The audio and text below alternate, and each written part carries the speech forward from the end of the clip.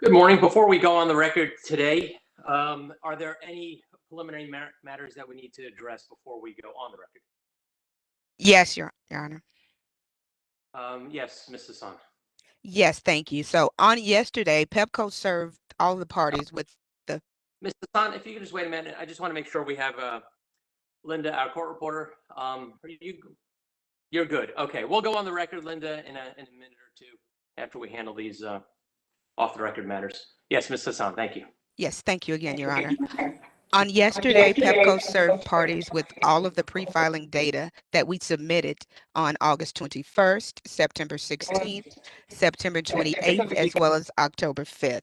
And that was the information regarding the additional MYP filing information, specifically and examples, O&M and capital forecast, 5 years of O&M data, and the like. And at this time, we're seeking to move these exhibits into the record.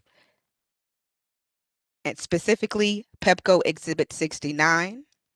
Okay, Ms. Hassan, we'll have to do that on the record. We can't handle that stuff off the record. That's fine. So, do you have any other off the record items? No, Your Honor. Okay. Ms. Francis, did you have off the record items? No, but when we go on the record, I would like to respond to Ms. Hassan. Okay, we'll take care of that. Thank you. Anybody else before we start the proceeding? Okay. Ms. Music. Yes, thank you, Chairman. I just wanted to let you know that we had sent out a large volume of potential exhibits, but we are about to send out about 10 that we intend to use with witnesses Schatz and Schaefer later today. I just wanted to let everyone know so that they're looking out for those. Okay, so everybody check your email for the exhibits from Kensington. They'll be out later. Thank you. Okay, thank you. Okay, seeing nobody else, Linda, if you're ready, we're gonna go on the record. Hi. Okay. Good morning. Okay. All right. Thank you. Shall I swear our witness? We're gonna. Oh, that's right. We haven't even called the witness yet. Okay, I'm sorry. You are ready to go. Okay, we're on the record. Good morning. Welcome back to continuation of case number 9655, the matter regarding Pepco's multi-year rate application. We'll begin with the preliminary matters this morning, beginning with Ms. Hassan. Thank you, Your Honor. On yesterday, Pepco served parties with all of the pre-filing data that we had already provided to them on August 21st, September 16th, September 28th, and October 5th. Specifically, this was supporting data that we provided as examples, O&M and capital forecasted information, historical previous O&M and capital budgets, and the like. And at this time, we would like to move Exhibit 69, 69C, 70, 71, 71C, and 72 into the record. Ms. Hassan, I am viewing these documents this morning. My assistant uploaded them into my electronic drive. We're talking about thousands of pages of documents. Is that correct? Yes, sir, being that this is the supporting data that was referenced throughout the testimony on yesterday, as well as the information that was requested of us. Who is sponsoring all of these exhibits? Specifically a witness. We're treating it like the compliance filing information that we provided beforehand. For example, on yesterday, we were allowed to provide the pre-hearing information as well as the public certification. The certificate of public hearing. So we're just treating this as the pro forma data that we always submit in the record that supports our rate application. However, here you're submitting it in the midst of an ongoing trial. I agree with that, and truth be told, we should have done this first thing on yesterday morning, and I apologize for that. Should have probably been done earlier than yesterday, I would argue. All right, let me consider your request. I'll turn to sorry, Ms. Hassan, are you finished? I am. Thank you. Thank you. Ms. Francis. I think I wanted to echo some of your Honor's points that these were thousands of pages. We haven't had a chance to even open them all, but there, I mean, well over 100 exhibits, 13 different emails. Yesterday during hearings, several witnesses referred to, quote, filing requirements. Nobody has ever cited anything specifically. There's no, now there are exhibit numbers, but yesterday when at least 3 different witnesses cited, I know the information is somewhere in the filing requirements. We don't know where, we don't know which witness is sponsoring which exhibit. It is very late in the process to be coming forward with this. We haven't even had a chance to open them all, let alone check them to see if they really were what was filed in August, September, in October, or whether there's anything extra there. So we're having difficulty with this. Mrs. Sun, we've already had 5 of your witnesses testify, and I've already excused them. Like Ms. Francis, I haven't even opened up. She just said hundreds of exhibits. I thought we were only dealing with a handful, but because I haven't opened them yet, I don't know what I will find. I think Ms. Francis misspoke. They're not hundreds of exhibits. There may be hundreds of pages. And as I said before, there are only 1, 2, 3, 4, 5, 6 exhibits. And we did provide these to the parties months ago, such that they've had them at the latest since October 5th. And Your Honor, I should have said, earliest. oh, excuse me, Go ahead. I should have said attachments. Email exhibit 69 has 64 attachments. They all have multiple attachments. Email, I mean, exhibit 70 has 14 different attachments.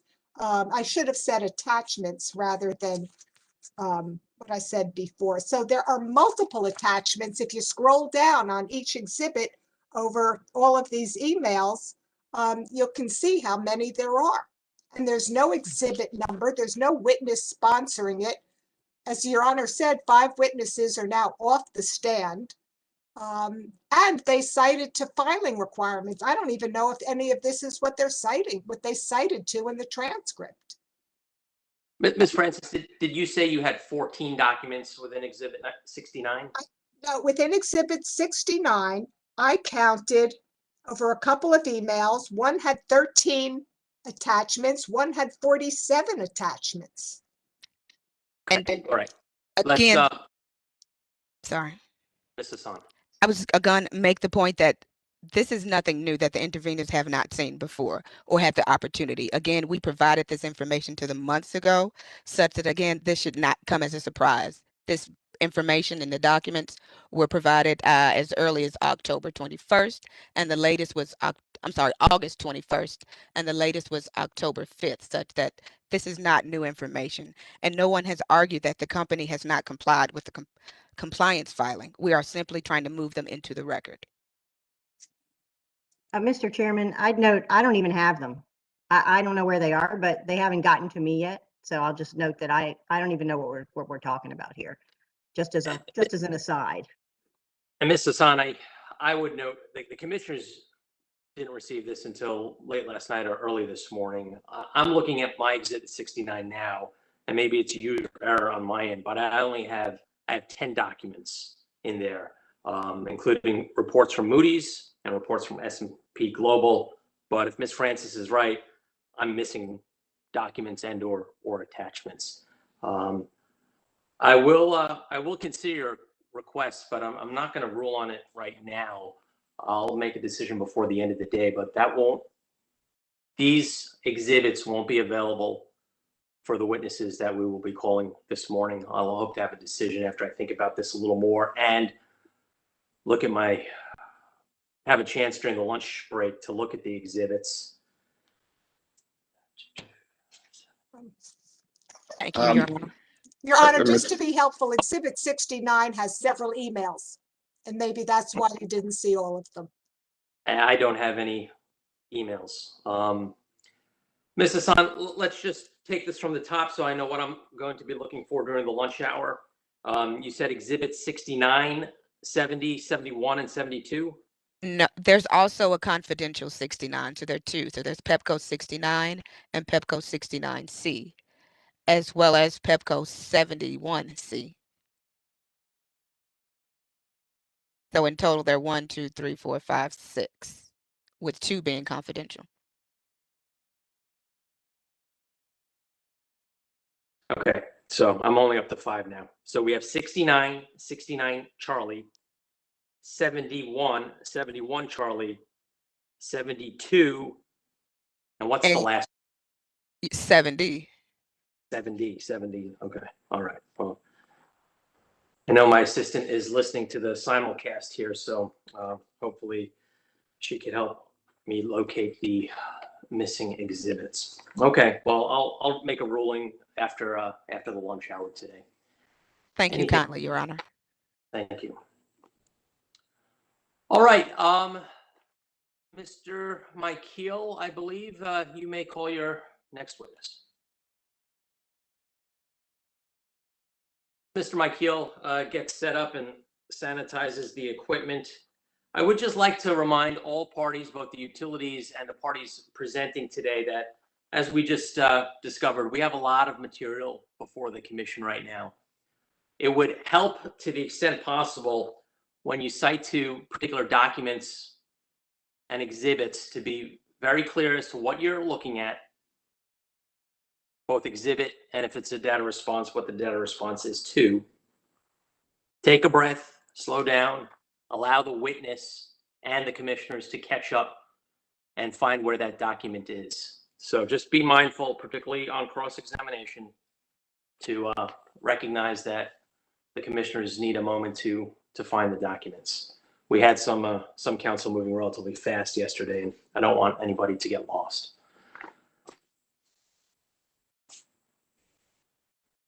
Mr. McKeel, when you're ready.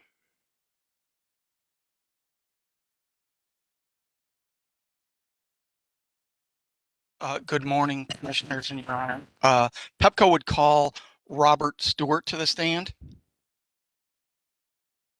Thank you, Mr. Stewart. If you could please turn on your camera. Should be on. Can you hear me?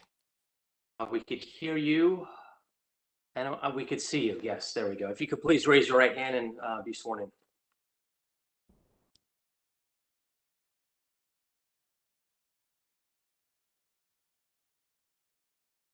Oh, Madam Court Reporter, you're on mute. Sorry, I'm sorry. Do you swear and affirm under the penalties of perjury that the testimony you're about to give in the matter now pending is the truth, the whole truth, and nothing but the truth? I do. Witness. Good morning, Mr. Stewart. Would you state and spell your name for the record and provide your business address? Robert S. Stewart, Stewart. And my mailing address is 701 9th Street Northwest, Washington, D.C. 20001. And sir, have you caused to be filed what I asked to be, which was pre-marked as Pepco Exhibit 15, the direct testimony of Robert Stewart? I have. And did you also provide, which has been previously marked as Pepco Exhibit 18, a RADA direct testimony to Robert Stewart, pages 12, 13, 14, and 15, mail log 234873? I have. And including that errata, do you have any other additional corrections you need to make to your direct testimony, Exhibit 15? No. And if I asked you those questions today, would your answers be the same or similar? Yes. Did you also cause to be filed, which has been pre-marked as Pepco Exhibit 16, the rebuttal testimony of Robert S. Stewart? Yes. And also Pepco Exhibit 16C, which are your confidential schedules to that rebuttal testimony? Yes. And Pepco Exhibit 17, which are corrected copies of Stewart's schedules RSSR 4, 7, 8, 9, 10, 11, 12, 13, and 14? Yes. And with respect to those were just the schedule numbers on the top of the schedule were different. There were no changes to those schedules. Is that right? Correct. Correct. And do you have any other additions or corrections that you need to make to your rebuttal testimony, sir? Yes, I do. Could you tell us the page and line number, and please go slowly with those corrections? Certainly. Page number 6, line 10, delete the words "and physical security." Okay, page 6, line 10, delete "and physical security." Do you have any other corrections or additions that you need to make, sir? Yeah, just one more.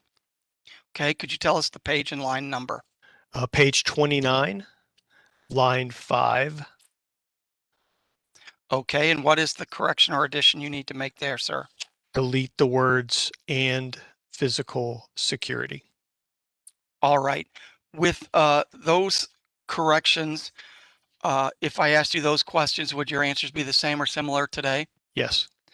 With that, Your Honor, Pepco would move the admission of Pepco Exhibit 15, Pepco Exhibit 16, Pepco Exhibit 16C, Pepco Exhibit 17, and Pepco Exhibit 18. No objections. Pepco's exhibits 15, 16, 16C, 17, and 18 are moved into evidence. Your Honor, I would ask leave to do a limited amount of live rejoinder to the sir rebuttal testimony. You may.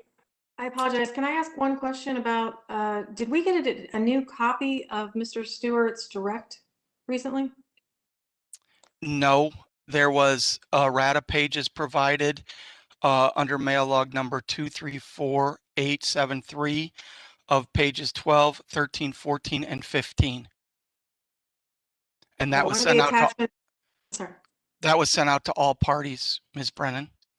Okay, I just last night, Mackenzie direct testimony, and then I thought Stewart was one of them as well. I apologize. My mistake. Okay, thank you. Mr. Stewart, have you reviewed the sir rebuttal testimony of staff witness Roger Austin? I have. And can you turn your attention to staff witness Austin's sir rebuttal testimony?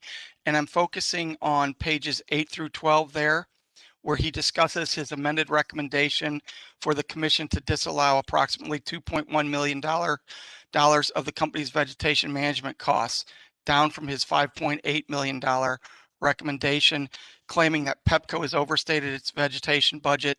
Did you review that section of his testimony? I did. And on page 10 and 11, Mr. Austin states that his new recommendation is based on applying a wage inflation from the CBO to the company's actual costs for vegetation management for the years 2016 through 2019 in order to estimate what he believes to be a reasonable cost for Pepco's vegetation management from 2020 to 2023. Do you see that part of his testimony there? Yes, I do. And based on his calculation, he believes there remains an approximate $2.1 million difference from the costs for spending on tree trimming based on his analysis and Pepco's analysis. Is that your understanding? That's my understanding. Do you have any response to Mr. Austin's approach to simply use wage inflation to determine the reasonableness of the company's vegetation management costs for the MYP? Yes, I do. First, I think it's important to note that we do use contractors to perform our vegetation management work, and we just went through a very robust contract negotiation and competitive bid process for the latest version of these contracts. And simply put, these labor rates have increased for the contractor spend. I think we noted a 5% increase in 2020, a 6% increase in 2021. A 4% increase in 2022 and a 3% increase in 2023. And that fact was recognized by witness Austin in his direct testimony. And if you know, Mr. Stewart, why have the labor rates for vegetation management increased beyond the simple wage inflation rates provided by witness Austin in his sir rebuttal testimony? Primarily, it's due to limited qualified workers in the DMV, the Washington D.C. metropolitan area.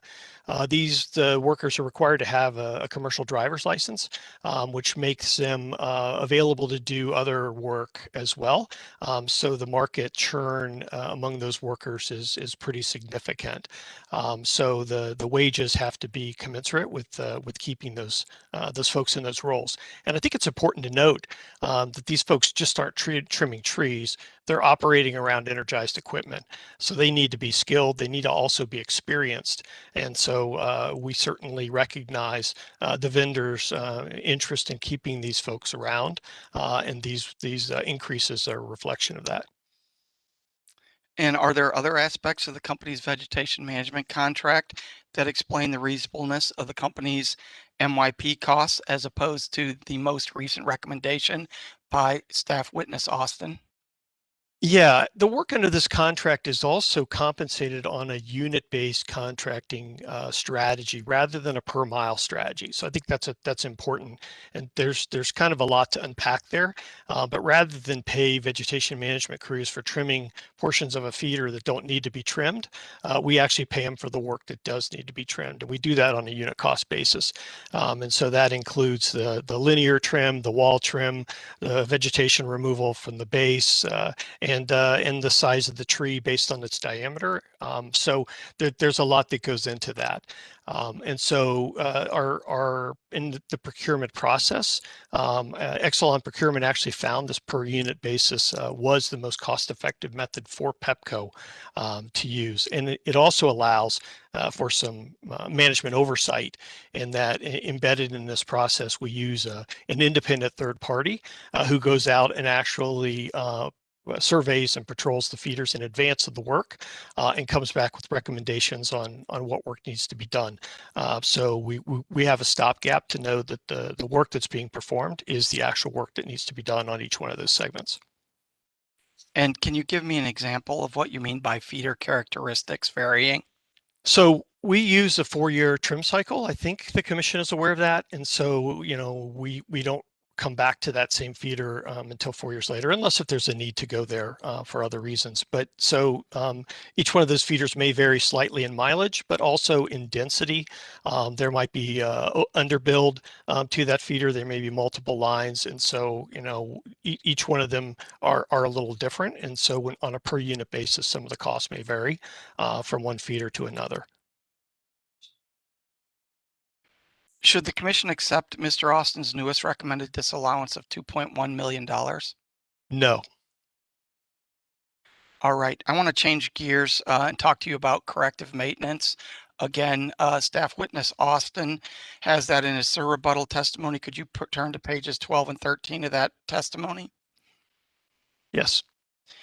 There he recommends disallowing $19.4 million for spending under the company's corrective maintenance programs because he says the company's failed to explain the variance between budgeted costs in the MYP and budgeted costs in case number 9353. Do you see that testimony? I do. Is Mr. Austin making a proper comparison in his rebuttal testimony between case number 9353 budgets and the corrective maintenance program and budgets in the MYP plan? No, I don't believe he is. And the reason for that is in the report that he cites in 2018. I think the official 2023 budget numbers that were given in that period were just an estimate. And you can see from looking at that table that they're identical to the 2022 budget numbers. So where we stand today with the MYP doesn't necessarily reflect that. Corrective maintenance budget costs have increased, and it's really a function of the work that we've done for gray sky storm restoration primarily is driving a lot of that work. We've overspent those budgets in the last 2 years. So the MYP budget actually reflects the current budget that we've seen. And so that's one second, Mr. Stewart. Mr. Stewart, Yes. you said, as you can see, looking at that table, I thought I was looking at Mr. Austin's I'm testimony on sorry. page 12 and 13. I don't know what table you're referring to. I'm sorry, Commissioner Herman. I was referring to a table that he had referenced in his testimony. I apologize for that.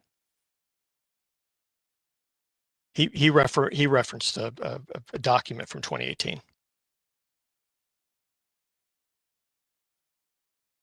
Okay, thank you. Mr. Stewart, can you explain to the commission the type of work that is included in the company's corrective maintenance budget that Mr. Austin seeks to disallow in his rebuttal testimony? Right. These are primarily non-discretionary work. This is work that must be performed. So there's two aspects of it. There's a substation work. This could be a reflection of replacement of transformers and switch gears in the substation, circuit breakers. These can be determined through the preventive maintenance programs, but also could be from failure rates. And substation budget has increased as a result of failures of transformers that we've seen in the past. On the distribution side, it's the distribution equipment, cables, poles, transformers, capacitor banks. So once again, it's non-discretionary work and it must be completed during the MYP period. Do you have a position on whether or not the commission should accept Mr. Austin's disallowance? They should not. I'm turning your focus to OPC witnesses Alvarez and Stevens, and I'm specifically focusing on their rebuttal testimony on load forecasting for the substation overload projects. Could you turn to page 17 of their testimony? Stand by.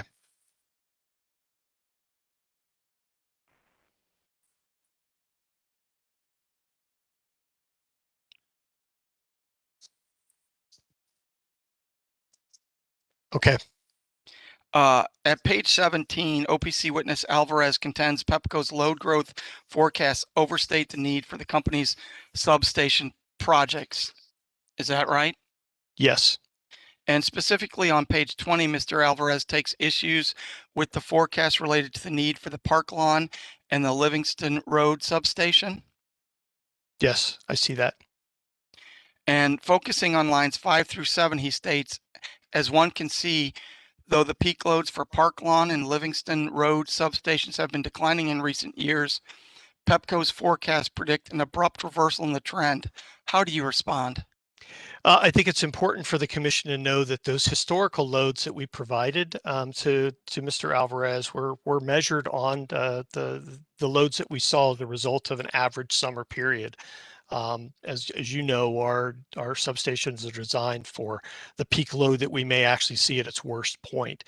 So average summer weather is not going to necessarily drive those loads as high. So I'm not sure if this represents the true case of what we would design those substations to going forward. Turning to page 21, lines 9 through 13, in responding to a question about how Pepco must be ready to serve these substations, Mr. Alvarez states, I believe Pepco should be more certain that the planned commercial investments will actually occur before making massive investments based on plans. This recommendation does not preclude Pepco from preparing substation capacity increase plans in advance, thereby shortening the execution times in the event the capacity increase becomes necessary. How do you respond?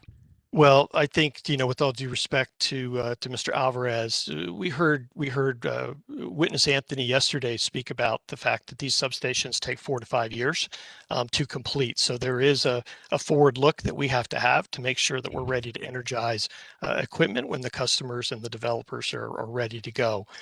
So I think, contrary to what he seems to think, we can't just wait to see the load appear and then build a substation afterwards. And do you know, Mr. Stewart, whether or not Pepco has taken any actions to forestall the development of these substations? Yeah, I think we've talked before in previous cases before the commission. I think in the case of White Flint, in our microgrid proposal that we did under a merger commitment, we proposed offsetting the load of White Flint substation using generation from that microgrid. Ultimately, that wasn't that proposal wasn't accepted, but that's one opportunity. And then I think also for National Harbor, the Livingston Road battery project will defer the in-service date of that substation project for I think a year. So those are some examples of how we try to accommodate that. These witnesses also claim on page 21, lines 15 and 16, that Pepco's planning should reflect load growth variations, for example, through use of forecast ranges or sensitivity analysis. How do you respond? So we base our forecasts for investments based on planned developments. So I think, we work together with our developers, and it's too late to initiate a substation project, as I mentioned before, after the development is underway. So we're in frequent contact with these developers through the many different groups within our company, whether it's our GEA group or our large customer services, our capacity planning folks, or our new business folks. Plus, we also stay on top of the developments from information that we can find publicly. We've not seen anything to indicate that these developments aren't going to move forward, and so we need to be ready for them. Finally, turning to page 22, lines 11 through 15, in an effort to rebut your discussion of electrification's impact on system needs, Mr. Alvarez points to a study which assumes 100% of the vehicles sold in 2035 will be fully electric and estimates that electricity growth demand from electrification will be about 2% per year. The study reports that this is less than the growth of electricity demand from 1975 to 2005. How do you respond? Well, I think this commission is certainly on top of the electric vehicle situation in the state of Maryland and understands the commitment that Maryland has made for putting electric vehicles on the road, and the utilities are all actively participating in that. And I think the programs that we have to date, we've talked about the fact that, while light duty vehicle load may not pose a systematic issue with the distribution system, it's going to be more of a clustering issue. But what we still don't understand yet is medium and heavy duty vehicles and fleets. We have been in contact with Montgomery County Public Schools, who's looking to electrify their school bus fleet. And so we know of one project that we're working with, and we actually proposed that as one of the PC44 battery storage projects to help mitigate that. But, depending on where these larger charging depots are going to be for these vehicles, the amount of point source load on a distribution feeder could be significant, and it should not be ignored. One last area to talk about, Mr. Stewart, the trip savers, focusing on page 29 of the Sir rebuttal testimony. OPC witness Stevens continues to argue that the commission should disallow the cost for the company's trip savers. He claims the devices only avoided 11 outages, and as such, it's not worth the $2 million Pepco spent on the programs. He claims that this outage figure was based on data the company provided in discovery, and he claims that Pepco did not revise the responses to data requests that would have purportedly changed his determination. How do you respond to this, Sir rebuttal testimony? He's simply incorrect. So the actual trip savers avoided 140 outages out of the 269 total outages in the data that we had provided to him in his data response. The way he had asked the question is that included 140 of those units that where the devices cleared default without going to lockout, and then 129 where the devices actually went to lockout. He actually subtracted those two numbers instead of adding them for the total number of events. And so he came up with 11. And that actual number, based on the data that we had provided to him, it should have been 269. Now, in my rebuttal testimony, there is a discrepancy because we state that the total number of operations was 253 rather than 269. And that reflects the fact that we're constantly evaluating this data. And it's important to note that the data is about operations and it's about events. You can have multiple operations in a short period of time. And so if that period of time is short enough, then we'll group those into events. And so the latest reflection of the data shows the fact that as we near the end of this pilot program, is we're still evaluating how to project these numbers correctly and get the number of events and the number of operations to where they're realistic. But whether it's 269 or 253, it's more than 11. I have no other rejoinder, and this witness is available for cross-examination, Your Honor. We'll begin the examination by Ms. Brennan. Thank you, Your Honor. Good morning, Mr. Stewart. Can you hear me? Good morning. I can. Good morning. Great. For the record, I'm Lisa Brennan with Montgomery County, Maryland. I just have a few questions, Mr. Stewart. If you could refer to your direct testimony, please, starting at page 14. Stand by.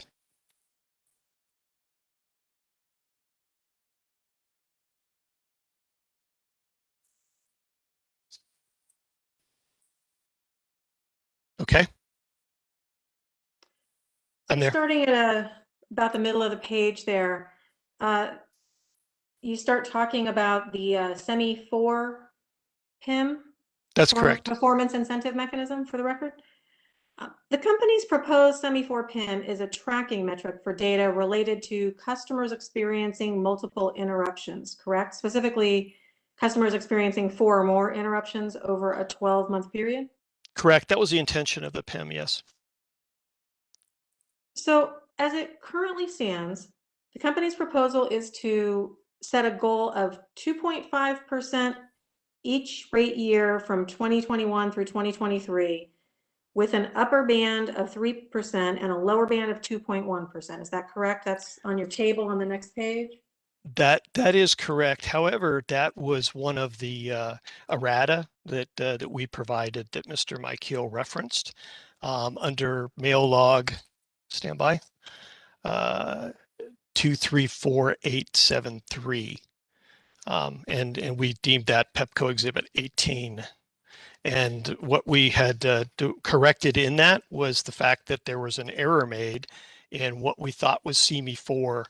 The recommendation was for CME 4 based on an IEEE 2.5 beta methodology, but we referenced the CME 4 numbers based on COMAR. So actually the numbers that were in the original direct testimony reflected CME 5 because it was customers experiencing more than 4 outages. And so that was a mistake that was made that we then corrected with the exhibit number 18, as Mr. Michael had referenced. So did you reference the table 2 on page, or sorry, table 3 on page 15, or? There were no, I'm sorry, go ahead. Go ahead. I'll let you finish. There were no changes made in the errata to table 3. The changes were to figure 5. So that figure 5 that was in the original direct testimony actually reflects CME 5 numbers based on COMAR. And it was an oversight. So the new table representing the IEEE 2.5 beta version of CME 4 shows a CME 4 in 2017 of 1.01%. 2.26% in 2018, 2.44% in 2019, and 1.37% in 2020, which makes the metrics in Table 3 seem more reasonable. Okay, so help me understand then. So do the I'm looking at Table 3 on page 15 of your direct. I don't see that was corrected in the errata. That's what you said, right? In the errata that we had referred to as Exhibit 18, it should reflect, in the header on that table should say Pepco Maryland IEEE 2.5B CME 4 plus %. So that would reflect all customers using the IEEE 2.5 beta methodology who experience 4 or more outages. But does that change the goals of 2.5% per year and the upper and lower bands of 3.0% and 2.1%? No, it doesn't. It actually makes them more relevant. So Okay. when if you look at the original direct testimony, you'll see those percentages are actually much lower than the mid band of 2.5% that we had recommended, which was what the cause for the errata was. Okay. Those are actually reflecting a much smaller group of customers than the CME 4, which we had intended. Okay, but so the actual goal percentages and the upper and lower band percentages haven't changed. It was the results of those that has changed. Is that correct? It is the actual results, yes. Okay, thank you for clarifying. I appreciate it. No problem. And is the company already collecting and reporting that data? Yes, I believe it is. Okay, so that would be through case number 9353. Is that correct?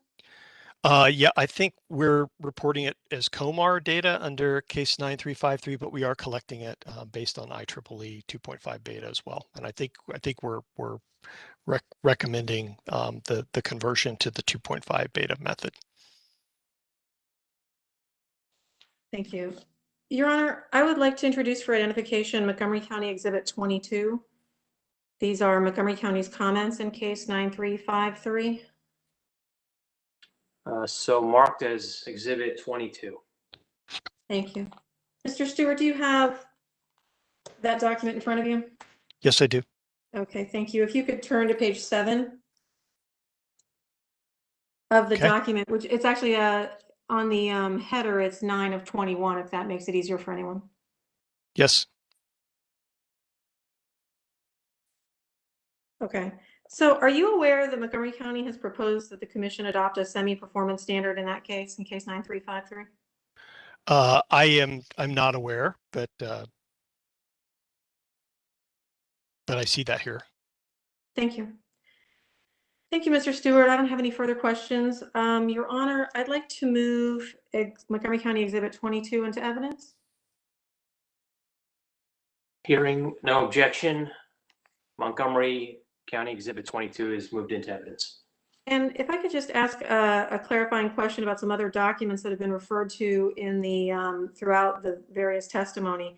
Documents such as the case 9618 phase 2 work group report, the order in that in 9618 authorizing the PIMS, and the order in the BGE rate case. Those have sort of been referenced throughout various testimonies. Are those documents that you would like to evidence for the record, or are those things that you can take judicial notice of, or they consider public record? If these are all issuances of the commission, we could take judicial notice of those. No need to put them in the record. The work group report is, I believe, by commission staff. So does that, or no, I believe it was possibly a public utility. Yeah, Sorry? we have the authenticity, so the work group report could be included. So it can be, it's already, it can be referenced? Yes. Thank you, sir. I didn't hear you the first time. I thank you for repeating that. That I have no further questions. Thank you. We'll turn to cross by Ms. Ryan, Office of People's Counsel. Thank you, Your Honor. Good morning, Mr. Stewart. Good morning. I have a few questions relating to your rebuttal testimony, and I'd like to start on page 16. Okay, stand by. Sure.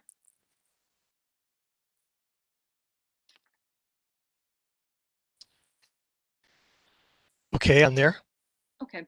The first paragraph of that page, you're discussing an Enercon study regarding the 69 kilovolt rebuild, and towards the middle of the paragraph, starting on line 6, you identify 3 alternative solutions that the report reviewed. Those were traditional open wire overhead construction, underground construction, or utilizing Hendrix spacer cable system. You see that? I do. Can you describe what a Hendrix spacer cable system is? Probably not in great detail, but it is a series where multiple feeders are connected along a strand with insulated spacers within those feeders. Okay. Is that, in terms of projects, then that sounds like it might be another type of rebuild project? I think as it was referred to here, it was an alternative, and so the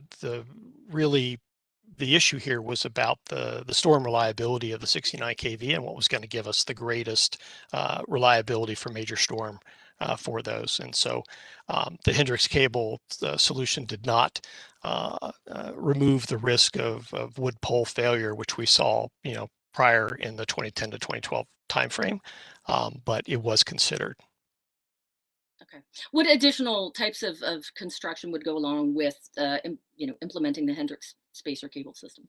I think it would go on a standard wood pole construction. I think the Enercon report listed some engineering drawings as the schedule.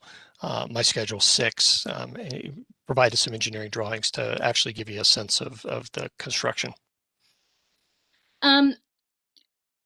Did the Enercon study include any other options that weren't rebuilds?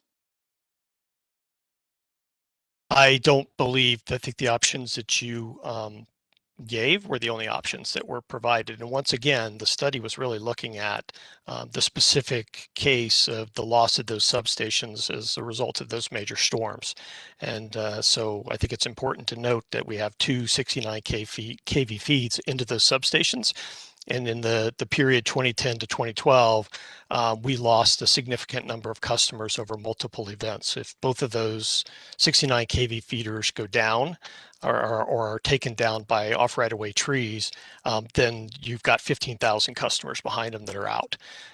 In addition, they're aging infrastructure as well, which was identified. And so the recommendation was made to rebuild one of each of those to 13 critical substations, where we saw the most amount of outages. And that's the plan. It's been the plan. And we've been executing on that. But so just to make sure I understood your answer, the Enercon study did not consider other non-rebuild options. Could you give me some examples of some other non-rebuild options that we would have considered, like non-wireless alternatives? I think the witnesses had mentioned that. Yeah, I mean, anything that would not involve. Yeah, I think that, when you look at what it is we're trying to do, this is the backbone of our distribution system. So there's a lot of energy that's flowing through that. I asked you if the Enercon study. Right. And so no, study anything. So the answer to that is no. No non-wire alternatives were considered. Did Pepco perform any study that compared non-wire alternatives to rebuild? In the individual project by project reviews, we do look to see if that's a possibility. It's just part of our normal screening for each one of these different projects. But as I mentioned, non-wire alternatives aren't suitable here because of the size of the power requirements and the long-term duration of what the outage would be while you repair it. So they're just not a suitable option here. So is that a no? That's a no. Okay. Let's look at, no, that's good. Let's move on to page 22.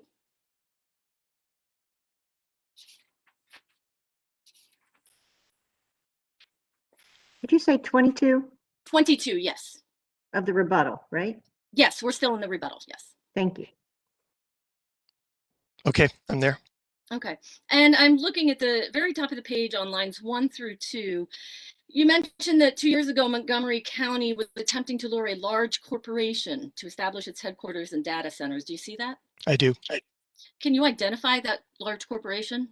I cannot. Okay. Can you explain why you can't? I don't know who it is. Okay. Can you describe what kind of corporation it is? I believe in the reference here to the direct or the rebuttal testimony, it was the load was primarily the data center portion of that. So I don't know who the corporation was. But I do know that data centers are becoming more popular loads for our capacity expansion people to consider. Okay.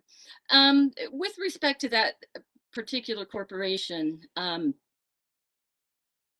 just to give the commissioners a little explanation, I do believe that if my understanding is correct, the confidentiality on that is an issue that Montgomery County possesses. So it would be their right to waive or not the confidentiality. Although there does appear to be public discussion of it on the internet. So I'm going to avoid going down that road because that belongs to Montgomery County. Do you have any ideas, Mr. Stewart, how many employees might have been located there? No, I do not. And Okay. and I think that was really a how do I want to say it, a small portion of the proposed development plan for the White Flint area. So I think that White Flint sector plan includes a considerable amount of development beyond just the one building that you're referring to. Okay. And you said the data centers were going to be a large portion of that. If the data center for this one particular customer was considered to be a large portion of that load, but to my knowledge, the White Flint sector plan is residential and commercial. And data centers use a lot of electricity. Yes, they do. When Pepco planned the White Flint substation project, did it take into consideration the needs of this specific corporation? I don't believe so. I think we look at, when we do the planning, we look at the types of builds. Is it commercial? Is it residential? And each one of those building types has a potential load profile that we then go to model what we think that potential new load is going to be, what that impact is going to be. Okay. So I think we just need to know the type of facility, the total square feet, and then any additional loads that they may want to have. On the next couple of lines, you state that White Flint Mall is currently unencumbered by occupants. So it's vacant, correct? That's correct. And so currently no one is using that capacity that was designed in order to supply headquarters and data centers. I don't believe yet that the White Flint substation has been completed. I think that's part of what we've proposed, is to make sure that that load is available for that development when it is completed. But no one is currently using that load. No one is currently using load at the White Flint area. There may be some small buildings and facilities that I'm not aware of, but nothing compared to the sector plan development that's been proposed. No. Now, you said you develop your forecast based on planned developments during your rejoinder. That's correct. Okay, so when you developed your forecasts a few years ago, did you include that large corporation in those plans? I think that large corporation was certainly factored in at the time. But as I mentioned, the White Flint sector plan is well beyond the one building. But your forecast in that case was incorrect. The forecast changed as a result of customer desires, and sometimes that does happen. Sometimes we start a project and then the customer decides not to go forward with it. I think, and this is more of a question for Montgomery County, I think their establishment of the willingness to develop the White Flint area has been well documented, and we have no indication that that development is not going to be available. And so, we need to plan for that. So you've said a couple of times just now and in your rejoinder that you have not seen anything to indicate that the development will not happen. Do you have any affirmative information indicating that it will happen? I think the initial communications, the sector plan, they've updated the sector plan. I think we last spoke with the primary developer there in March of 2020. And so those indications are that that development is moving forward. Do you have any affirmative information since that conversation? I don't know of any, but these developments in the initial stages move fairly slow, which is why we have time at this point to consider how to build a substation to serve that load. And if for whatever reason we realize that the size of that development is going to be different, that will accommodate the load requirements. But I think the real question for our capacity expansion folks is, is there never going to be development there? We don't want to build a substation to meet the load and then that substation is overloaded in 5 years. So we need to do a longer term projection as to what that load is expected to be in the reasonable future, so that substation can be used and useful for many years to come. And so it may feel a little bit like that there's construction trailers out there. Why do we need a substation? But when this community is completed, that load will be used. Do you have any idea when this community will be completed? I think we're looking at the White Flint substation going into service a 2024 timeframe. I'd have to go back and verify that. So what about the development in the area? When do you expect development to be completed? we would schedule our substation to go in service to coincide with the development to be completed. And as I mentioned, if for whatever reason we find that that's delayed, then we would delay the in-service date on that substation accordingly. And you said that would be in 2024? I believe so, but I can verify that. But you don't have any affirmative information that there will be development completed at that point in time? I think that's so far the way these plans work is, we're approached by a developer. They say we want to build something at a certain place at a certain time. And then we engage them on what the overall aspect of that is going to be. We make our plans on what the capacity needs to be to serve that. And then we create a schedule for how we're going to build it over time. And there can be variables in that process, and we accommodate those variables. But at this point in time, we don't have anything to indicate that development is not going to move according to schedule. But there have been instances in the past where developments that were expected did not happen. Yes, there have. That's all the questions I have. Thank you.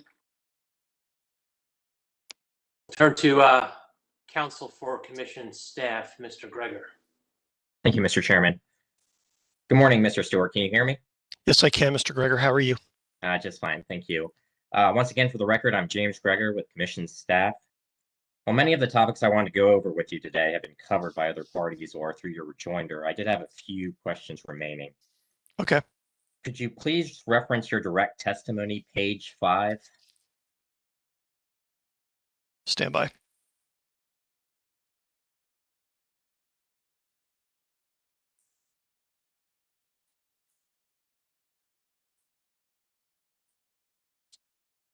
Okay. I am specifically looking at table 1.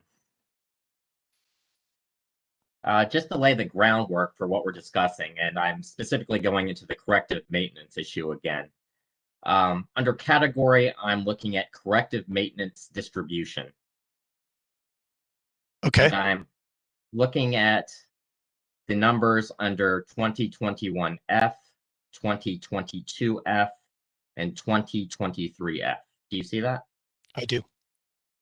Okay, just to lay the groundwork for further questions. The forecast spend for corrective maintenance distribution in 2021 is $28.997 million, correct? I see that. Yes. For 2022, it is $31.569 million. Yes. And for 2023, it is $32.047 million, correct? Correct. Now, subject to check on as far as my math is concerned, the sum total of those 3 years would be approximately $92,613,000. Does that sound about right? Subject to check. Okay. And now moving down on that chart to corrective maintenance subs, for those same 3 years, we're looking at approximately $1.042 million for 2021. Yes. Now a question on 2022. Is this 5.02 or 5.024 million, or is that 5.240 million that we're looking at for 2022? I believe that's 5.24. I see. Thank you. And then for 2023, we're looking at 3.044 million, correct? Correct. Correct. Thank you. And then the sum total for that category would be around $9.3 million, subject to check. Somewhere in that ballpark? Subject to check. Thank you. And that's where staff witness Austin got his $1.1.9 million, correct? Yes. Okay, and just to verify, this $101.9 million is included in the proposed revenue requirement sought by the company in this present MYP application, or I suppose asked differently, is what the company is seeking the commission to approve for as far as ratepayer money for Pepco's corrective maintenance program over the course of this multi-year rate plan. Would that be safe to say? Yes. Thank you. Now, Mr. Chairman, I would like to mark for identification the document that has been pre-marked Staff Exhibit 4, Pepco's 2020 Annual Performance Report in case number 9353. So marked, Staff 4. Thank you. Mr. Stewart, do you have that document available? I do. Thank you. Do you recognize what this document is? Yes. And are you familiar with the information contained within this document? I've reviewed it, yes. Thank you. I'm specifically referencing page 9 or page 10, table 11B. And this Page is more 10. of, I'm sorry. Okay. Yep. And this is more of a clarification question. But the corrective maintenance under the distribution program under this chart, this is forecasting the budget for 2021 through 2025. Just to make sure, but are these corrective maintenance distribution budgets, forecasted budgets, different than those budgets that were forecasted within your testimony and within the company's multi-year rate plan application?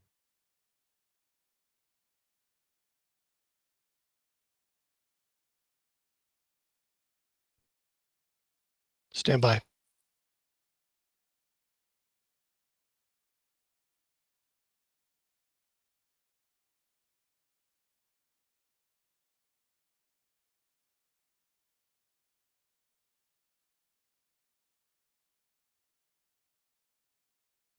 Yes, they look slightly different. Yes. Just to make sure, are we talking about the same things though? Are the forecasted budgets in this table, let's say an apples to apples comparison with the forecasted budgets that are reflected in your table 1 in your direct testimony? I don't believe they are. Can you explain the difference, please? I think, some of the difference would be non-reportable work under the COMAR for reliability. The work that's not required and some overheads associated with that may explain the differences. I see. Thank you for that clarification. But we are talking about the same overall category or program, correct? We're Right. talking about corrective maintenance distribution. And I do believe that the budget table referenced on page 10 of this report is for the actual 9353 expectations. I see. And there may be additional work outside of that. Understood. Thank you. One moment, please.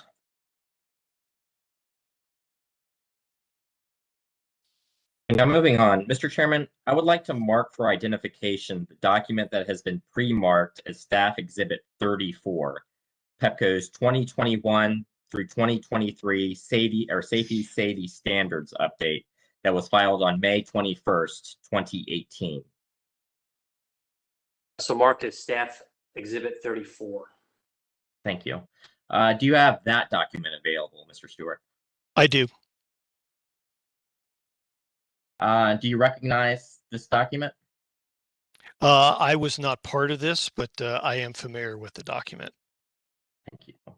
And are you familiar with the information contained with this document? Yes, I am. Okay. I believe it came up in your rejoinder, but you discussed the comparison that Staff Witness Austin was making in regards to the 2018 forecast with the present MYP application forecast. Is that correct? That's correct. If I could reference, or if I could direct your attention to page 22, figure 15.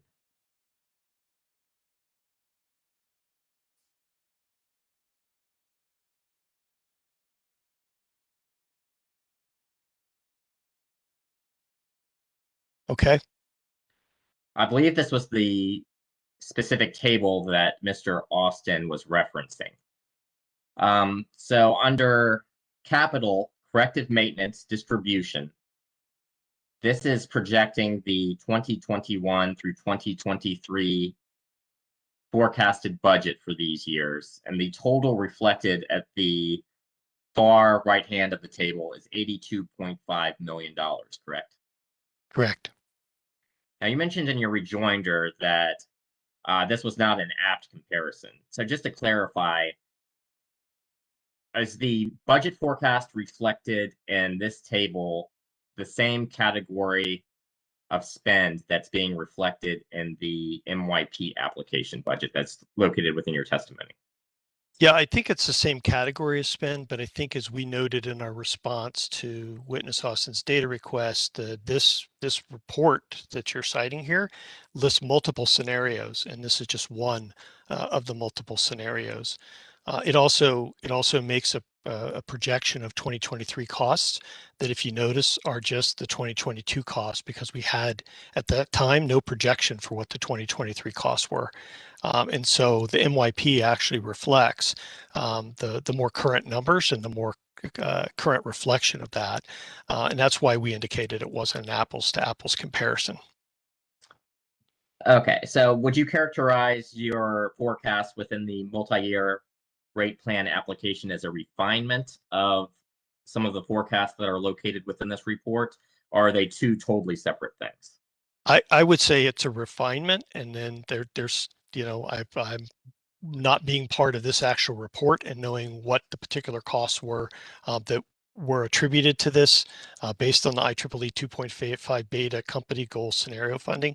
But what I do know about the MYP period is it does reflect, as I mentioned in my rejoinder, gray storm costs that non-discretionary that we have seen in the last couple of years, and those budgets have been overspent. So these distribution corrective maintenance budgets that are in the MYP reflect that. So I would say it's more accurate. So is it safe to say that the company has identified cost drivers between the period this report was filed and the period, or the development of the forecast for its multi-year rate plan, that changed the forecast for these 3 years? Yes, I would call storms cost driver.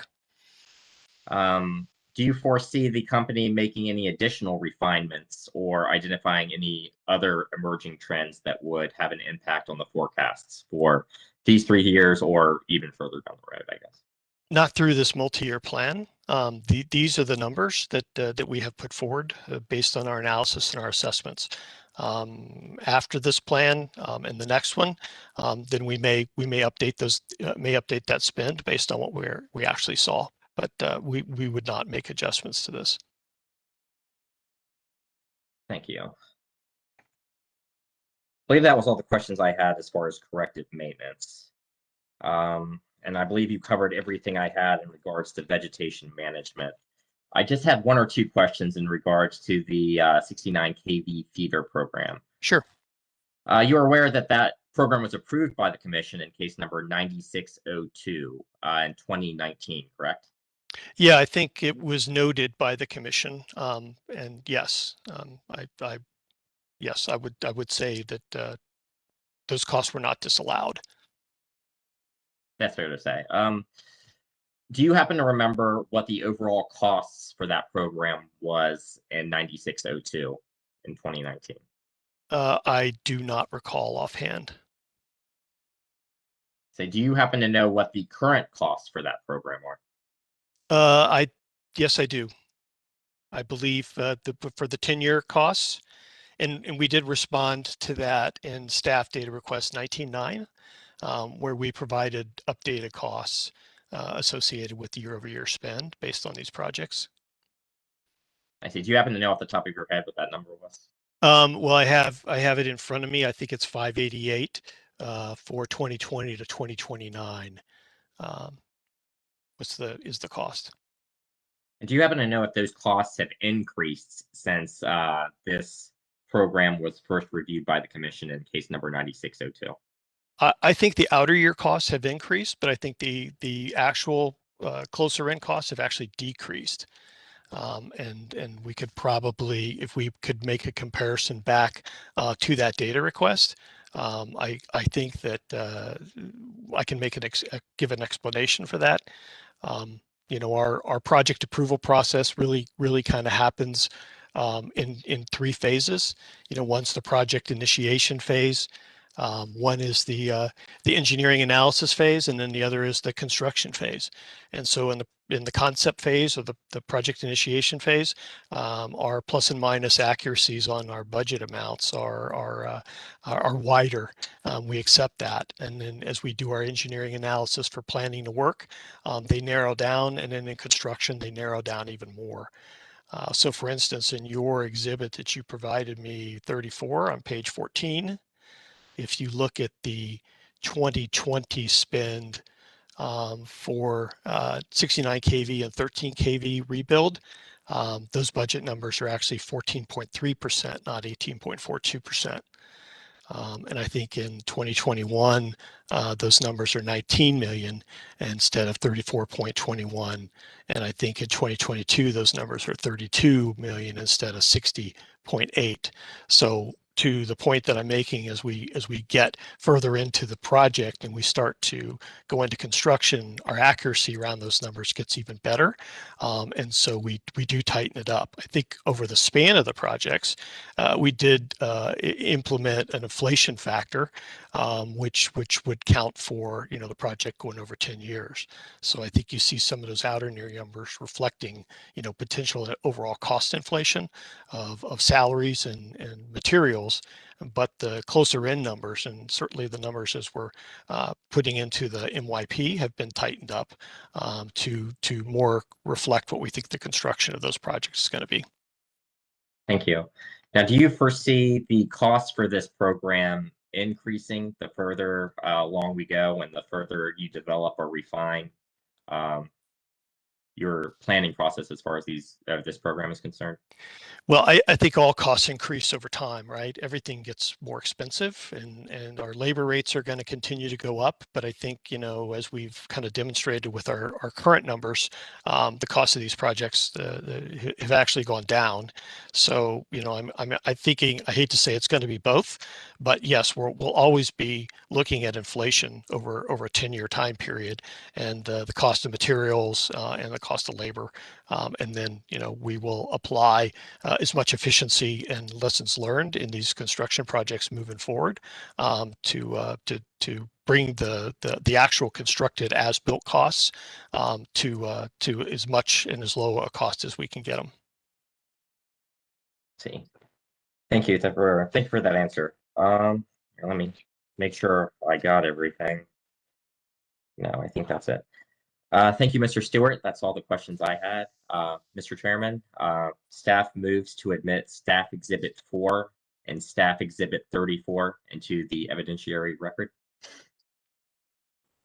Seeing no objection, Staff Exhibit 4 and 34 are moved into evidence. Mr. Mike Keel, any redirect? I have just a couple, Your Honor. Mr. Stewart, Mr. Greger asked you some questions about page 22, table 15, the IEEE Beta Company goal scenario funding. Do you recall those questions? Yes, I do. And do you know if that's that was one of many scenarios in that proposal? Is that your understanding? That's correct. And do you know if that's the proposal that Pepco uses? I don't believe it is. Okay. Mr. Greger asked you some questions about the 69 kV feeder rebuild project, and he mentioned that the project was costs were approved for recovery in case number 9602. Do you remember those questions? Yes, I do. And if you know, were KV 69 costs approved for recovery from customers in other rate cases previous to 9602? Yes, I believe they were. Nothing further, Your Honor. We'll turn to the commissioners for questions. We'll start with Commissioner O'Donnell. Thank you, Mr. Chairman. Good morning, Mr. Stewart. Good morning, sir. I have a few questions for you. First, I wanted to start with your direct testimony. You had a section in there regarding the Exelon peer group process, and specifically on page 23, question 39 asks, has the company observed mutual assistance or supply chain procurement benefits as a result of access to Exelon resources? And my question is this: as you were discussing vegetation management earlier in your testimony and engagement with Mr. Mike Keel with regard to vegetation management expenses, the company has indicated to the commission in the past that it expected to receive benefits regarding the delta between the Exelon utilities in Maryland and Pepco with regard to its vegetation management expenses. Has this Exelon peer group process helped close that gap, as was kind of related to the commission and other proceedings? And is it reflected in this rate case? I think, to the degree, and that question is probably more better answered by our vegetation management leadership. But Well, hang on a second. You testified extensively about the vegetation management costs. Right. And so, yes, sir. Go ahead. So what I was going to say is we did competitively bid the vegetation management across all the different Exelon companies. And our expectation would be that if we did have a need for additional vegetation management crews, that we could borrow mutual assistance crews from the other Exelon opcos as sustainable contractors to assist us in that need. So the answer. Yeah, but I'm not focusing on mutual assistance. I'm focusing on the part of the question that says or supply chain procurement benefits. Yes, sir. That's my focus, not mutual assistance crews from other utilities. And I think embedded in our recent contract negotiation process with the vegetation management vendor that was ultimately selected for Pepco, it was a very robust and in-depth negotiation process to make sure that we got the best price that we could get for the vegetation management contract, as well as the other opcos as well.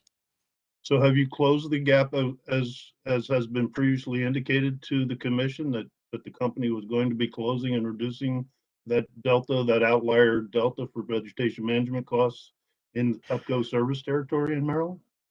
I think the latest understanding of the vegetation management work group that I have is that if we're talking about how we account for our costs, I do think we have agreed on what our all-in costs should be among all the utilities. So we'll have a better comparison of what the actual vegetation management costs are going forward. As far as if that's the gap that you're referring to. Yes, I do believe moving forward, we'll see a closer alignment of costs between the different utilities and related to vegetation management. So you say moving forward, but I'm asking specifically in the context of this 3-year multi-year rate case. Is it reflected here? I believe it is. As I mentioned, our all-in costs were different because we reported everything. When you look at what our vegetation management group has to do, that's a little different. We do have to haul wood, and the other utilities don't have to haul wood, so there will be some cost differentiators for the Pepco region. But for the most part, our all-in costs are in this MYP. All right, fair enough. I think the commission has indicated in very strong language in previous orders that we wanted that issue to be resolved, and I wanted to make sure it was reflected in this multi-year rate case as you project costs and expenditures. And I have to tell you, your reticence to answer the question at the beginning, I kind of understand that, because your title of a director or manager of research and development and grid modernization just didn't seem to fit. Vegetation management didn't seem to fit under that title for me. Well, I didn't. In all honesty, I don't think I understood your question at the beginning, sir. Okay, fair enough. Let me move on.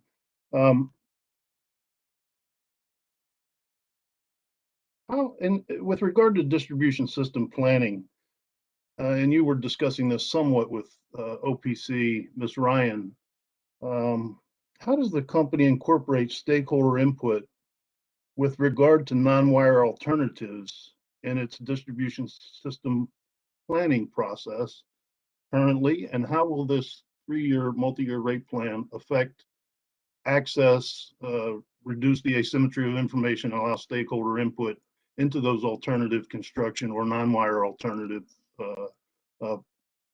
pieces going forward?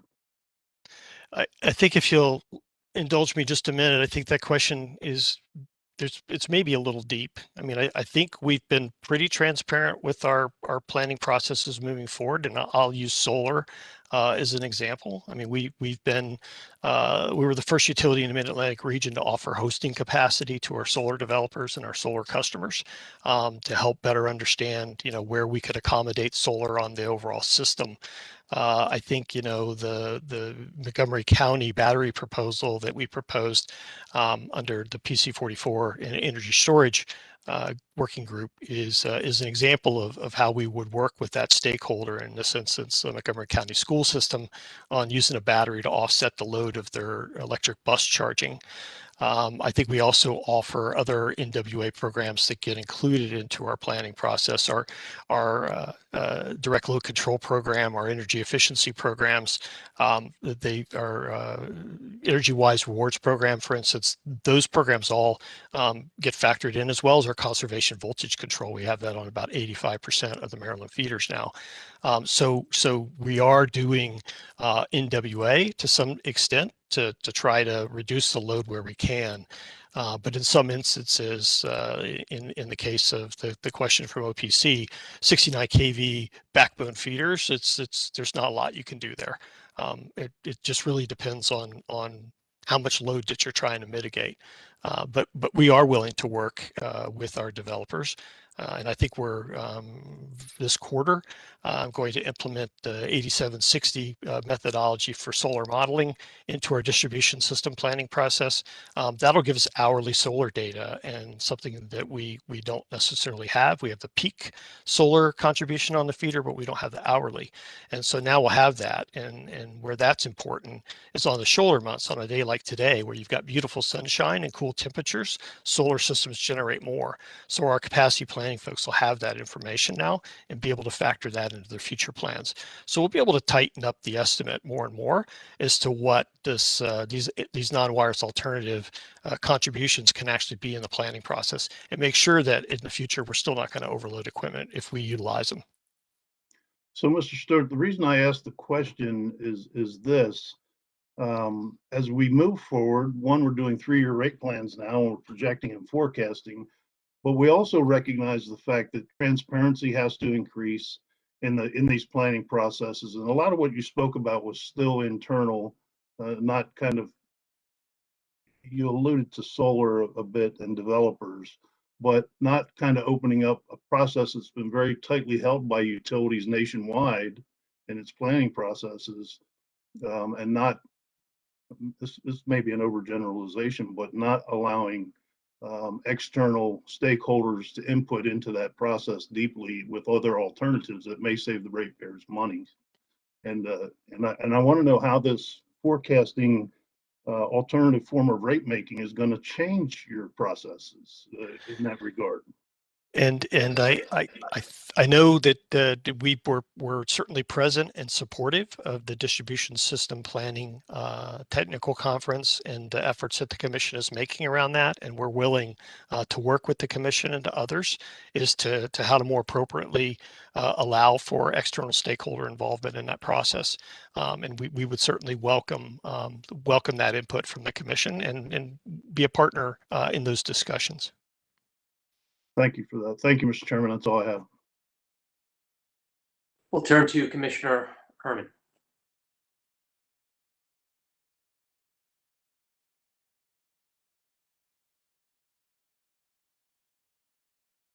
Good morning, Mr. Stewart. Good morning. How are you today? I'm fine. How are you? I'm good, thanks. With respect to vegetation management, I had similar questions to Commissioner O'Donnell, and I'm not quite sure we got there, but where in the record do you show the merger savings associated with this combined contract? Where is that in the record?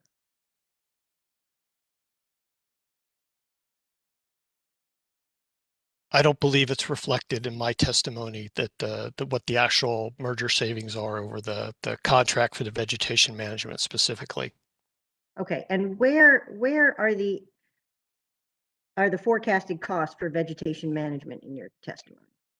I think that would be, let's see here.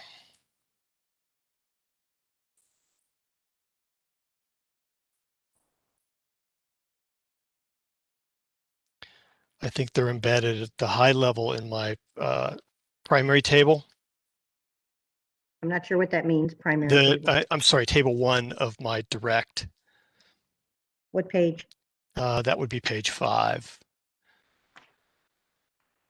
And I believe that is the I don't see vegetation management. Do I just? not see vegetation it? management is, it's not called out specifically. I believe that is the system performance. System, but there's others, there's There's other There's other functions in things. system performance. There are, and we've Okay. answered data requests that pull that out, and I can get a list of those data requests for you and make sure they're available. That's okay. That's okay. But would you say that over time, generally speaking, your vegetation management costs have increased? Are increasing over the forecasted time period? I think they are increasing over the forecasting time period as a result of our latest contract negotiation, that we did project that the labor costs were going to increase. So, okay, so your contract is an increase in cost, not a decrease in cost. It is an increase in cost for labor, but I think when we look at the actual cost per mile, if we take the total cost in a particular trim cycle by the total miles trimmed, I do believe those numbers have gone down in the last few years. Okay, and where is that reflected in your testimony? That is most likely in one of the data requests that we responded to. Okay, I can't think offhand of the actual number, but we did provide detailed information to staff on the vegetation management costs. okay, thanks. So how many errata were in your testimony? I got a little confused. I was, how many errata did you file? And pardon me if I don't know the actual phraseology here. I think it was only one errata. I think there were some corrections made to some of the headers on my exhibit pages that were entered, but no data changes. I think the errata was what Mr. Michael referred to, and I spoke earlier with Montgomery County, which was Exhibit 18, and that was the CME4 PIM. Right. So that errata. one was filed, I think it was April 20th, right? That's correct. Okay. And did you just discover the error there on, a couple days before that, or because I think had been some, even in the other company's responsive testimony, there was quite a bit of discussion about doesn't seem to be much of a improvement. So yes, and I think that was unfortunate that error wasn't spotted until the end. And so it was just that we weren't focused on the table, we were focused on the metrics, and didn't realize that the table was not reflective of the metrics that we sought to promote in the PIM. And so that's why the need to send the errata. Okay. I'd like to talk about the trip savers generally. One of the interveners, and I apologize for not knowing which in my notes, suggested that the trip savers saved something like 21,000 outages at a very low cost, while the 69 kV program avoided about 22,000 outages for the price of $628 million. How do you respond to the concept here about really, getting a bang for your buck? Well, I would say two things about that. I'd say that's the risk of trying to do a cost benefit analysis on an individual device by itself. So what I mean by that is if the 69 kV lines that serve a substation go down, none of those trip savers matter because nothing downstream has energy. So all the investments that we make in smart grid, from substation intelligence to our AMI meters to our distribution automation equipment, none of that works if those 69 kV feeders go down. So you can try to compare the cost per customer benefit, but in some ways it's not an apples to apples comparison, because what you're trying to save, and I just want to go back to that, is the 69 kV rebuild project was really aimed at major storm reliability, and those customers experienced outages of 5 days or more, and we're talking 15,000 customers in a group. And what got us concerned with this was the discussion about disallowance of those projects. It's one thing to talk about extending a project. It's another thing to disallow them. And if we disallow those projects and don't allow them to move forward, it's only a matter of time before we have the next hurricane, and those customers are going to see similar outages to what they saw in 2010 to 2012, 10 years later. And all the work that we've put in to our blue sky reliability numbers are really going to be meaningless to those customers, because their perspective is going to be, they saw the same thing that they saw 10 years ago.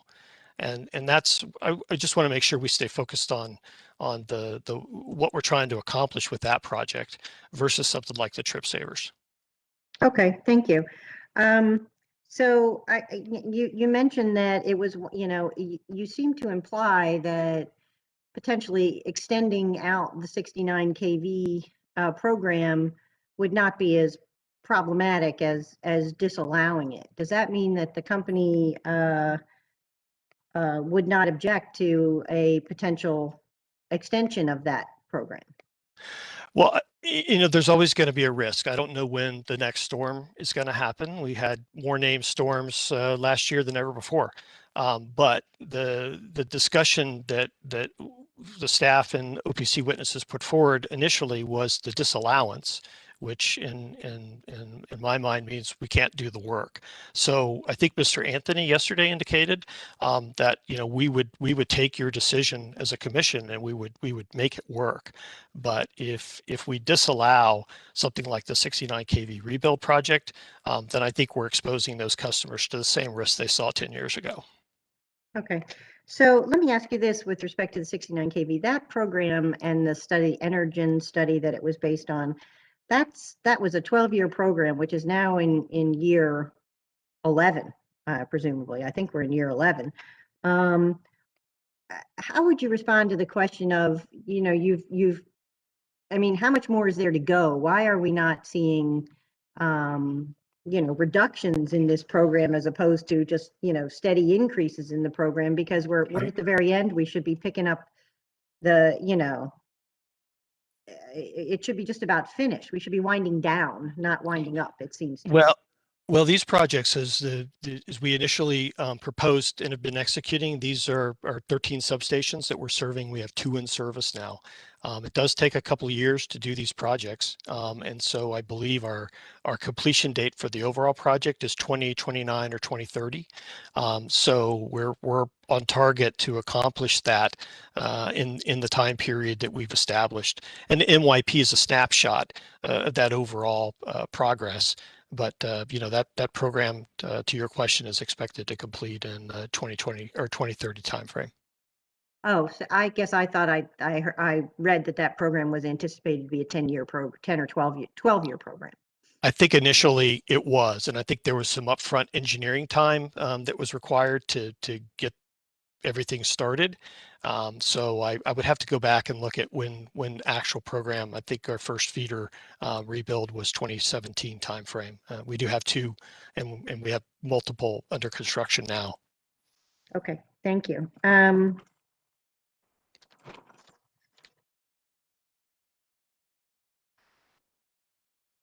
Let's see.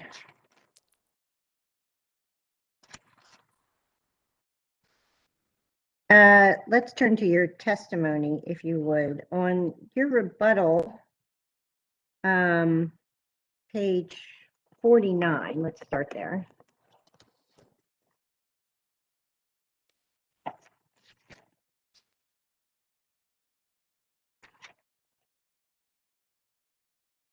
Okay. You there? Yes. Okay. So you're suggesting that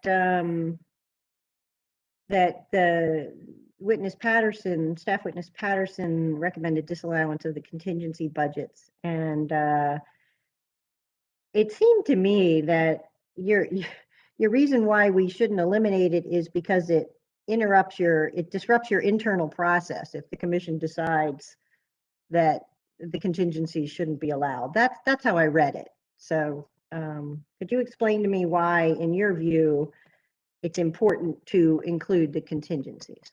Sure. And as I mentioned, you know, our planning process has kind of got those three phases: the project initiation, in which we do evaluate, you know, risk and contingency at that point, the engineering design, and then the actual construction. And with each one of those phases of the project, our contingencies actually get updated.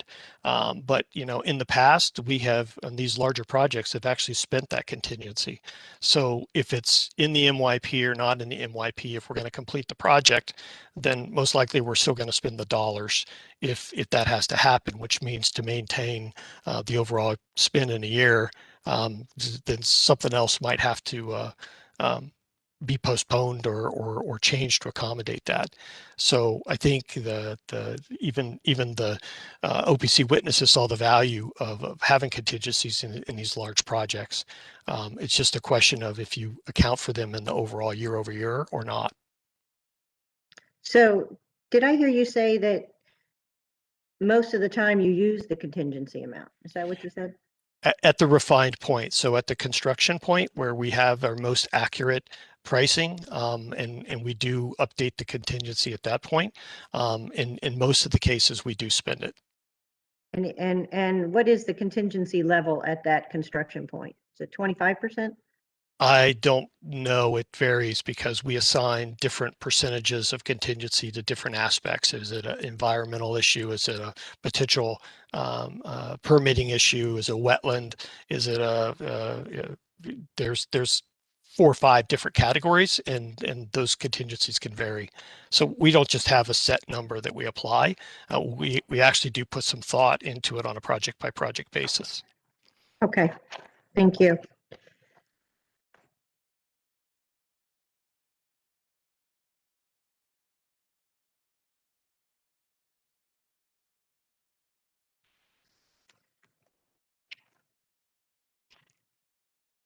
So on page 12 of your rebuttal testimony,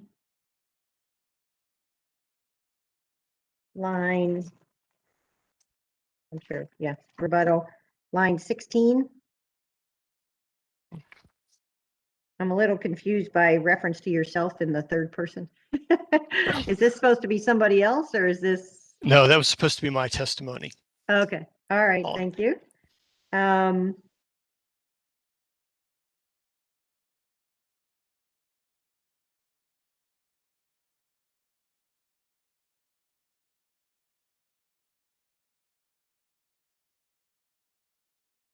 Let's see.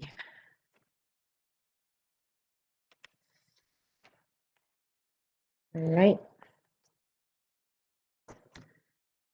Let me get to your, let's go to your direct testimony now, please.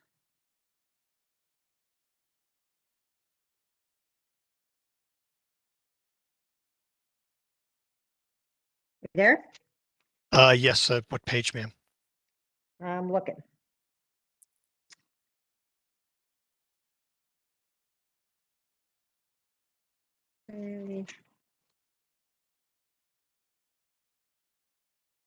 I'm just checking, Mr. Stewart, if I have any additional questions. Right, so on page 36 through 37, you talk about questions 49 and 50. I was a little confused because you talk about construction commencing in 2024. Are there costs associated with that project in 49? There are costs in this case, even though construction doesn't commence. Is that because of engineering? Yes, ma'am. And in some long-term, you know, lead procurement, I think there may be some work that needs to be done between Livingston Road.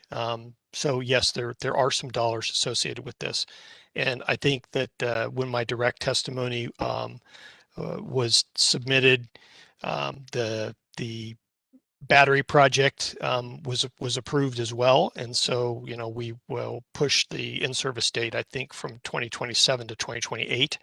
on this, but there's still preliminary work up front that needs to be done. Mhm.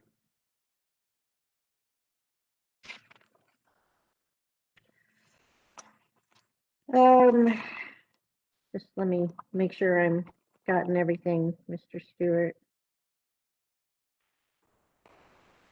That's all I had. Thank you very much. Thank you. Seeing no additional questions, do council have questions based on the resulting responses to the commissioner's questions? I do, Your Honor. Mr. McKeel. Mr. Stewart, both Commissioners O'Donnell and Commissioner Herman asked you questions about vegetation management and the cost. Do you recall those questions? Yes. Could you turn to page 40 of your rebuttal testimony? And I'm focusing on questions 56 and 57. Do those questions, if you know, show a decreasing cost for vegetation management costs? Stand by. Yes, as I mentioned in my response, that the cost per mile represented a reduction. Yes. And do you know whether or not that's, those cost reductions are part and parcel of things we've learned from other Exelon companies and the negotiations and the like? I would say part and partial, yes. That's all I have, Your Honor. Thank you, Mr. Stewart. You are now excused. Thank We're you. going to take our morning break now. It's going to be a little longer than typical. I want to have an opportunity to review those exhibits that were filed late yesterday by Pepco. So we will take a recess until noon, and then we'll have a much later lunch break, probably around 1:30, 1:45. So we're in recess until noon today.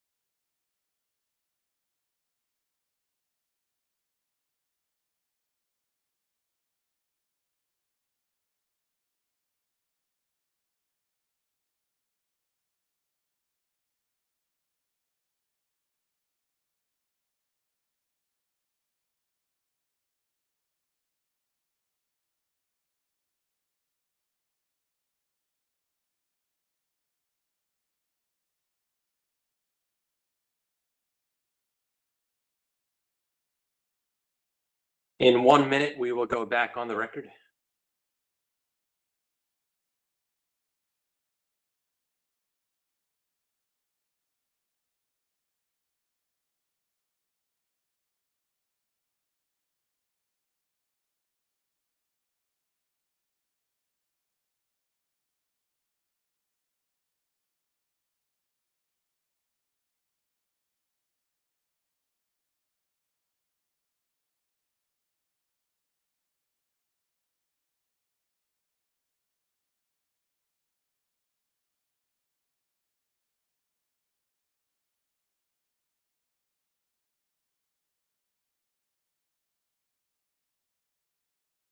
Okay, we are back on the record.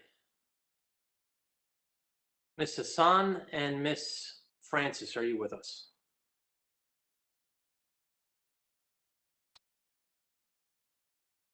Yes, Your Honor.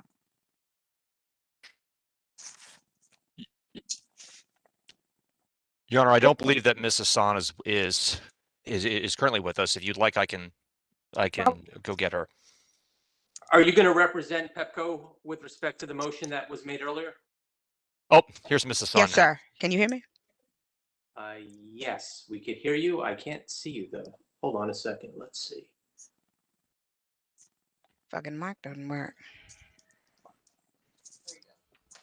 But they can't hear me though. We could hear you.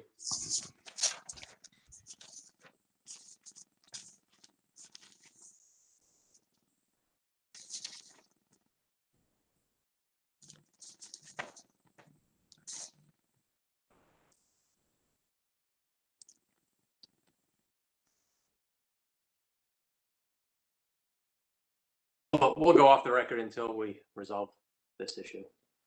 Mr. Seegers, is Ms. Hassan in the room with you? But if you give me a moment, I'll see if I can go help with the technical difficulties. Okay, thank you.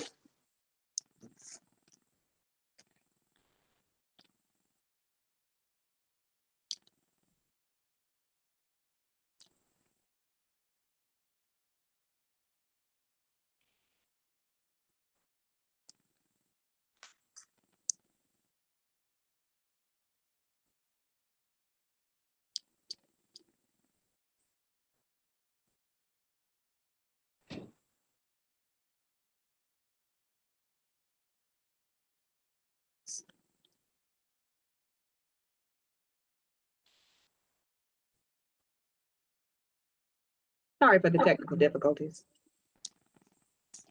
Thank you. There you are. Okay, we'll go back on the record, Madam Court Reporter. Earlier today, Ms.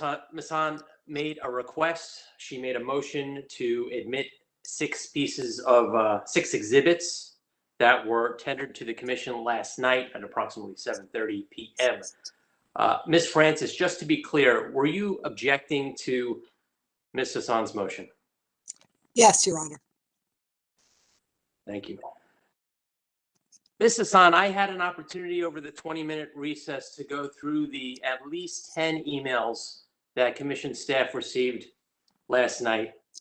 Each of those emails had at least a dozen attachments, including various Exelon reports, third-party reports, and what appears to be thousands of pages of Excel spreadsheets and other documents. I did not have a full opportunity in the 20 minutes to open each and every one of those documents. As you are aware, it's not the customary practice of this commission to move into evidence all of the pre-filed testimony that was shared prior to the evidentiary hearing. And I see no reason why we should make an exception in this case. As I noted earlier, half of your witnesses have already testified, and I would not know who's going to lay the foundation for each of these documents, each of these many, many documents that you're seeking to move into evidence at this point. So for those reasons, your motion to move these six exhibits into evidence is denied. However, I will allow, to the extent you still have witnesses remaining who wish to sponsor individual exhibits or individual portions, because these exhibits are terribly large. I'll allow that, and that'll allow the parties to have an opportunity to respond.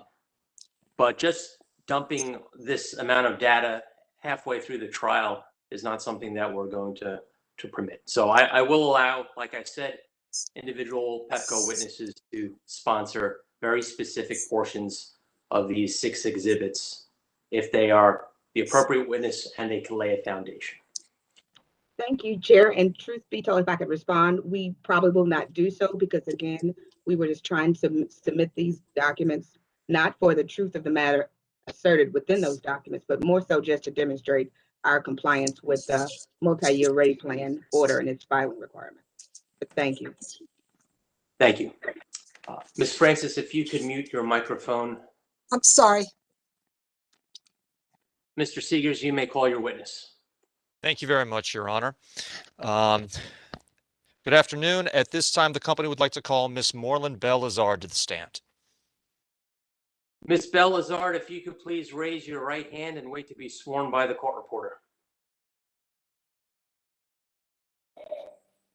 Do you swear and affirm under the penalties of perjury that the testimony you're about to give and the matter now pending is the truth, the whole truth? I do. Okay. Mr. Seegers, it's your witness. Ms. Francis, we could hear and see you perfectly. Mr. Seegers, you may proceed. Thank you very much, Your Honor. Good afternoon. Could you please state your name and your position for the record? My name is Moreland Bell-Lazard, and I'm the Vice President of Customer Operations. Ms. Bell-Lazard, do you have before you the pre-filed direct testimony submitted on behalf of Pepco in this manner, which has been pre-marked as Pepco Exhibit 19, consisting of 23 pages and 1 exhibit? Yes, I do. Do you have any corrections or modifications to this testimony at this time? No, I do not. And if I asked you the same questions today, would your answers be the same or similar? Yes, they would. And do you also have before you your pre-filed rebuttal testimony filed on behalf of Pepco in this manner, which has been pre-marked as Pepco Exhibit 20, consisting of 9 pages and 1 exhibit? Yes, I do. Do you have any corrections or modifications to this testimony at this time? No, I do not. And if I asked you the same questions today, would your answers be the same or similar? Yes. Thank you. Your Honor, at this time, I would like to move into evidence Pepco Exhibits 19 and 20. Seeing no objection, Pepco's exhibits 19 and 20 are moved into evidence. Thank you very much, Your Honor. And at this time, the witness is available for cross-examination. We'll begin the cross with Ms. Francis. Thank you, Your Honor. I'm going to start, Ms. Bell-Lazard, by asking you to turn to your direct testimony at page 19 and ask you to focus on lines 20 to 23. Tell me when you're there, please. I'm there.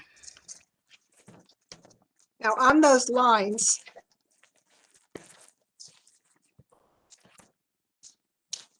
you go over a quotation from order number 89638, in which certain criteria are set forth for proposed PIMs. And among those criteria are 1, tethered to a recognized state policy, 2, accelerate the policy beyond the current utilities capabilities, 3, show measurable benefits to ratepayers, and 4, contain metrics which show baseline data over a specific time frame. Would you agree? Yes, I agree. Now, I would like to review those criteria in the context of the company's first call resolution PIM proposal. In that context, I would like you to first turn to your direct testimony at page 20 and focus on lines 4 and 5.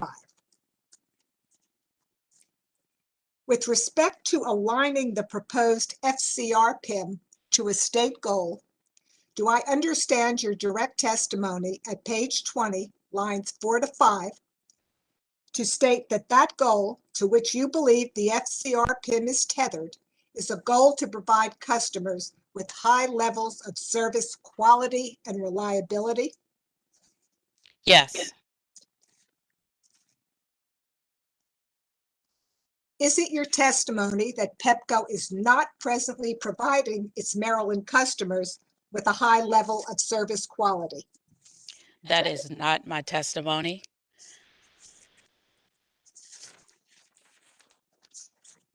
Am I correct that the proposed first call resolution PIM is intended to improve the quality of customers' experience when interacting with the company's customer service representatives, but does not directly impact service reliability?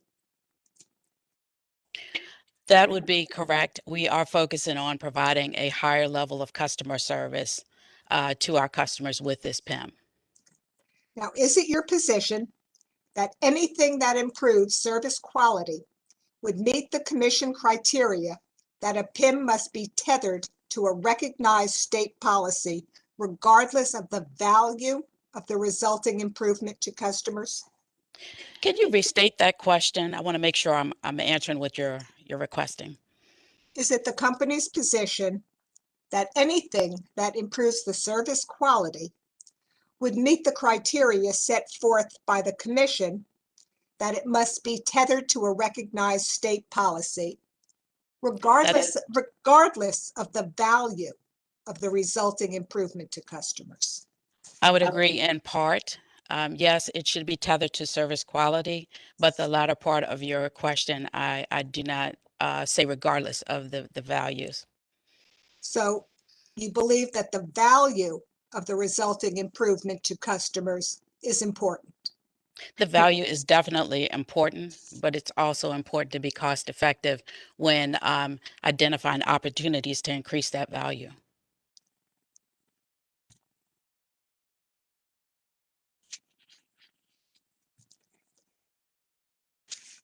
With respect to the second of the commission's criteria, in other words, to accelerate the pricing beyond the, scratch that.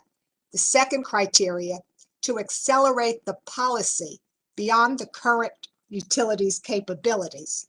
Is it your position that improvements in Pepco's FCR performance cannot and will not be achieved in the absence of your proposed FCR PIM? No, I would not state it that way. We strive to deliver high qualities of service, and first call resolution is certainly a focus of ours and has been for a period of time. The measurement has evolved recently to focus more on the voice of the customer. So I would say, no, we still have a commitment to providing high levels of service, which I think aligns certainly to state goals as well. So it is within the company's current capabilities of providing. It is, are you saying that it is within the company's current capabilities to provide high levels of first call resolution? We are certainly evolving and taking customer feedback. As you can imagine, customer expectations evolve over time, and we adapt to meet those demands. And so, what may be an expectation today may be different in another year or two. And so we try to keep a pulse check on what our customers are expecting and determine how we meet those needs. In fact, if you look at page 2 of your testimony, your direct testimony, on lines 2 and 3, the company states, "My responsibilities include driving continuous improvements in employee safety, operational excellence, and customer service," correct? That is correct. And also on page 4, lines 13 through 14, you state, "Customer operations' overall goal is to continuously improve Pepco's customer experience," correct? That is correct, and in an efficient and effective manner. Correct. And also on the bottom of that page, lines 19 through 20, it says customer operations continuously engages in activities to help improve the customer experience based on the drivers that measure customer satisfaction, correct? That's correct.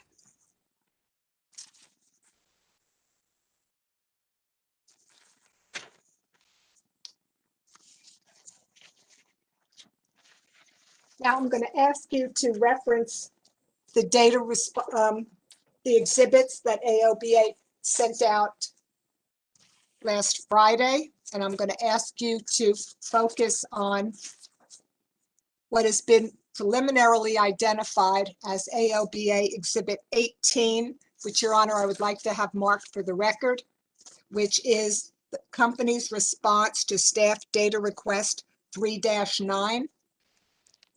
So marked as AOBA Exhibit 18. Do you have that exhibit with you, Ms. Delizard? I have it in front of me, yes. And does your response to staff data request 3-9 indicate that Pepco has not increased spending in its MYP to facilitate achievement of its first call resolution PIM? That's correct. Now I'm going to ask you to please reference once again page 20, lines 8 through 11 of your direct testimony. Can you repeat those lines for me, please? Page 20, lines 8 through 11. Okay, I'm there.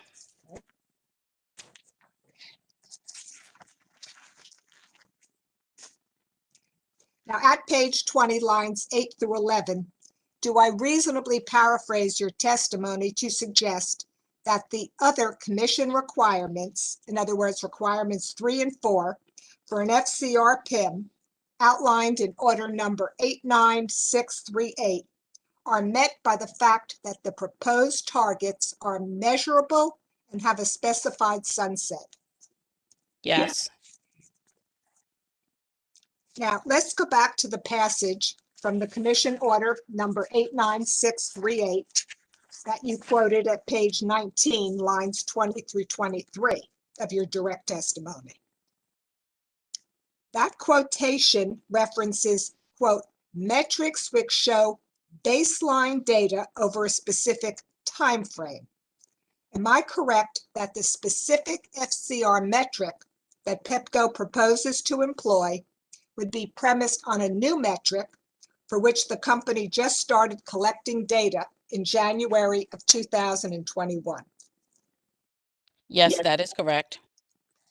Now, so the only historic baseline for that FCR measure is limited to the 3 months of data, January, February, and March 2021. Is that correct? That's correct. Now, the commission criteria that you quote at page 20, lines 8 through 11 of your direct, all require a showing of measurable benefits to ratepayers. Am I correct that you have not offered any quantification of the value to ratepayers of the benefits you believe Maryland customers would derive from FCR improvements? While we have not provided an analysis of the benefits, we have a metric that we were measuring prior to 2021, as you are aware from my testimony.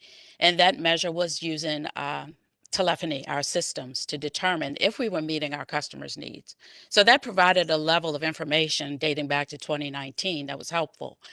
But as I indicated earlier, we're continuing to listen to the feedback of customers and determine where can we do better with their experiences, and migrating towards this metric of first call resolution where we are getting the voice of the customer in accordance with order 89629 in case 9353.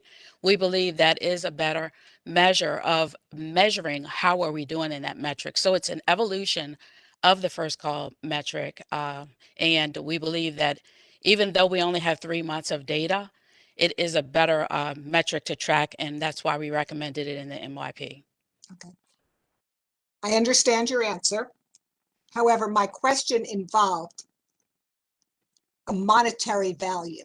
I understand your new metric that you're proposing, but my question went to whether the company or you have offered any quantification in terms of a monetary value to ratepayers of the benefits that you believe Pepco's Maryland customers would derive from the FCR improvements. No, we have not offered the monetary value.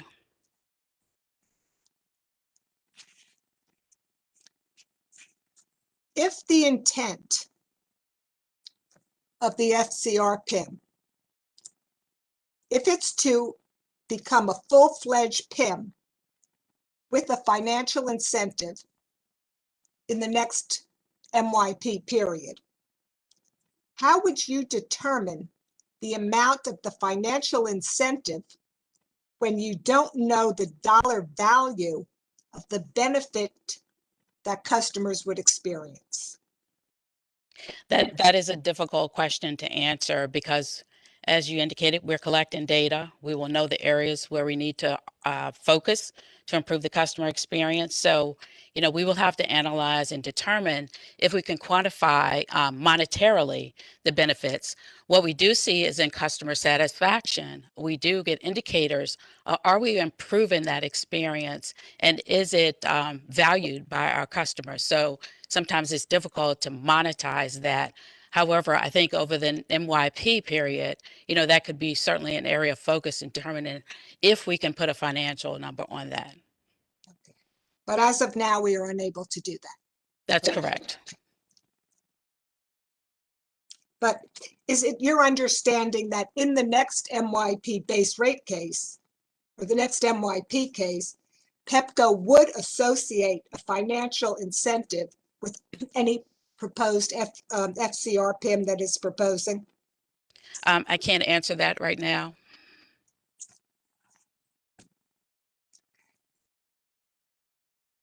Do you understand that Mr. McGowan, in his direct testimony,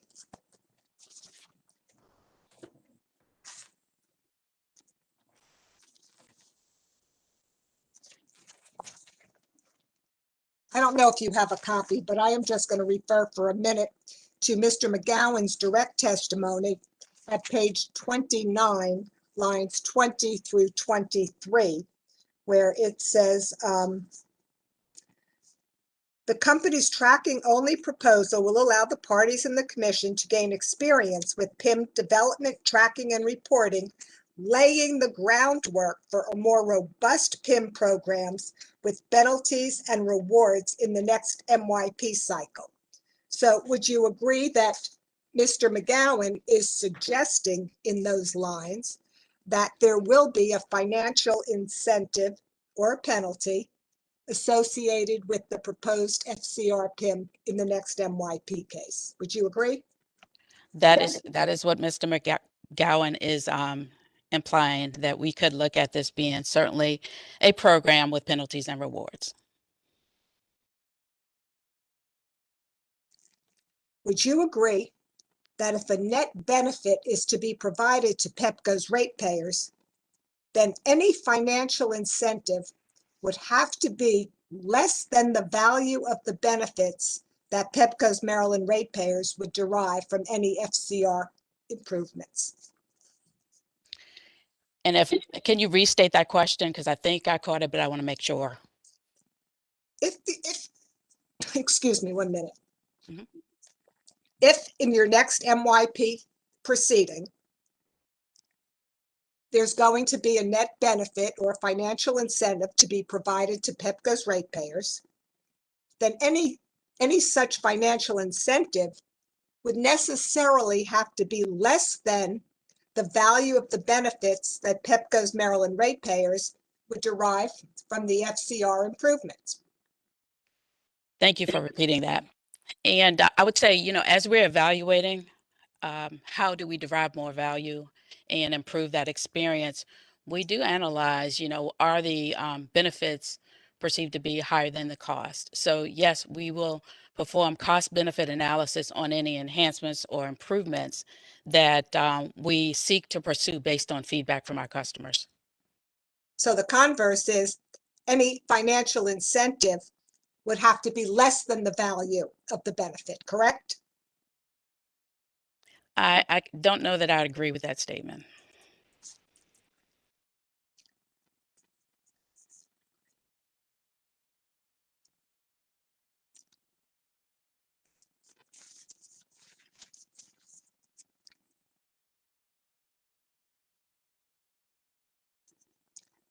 You don't agree that the cost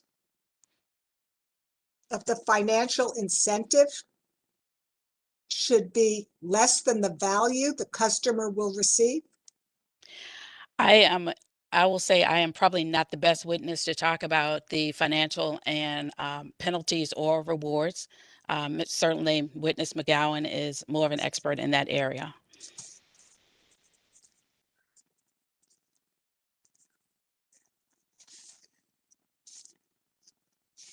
Are you able to tell the commission how much of an incentive Pepco would require in dollar terms to alter its behavior in a manner that would produce improved FCR results of its customers?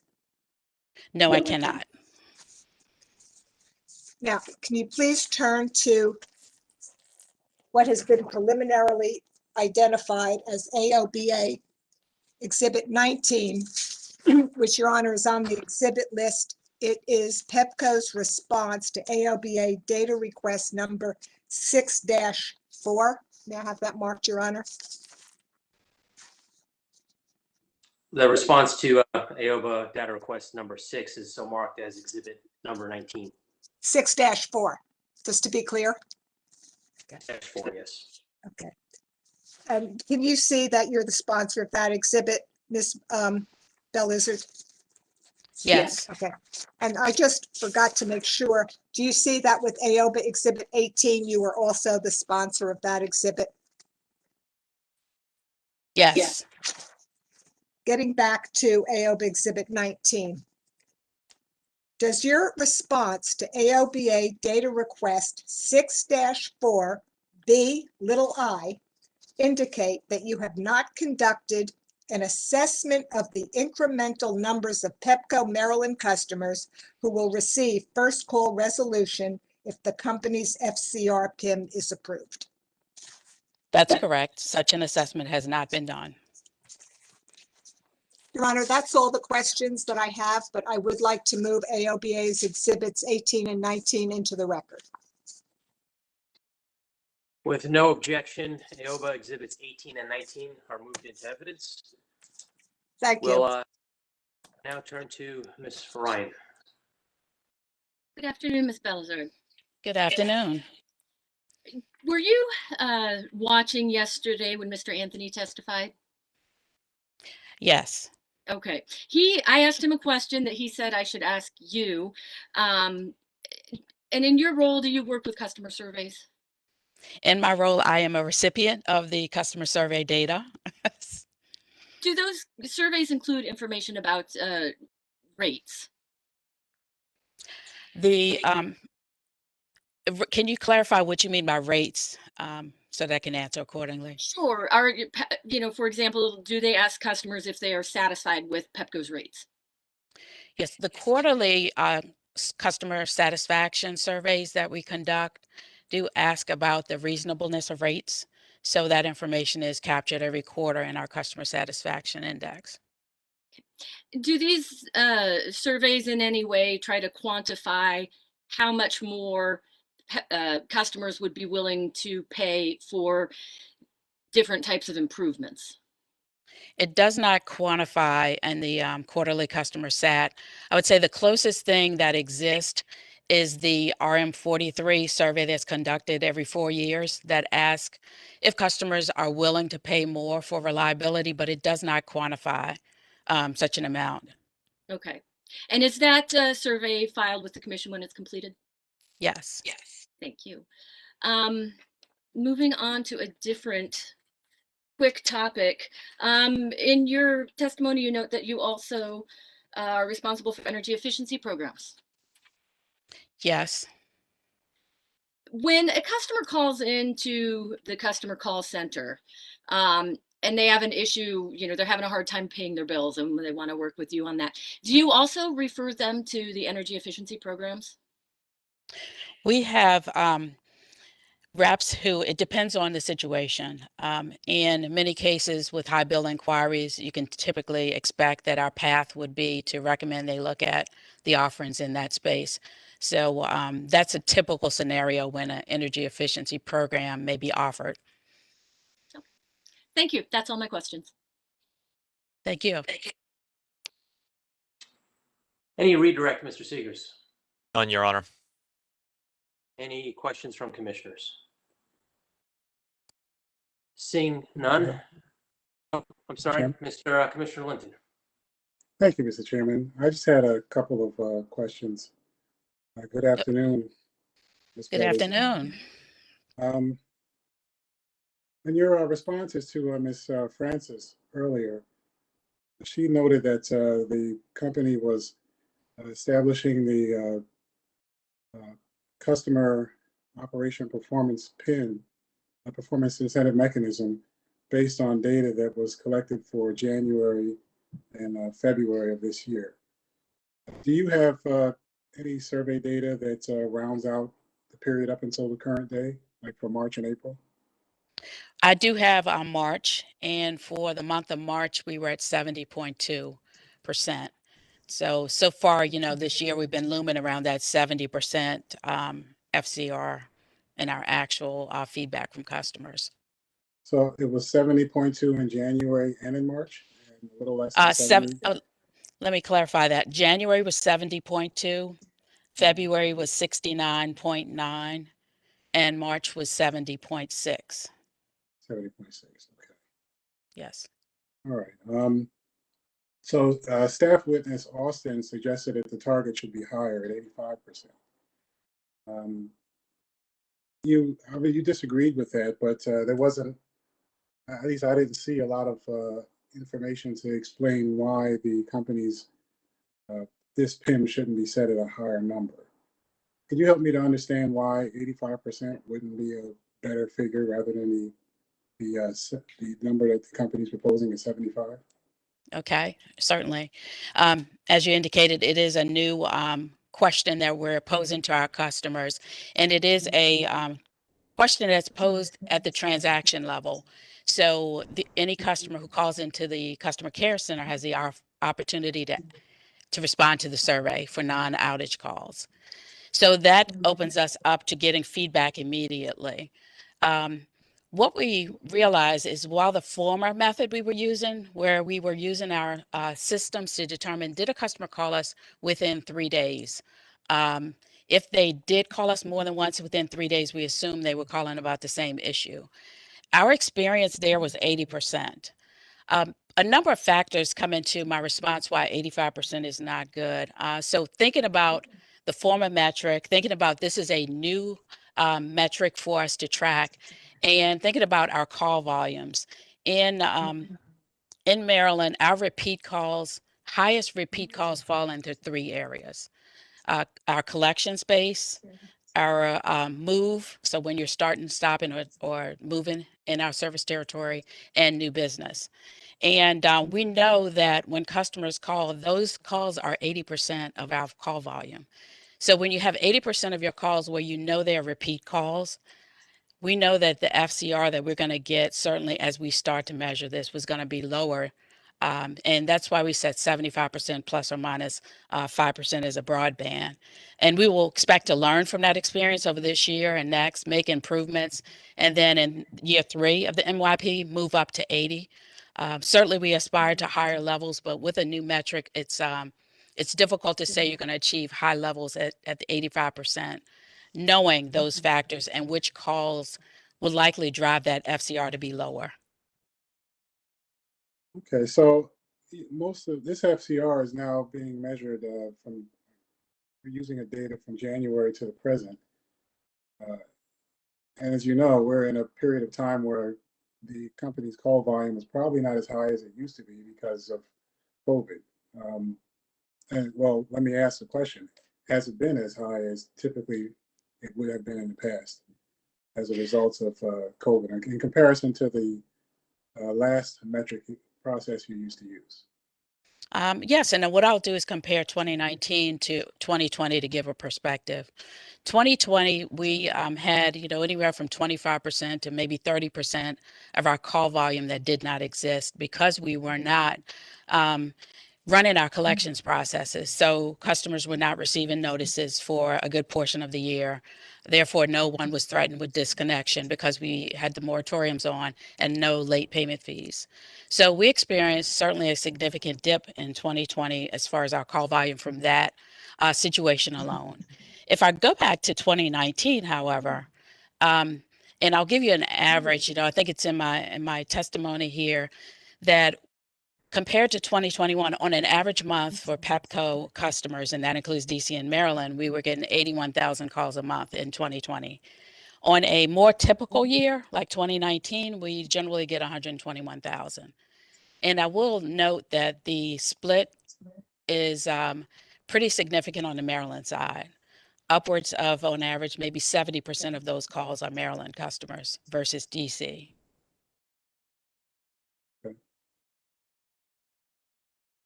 All right. Thank you, Ms. Velez. That's all the questions that I had. Thank you, Mr. Chairman. Thank you, Commissioner Herman. Got it. Thank you. Good afternoon, Ms. Belazard. Afternoon. So I'm looking at your exhibit, let's see, 1 in your direct testimony, which is the documentation for the forecasted spend for the 3 years for the multi-year plan, right? Okay, yes. Okay. So some of these are, I just wonder why, for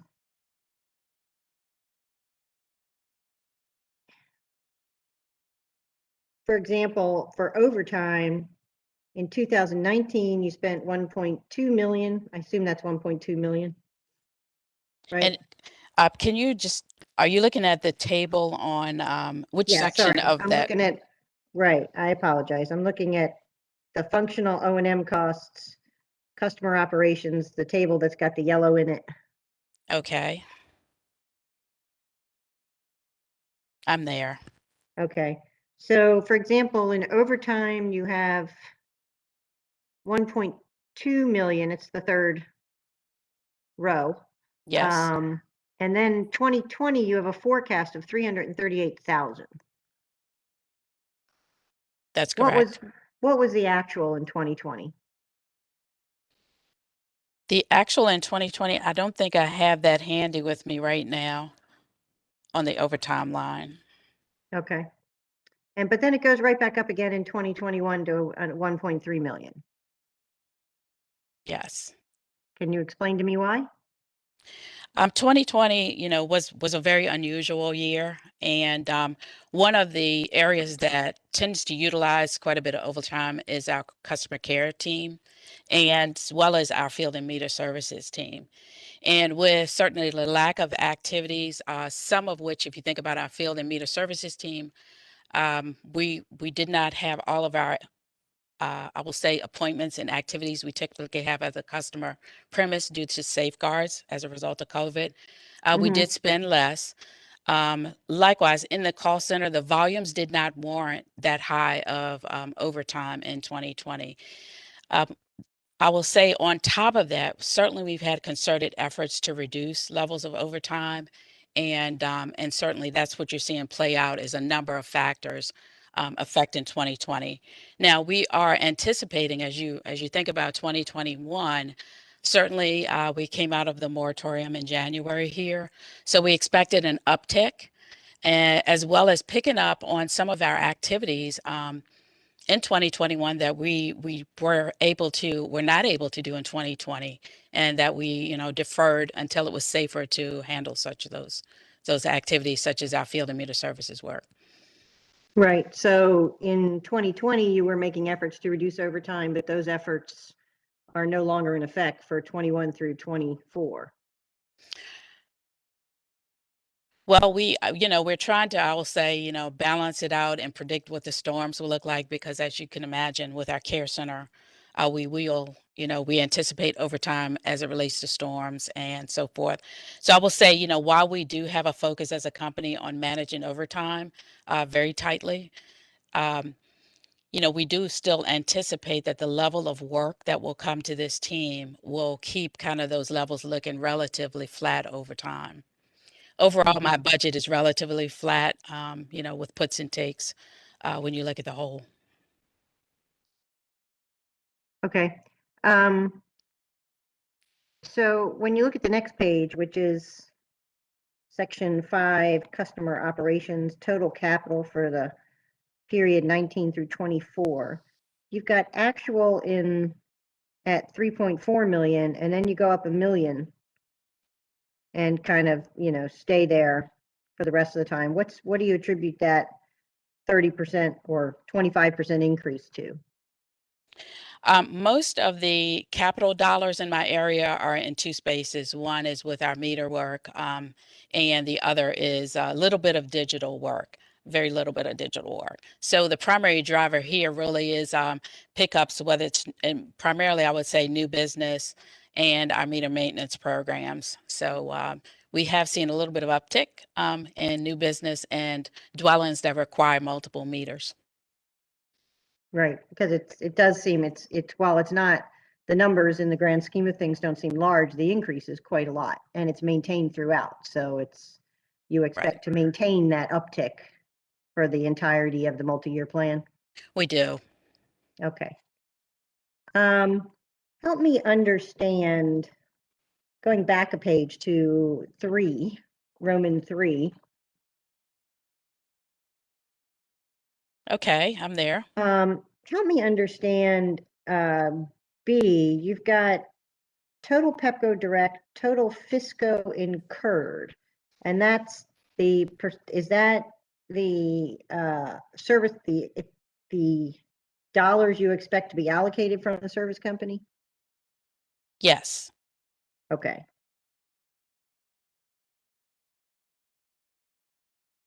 And that seems to be going up as well. Is that right? Slightly. Right. Okay. I think that's all I had. Thank you very much. You're welcome. Additional questions?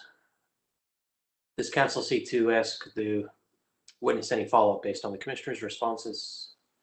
None. Thank you, Ms. Belazard. You are excused. Thank you. Pepco may call their next witness. If you can give me a moment, Your Honor, I will be switching out with Mr. McKeel.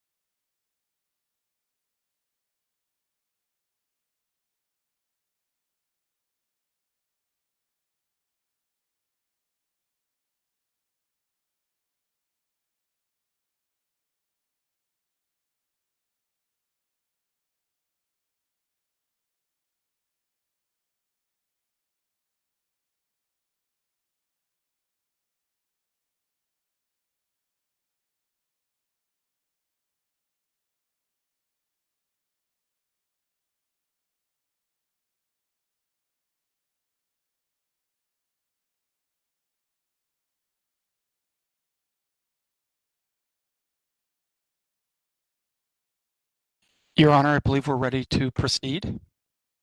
If the witness could please raise her right hand and wait to be sworn.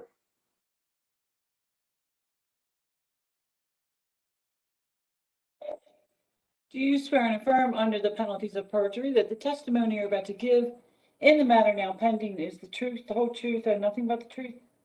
I do. Thank you. Your witness, Mr. Seegers. Mr. McKeel. Would you state your name and business address for the record?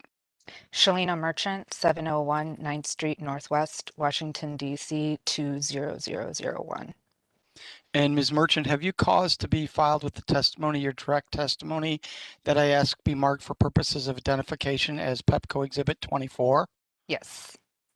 And do you have any corrections or additions that you need to make to that testimony? No, I do not. And if I asked you those questions today, would your answers be the same or similar? Yes. Your Honor, I would move the admission of Pepco Exhibit 24, the direct testimony of Shalina H. Merchant, and tender the witness for cross. Hearing no objection, Pepco Exhibit 24 is moved into evidence. Do any of the parties wish to cross-examine this witness? Hearing none, do commissioners have questions of this witness? Commissioner Herman. Thank you. Good afternoon, Ms. Merchant. Good afternoon. Ms. Merchant, Commissioner Linton asked, I think yesterday, that if the commission were to convert this case to a historic test year case, have you provided all of the information that would be necessary for the commission to be able to do that if it chose to? Yes, I believe we do, but I would just like to say that my testimony sponsors the RMAs that deal with the historic test year only, and company witness Wolverton also sponsors a handful of RMAs which deal with the historic test year as well as the MYP. Okay. Okay. Thanks very much.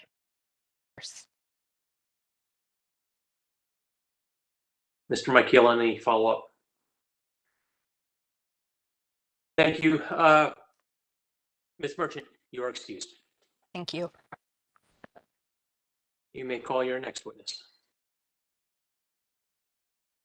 Yes, Pepco, Your Honor, would call Tyler Wolverton.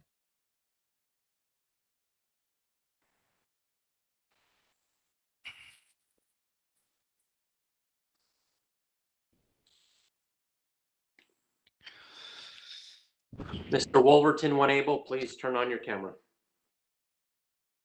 Thank you. Please raise your right hand and wait to be sworn.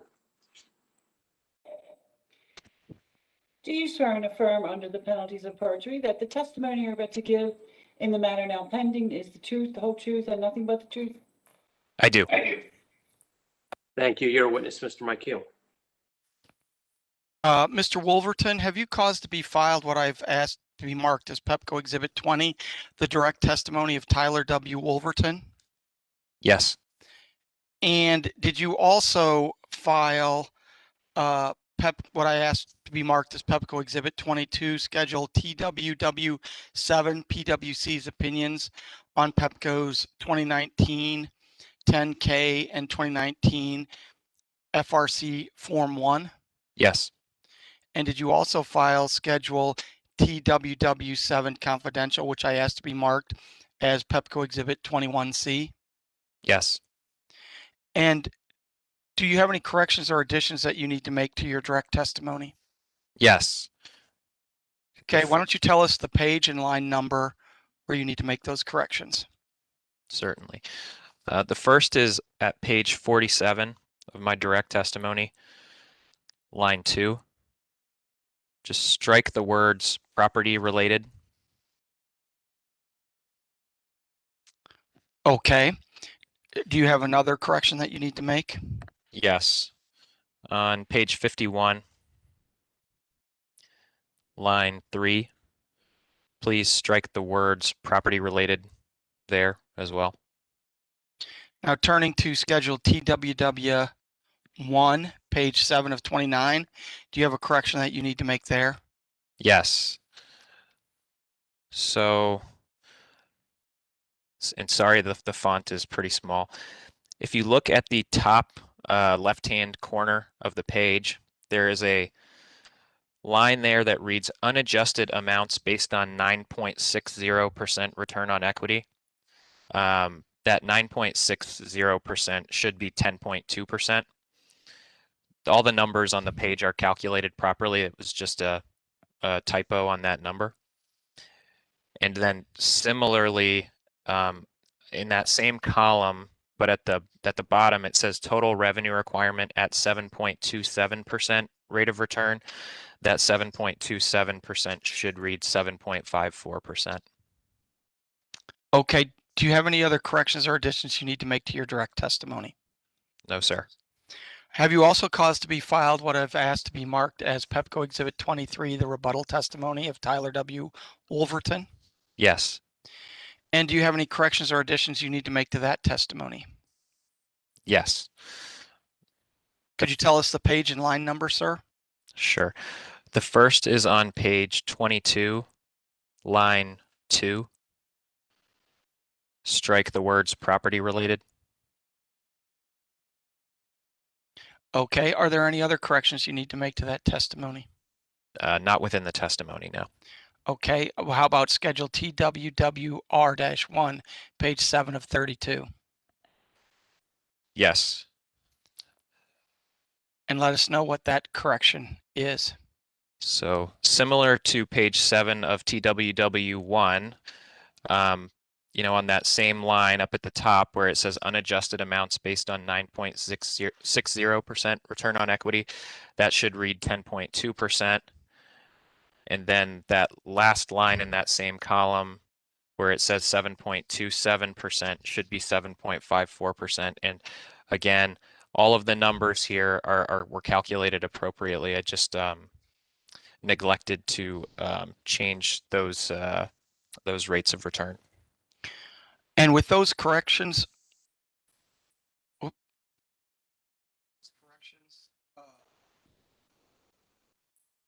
sorry about that.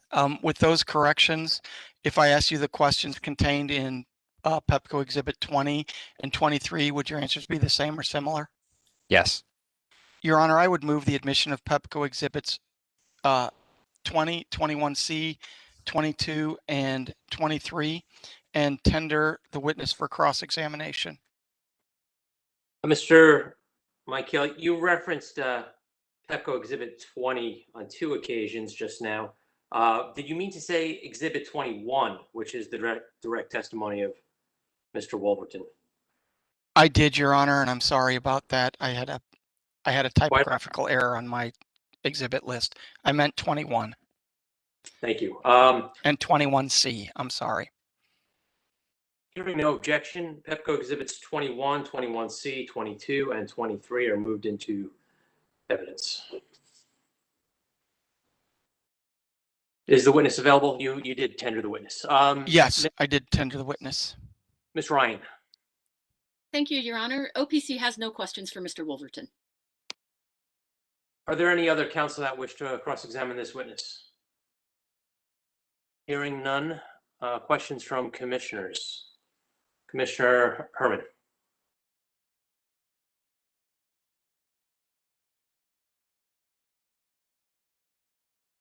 Good afternoon, Mr. Wolverton. Good afternoon. I asked Mr. McGowan, and he referred to you, a question about the cost of extending the amortizations. Do you have that information? Yes, I do. So if you turn to my rebuttal testimony exhibit TWW-R-1. All right, give me a second. Yep. What page? Page 7, the one that we just were making Changed. some adjustments to. Yeah. Okay. And again, it's a little small, but if you A look, little. yeah, got to work on that. Sorry. The multi-year rate plan, it adds many more columns. Okay. RMA 33, reflection of revenue requirement offsets on rate base, right there. Yeah. If you look out in the last column on this sheet, it quantifies the revenue requirement associated with the increase in rate base due to the offsets that we are proposing, including the pause in regulatory asset amortization expense, the acceleration of excess deferred income tax amortization, and the acceleration of the additional subtraction modification. So that number there is 8.591 million. So that's the multi-year rate plan year 3 revenue requirement. You can see it goes from 814,000 in the first year of the MYP to 4.4 million to 8.5 million. So that's the return on the higher rate base based on Pepco's proposal, where there were the 2 full years of offsets and then the partial year of offsets in year 3. So I'm having a hard time seeing these numbers, so I'm having a hard time following you. So just tell me, Mr. Wolverton, how much more are ratepayers paying for the extended amortization? Yeah, so if we did not offer the offsets the way that we offered them, the revenue requirement would be $8.5 million lower. Okay, so in total, it's $8.5 million for all of Yes. the, Sorry. all Go of ahead. the, and that's the amortizations. That's just the amortizations, right? So let me take a step back. So our revenue requirement in the kind of our cumulative revenue requirement here across the 3 years is the 104 million that I think you discussed with Witness McGowan yesterday. We are offsetting the first 2 years of the revenue requirement completely, and then the third year partially. When we do those offsets, because we're accelerating tax benefits, that liability that's in rate base is winding down sooner than it otherwise would, which puts upward pressure on rate base. That $8.5 million number that I just quoted, that is the revenue requirement impact of that higher rate base due to those offsets. I thought Okay. that was what you were looking for. Well, what I was looking for was separating out the extended amortizations. Mhm. So I'm not sure where in the testimony it's explained which amortizations we're extending. Do you know where that is? So there are 3 categories. Which regulatory assets are we extending into the future? So none of the regulatory, well, actually, that's a good point. Okay, so the regulatory assets, what we have done is we have taken all of the regulatory asset amortizations that the commission has authorized that we have across this 3-year period, and we've paused them for a series of, for those 3 years. Okay, Okay. So they're and all so- extended 3 years. Yes. So how much does that cost customers? I might not have the exact number, but I can give you a ballpark number if that, and then I can do it subject to check maybe. So if I go to RMA 33, which is page 22 of 32 of this document. All right, 22 of 32. Okay. Mhm. Oh, it's bigger. Yeah, there you go. You can see there we have these 3 lines. So you have the reg asset line, you have the excess deferred income tax line, and then you have the additional subtraction modification line.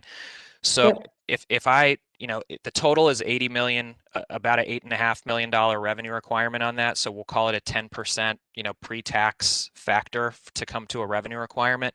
The reg assets piece is probably about 1.7 to 1.8 million, given that it's 17.7 million of that $80 million total. Okay. Okay. All right. So where is it listed? Which, you just said all of the regulatory assets. Where are they all listed out? So that is provided in the in our MYP filing requirements. I can give you, I don't know that I have a copy of the specific. Give me 1 second. Sorry. Let me get you the right reference. So it would be Pepco MYP filing requirements section Roman numeral 2 A2 attachment Q reg asset amort expense, and that lists by line item, by month, the amortization expense for all of our regulatory assets.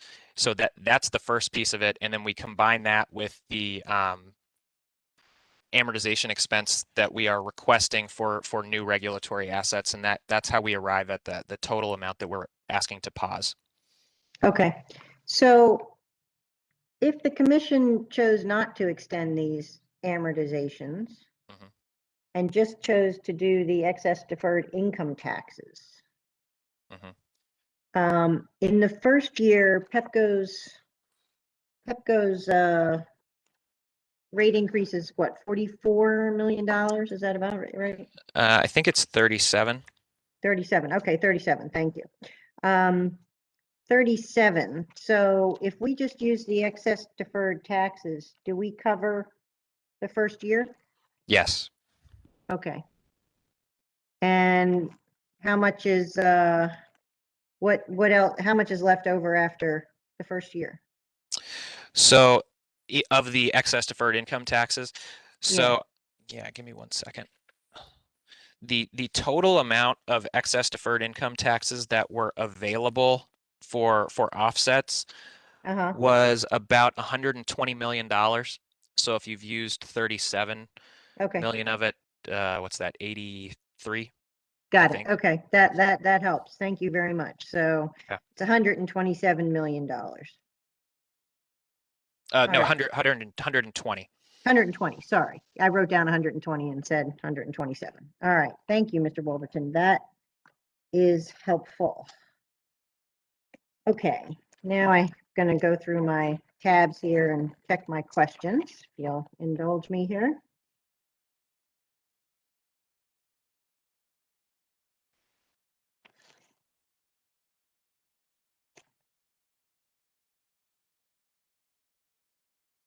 So on page 12 of your rebuttal testimony, I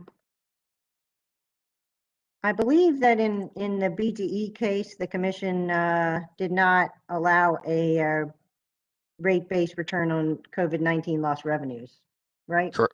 Yes. Right. And in your opinion, that decision is arbitrary? Maybe a poor word choice. What I meant to convey here is that, you know, from a financial perspective for the company, lost revenues are no different than us incurring, you know, costs related to protective equipment or cleaning costs. So I guess I didn't really see a distinction there between allowing a return on personal protective equipment and cleaning costs and those sorts of things versus not allowing a return on the, you know, lost revenues due to COVID when they have the same impact in terms of a bottom line impact for Pepco and our you know, shareholders who are funding these shortfalls. Okay, thanks. On page 22 of your rebuttal, I'm in your rebuttal. I'll let you get there. I'm there. Footnote 38. So I think I understand what you're saying here. Okay.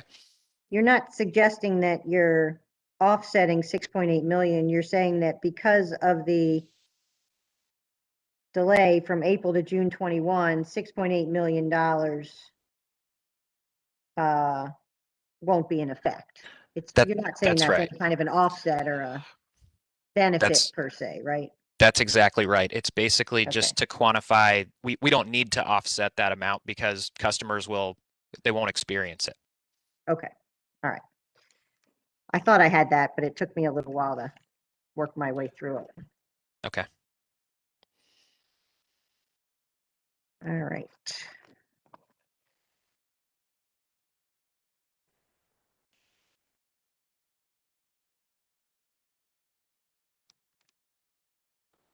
Okay. Now I'm going backwards, so now I'm going to go through my questions on your direct testimony if I have any. Okay.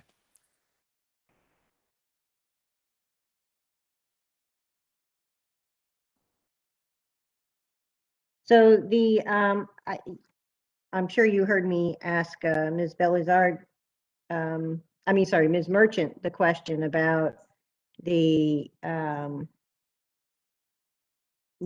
inquiry into if the commission were to use historic test year. So is it your testimony as well that the commission would have all the information it would need to use a historic test year if it chose to? We have certainly included a historical test year in our presentation of this filing. It's the 12 months ended March 2020. You know, all of the supporting work papers, jurisdictional cost study, rate making adjustments, et cetera, were made. You know, the only thing I would echo the comments that Mr. McGowan, you know, made yesterday, that there, you know, there's clearly been a lot of focus here between Pepco and the parties on the multi-year rate plan. So, and we do think it's you know, it's a good plan that's just hopefully results in just and reasonable rates. But the information is on the record around the historical test year. Yes. Okay, thank you.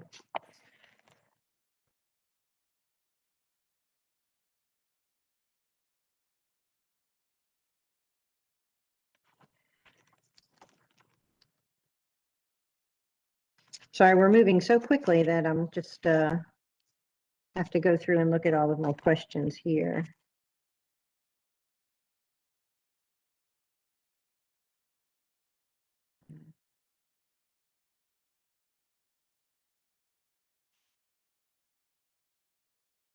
On page 40 of your direct testimony,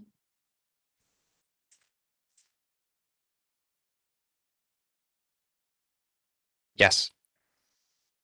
so you're talking about the RMA 30 is the reg asset to recover the EV pilot incremental costs. Yes. Were there any additional costs added here due to the proposed PIM on EVs? No. No, okay. And none of the, you know, pursuant to your proposal, none of this RMA is part of one of the regulatory assets that you've included in our discussion before that has been deferred. That's right. So really, for all of the regulatory assets that we have requested in this case, you know, we in pausing all of the regulatory assets, that included existing regulatory assets and proposed regulatory asset amortizations. Okay, thanks.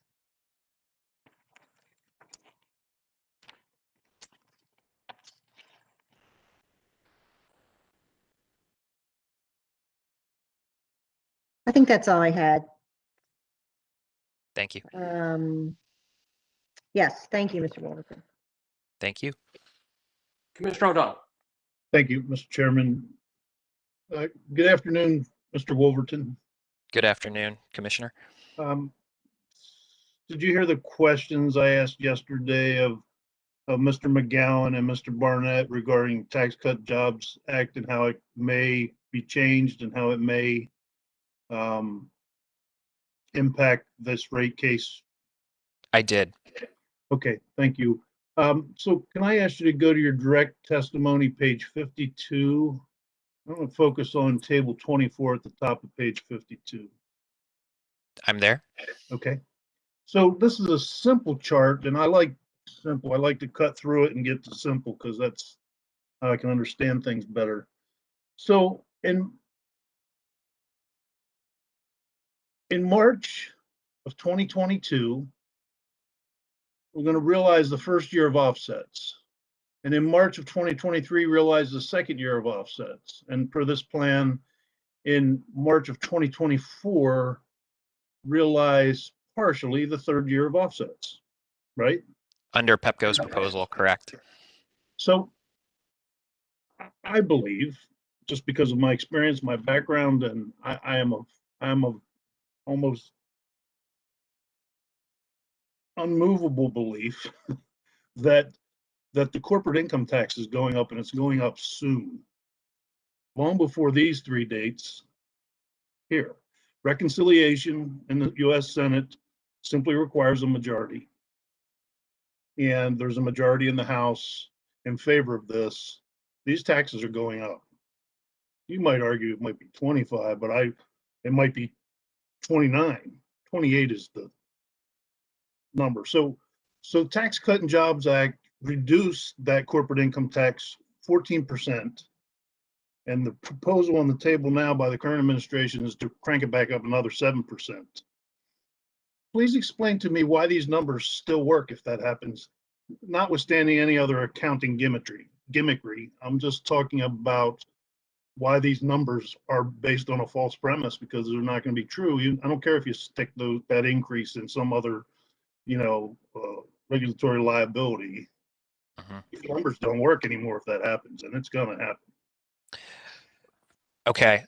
So my understanding of the way that that this will work from a tax accounting perspective, and is basically so that these are viewed as two completely separate events. Okay, so the Tax Cuts and Jobs Act that went into effect January 1 of 2018, there were two major impacts, as I'm sure you're aware. There was the immediate kind of reduction in the tax rate, so our tax expense went down, and then there was this creation of this liability for these excess deferred taxes that we discussed, and we are amortizing them back to customers over a period of time.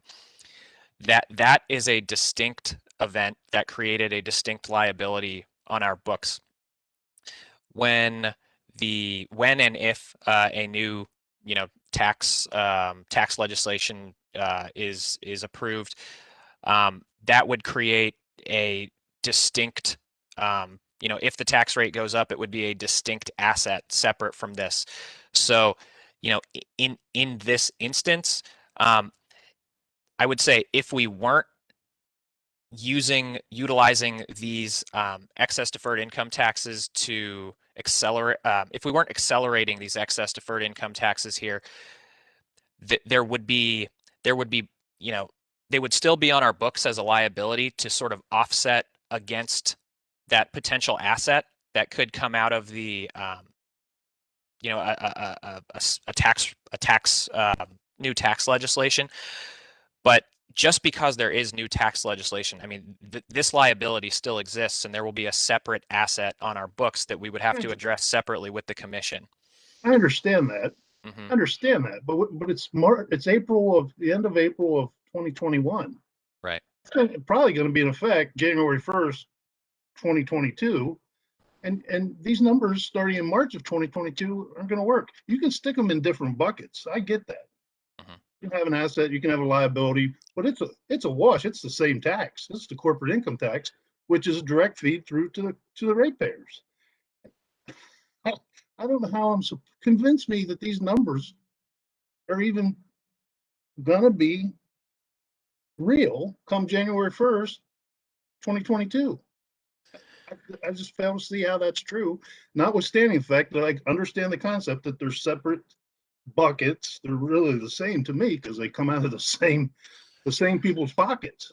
So I think let me make sure I understand where I think you're coming at this from is I had discussed with Commissioner Herman, we have let's say for non-protected EDIT liability, we have a $120 million liability remaining from the previous tax act.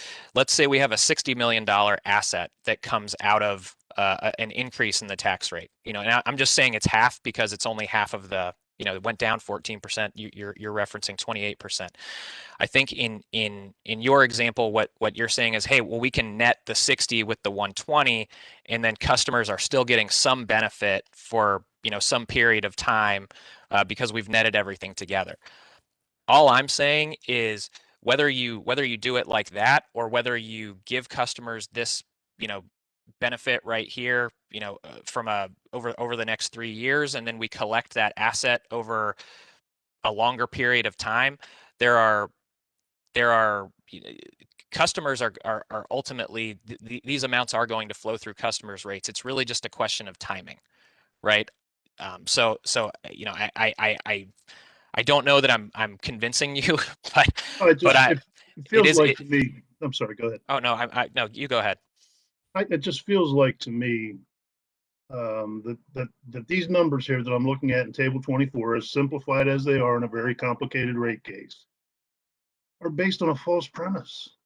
Premise hasn't been realized yet, but it's 99 and 44 100% certain in my mind that it's going to happen. So. Right. Well, and you know, I think a way to think about this would be there would be, you know, potentially some smaller amount of excess deferred income taxes available if you're netting them together in that way. But there's a lot that goes into, you know, there's more that's going to go into this tax legislation, I'm sure, than just a change in the tax rate from 21 to 28%. You know, there are questions around accelerated depreciation, interest deductibility, things like that, that will also have an impact that we need to sort through. So it's difficult for me to say with any certainty right now what this number would be or wouldn't be. But I've read the news as well, and I know that process is ongoing. I can almost tell you the total under line 2 in table 24 available for offset is going to be a lot less than 104.2 million. I can almost guarantee you that. So I'm just trying to convince myself these aren't like numbers that are false, almost certainly, not intentionally false. That's the wrong way to put it, but not accurate from the jump, from the beginning. What I would say is that if and when new tax legislation is passed, you know, I think that we can always go back and, you know, revisit how to net the numbers together, how to, you know, I would expect, similar to what the commission did when we had the Tax Cuts and Jobs Act the first time around, that the different utilities would say, hey, we would make a filing and say, hey, here's the impact, we've quantified it. Once we have those numbers, we can you know, stack them up against what you know, what you see here, and determine, you know, the proper course of action. Well, I appreciate the discussion. I know that in the BG&E multi-year rate plan, we did not approve the company's proposal as submitted in this regard, and we're probably going to be looking pretty hard at this one. I would guess we are anyway. I can't speak for the commission or what we may or may not do, but it just seems to me that I wanted to give the company an opportunity to try to explain this in a way that's closer to reality than what at least my mind has heard to this point. Okay. Thank you. Sorry, I couldn't get you there. Thank you, Mr. Chairman. Seeing no additional questions from commissioners, do any of the parties seek to follow up on those resulting responses? Mr. Michael? Yeah, just one brief one. Mr. Wolverton, you were speaking to Commissioner Herman about the offsets. Does table 24 have a listing there of the regulatory asset amortizations by year? It does, yes. Okay, that's it. Thank you. Thank you. The witness is excused. Thank you. At this time, we'll actually take our lunch break a little early. We still have another 6 witnesses for the company to get through, and that's my intention, to get through the remainder of the Pepco witnesses today. So we'll take a lunch break now until 2 p.m., and then we'll return with Pepco's next witness. So we're in recess until 2 p.m.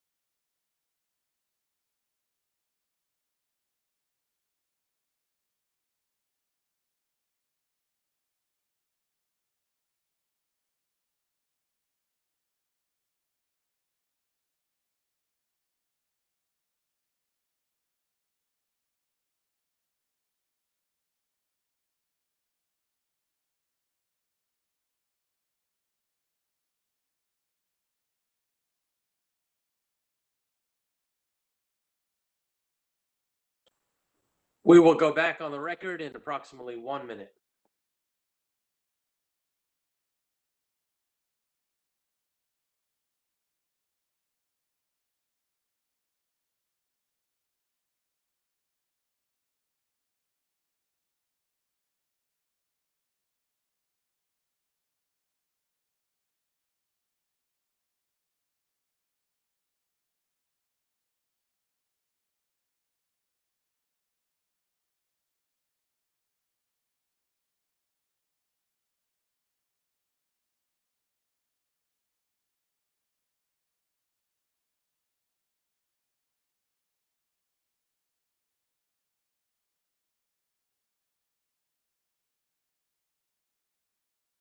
We are back on the record.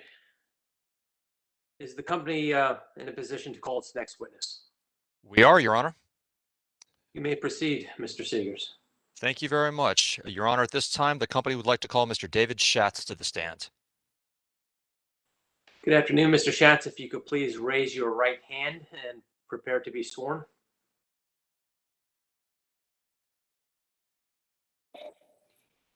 Do you swear and affirm under the penalties of perjury that the testimony you're about to give in the matter pending is the truth, the whole truth, and nothing but the truth? Yes. You're a witness. Thank you very much, Your Honor. Could you please state your name and position for the record? Sure. My name is David Schatz, and my position is Director of Strategy for Pepco Holdings. Mr. Schatz, do you have before you the pre-filed direct testimony filed on behalf of Pepco in this manner, which has been pre-marked as Pepco Exhibit 27, consisting of 21 pages and 2 exhibits? I do. Do you have any corrections or modifications to this testimony at this time? Yes, I do. Okay, could you please slowly tell us what those are? On page 16, lines 3 through 4, I think those should be stricken from my testimony. It's just an errant printing error. Okay. And if I asked you the same questions that are in your testimony today, would your answers be the same or similar? They would. Okay. Do you have before you your pre-filed rebuttal testimony filed on behalf of Pepco in this manner, which has been pre-marked as Pepco Exhibit 28, consisting of 15 pages and 1 exhibit? I do. Do you have any corrections or modifications to this testimony at this time? I do. And what are those?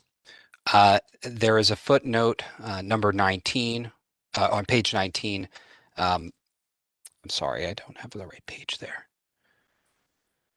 Footnote 19, there's an 8 at the end of the link, which breaks the link. That 8 should be removed from that link. Okay. And if I asked you the same questions today, would your answers be the same or similar? They would. And finally, Mr. Schatz, do you have before you a copy of your pre-filed surrebuttal testimony filed on behalf of Pepco in this manner, which has been pre-marked as Pepco Exhibit 29, consisting of 9 pages and 2 exhibits? I do. Do you have any corrections or modifications to this testimony at this time? I do not. And if I asked you the same questions today, would your answers be the same or similar? They would. Thank you very much. Your Honor, at this time, I would like to move into evidence Pepco Exhibits 27, 28, and 29. Seeing no objection, Pepco Exhibits 27, 28, and 29 are moved into evidence, and the witness is available for cross-examination. Actually, Your Honor, I'm sorry. I was going to ask for leave for Mr. Schatz just to do some brief life rejoinder in response to the surrebuttal testimony. You may. Thank you very much, Your Honor. Mr. Schatz, have you had the opportunity to review the surrebuttal testimony of Staff Witness Zhang? Yes. And specifically, did you review Staff Witness Zhang discussing staff's position regarding the company's use of Empower funding for the LED street lighting program? Yes. Staff Witness Zhang argued in part that providing Empower funding for the LED proposal, as the company has put forward, will not incentivize customers in their adoption of these LED technologies. And do you have a response to Staff Witness Zhang's argument? Yes, the company's proposed use of Empower funds will effectively provide a discount to customers who would otherwise experience an increase to their monthly rates for the street lighting service. So in short, this discount will make it easier for customers to be a part of the wholesale transformation of the street lighting system, and it results in greater efficiency, which is directly in line with the goals of the Empower program. So again, in short, customers will directly benefit from lower bills should the commission approve the use of Empower funding as the company is proposed here. Okay, and did you also review staff witness Zhang's discussion regarding current Empower funded programs that do not require direct customer ownership? Yes, staff witness Zhang does acknowledge that the company's combined heat power program as part of its Empower suite of programs do exist, and the customer does not usually own those systems and combined heat power programming. Nonetheless, he's arguing that in that program, incentives are provided to the customer, not the company. And he also cites that there is an application process to participate in the program. And do you have a response to staff witness Zhang's rebuttal testimony on this matter? I do. Under the LED Streetlight Initiative, all applicable Empower funding will go directly to offsetting any increase that a customer may have, assuming they are switching to an equivalent light type for these new streetlights that we are putting in. This monthly bill credit structure is meant to make it easier for customers, make it a seamless transition to adopting these new technologies. And there is an application process as part of this program as the company has proposed. And it is meant to determine eligibility for this Empower funding, the credit amount that customers would receive, and also to capture the street lighting preferences that customers have. And finally, Mr. Schatz, have you had an opportunity to review the surrebuttal testimony of staff witness Harris, specifically her claim that the company should only be permitted to recover costs related to the Smart LED Streetlight Initiative if the number of streetlight conversions in the initiative increases, so long as the cost per additional light is not greater than the company's current per lamp cost estimate? Yes. And do you have a response to this rebuttal testimony? Yes, as I noted in my rebuttal testimony, the company's proposed budget is to cover the conversion of approximately 66,000 company-owned streetlights in the system. And a strict budget cap, as has been discussed in Witness Harris's surrebuttal, would not allow the company to account for some of the adjustments that take place during a deployment such as this, and to complete the conversion successfully. I'll give you a few examples. The company has assumed that it will need to replace about 10% of the brackets that harness the streetlights themselves. If for some reason that estimate falls short and more brackets must be replaced, that would increase the cost of the program's budget. And additionally, if customers, the budget that's put forward in the company's proposal assumes that customers adopt the same or equivalent light type for their LEDs as they currently have. If for some reason customers have a different preference for a more expensive light type, then our budget would fall short, as the company must procure the lights on behalf of the customers, and these are more expensive lights. So we do want to accommodate customer preferences as part of the program, and so this flexibility is needed. Thank you very much, Mr. Schatz, and thank you, Your Honor. The witness is now available for cross-examination. We'll begin the examination with the town of Kensington. Ms. Music.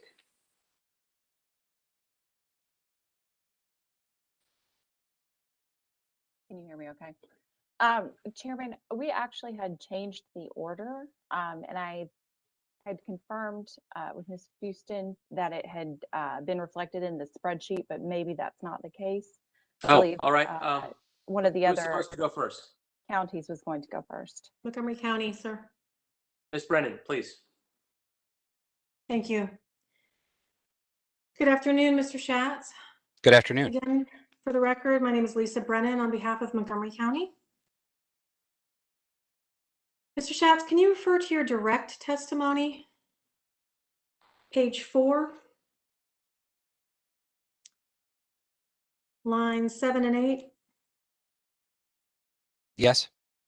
In your direct testimony, you talk about some of the benefits of the Streetlight Initiative as enabling near real-time information about the status of lights and improved dispatch for repairs, correct? That's correct. Your Honor, I'd like to introduce for identification Montgomery County Exhibit 34. That's Pepco's response to Montgomery County Data Request 2-1. So marked as Montgomery County 34. Thank you. And Mr. Schatz, are you the sponsor of this response? I am. Thank you. So I'll refer you to the discussion about the repair times for streetlights. Here you say that Pepco repaired 83% of underground lights in Montgomery County and 81% of underground lights in Prince George's County within 15 days. Is that correct?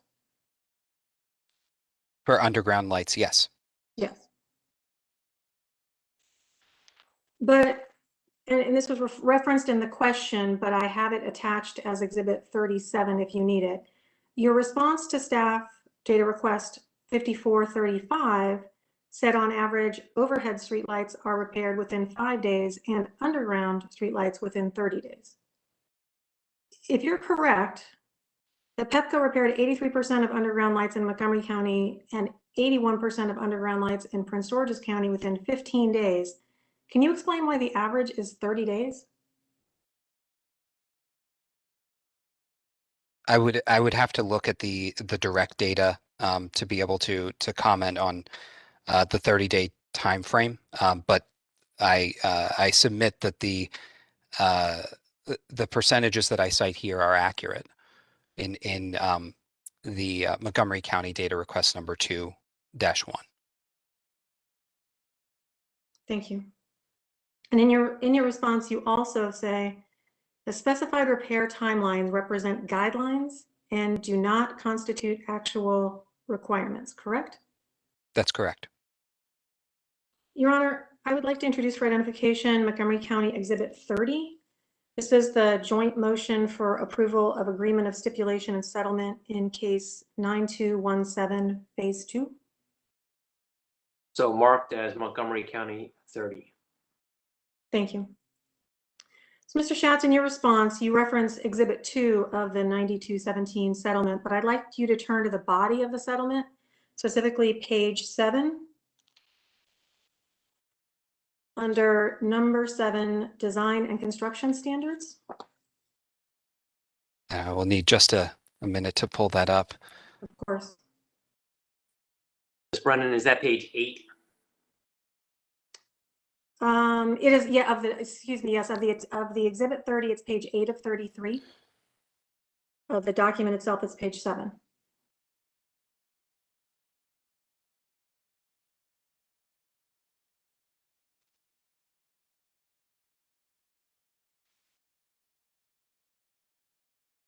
So page 7 of the marked page 7 on the original document.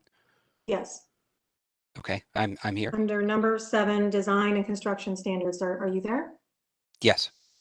Okay. So do you see where it says the settling parties agree to certain design and construction standards related to plan review and installation of streetlights, repair times, and so on? It's the first sentence of number 7. Yes, I see it. Okay. Can you explain the difference between a guideline and a requirement? While I'm not an attorney, I do believe that the reference material that you pointed to first, or at least I believe it's an attachment onto the data request from Montgomery County number 2. It says right at the top a guideline that the company will make all efforts it possibly can in order to meet a specified deadline and that standard. And I believe that in our response, the overhead lights, 87% were repaired within 5 days, and the overhead lights in Prince George's County, 76%. I will note that there are this is a highly situational line of repair. Different streetlights encounter different circumstances for repair. And so it does take some time to conduct those repairs. But on the whole, we are very close to, in Montgomery County, the 90% that's identified in the guidance. So it is our hope and we make all best efforts to be able to repair those lights in a timely fashion. And I think we have done so. But do you agree that in the document itself, it says the settling parties agree to certain design and construction standards? Your Honor, at this point, I'm going to object. The witness has indicated that he is not an attorney, and in fact, he stated so in his testimony. And it appears what Ms. Brennan is trying to do is to elicit a legal interpretation from him. I'll move on.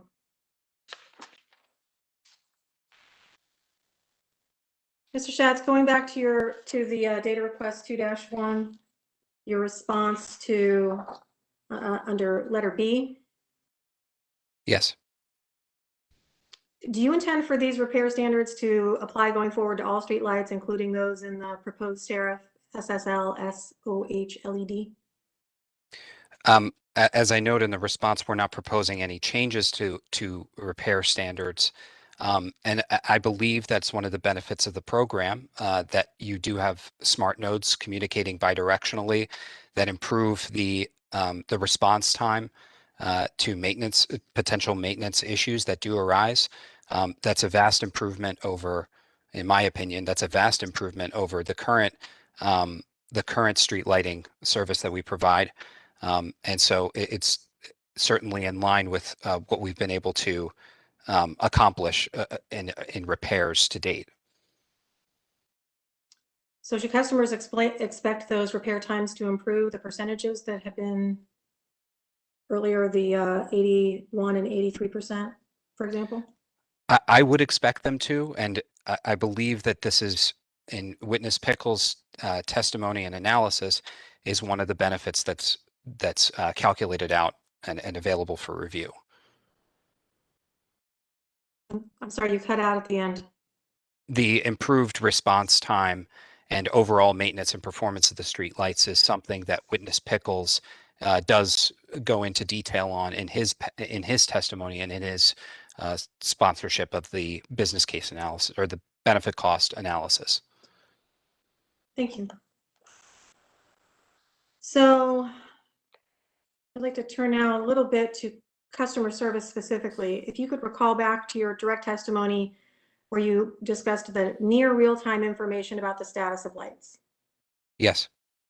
Okay, so Your Honor, I'd like to introduce for identification Montgomery County Exhibit 32, which is Pepco's response to Montgomery County Data Request 1-5.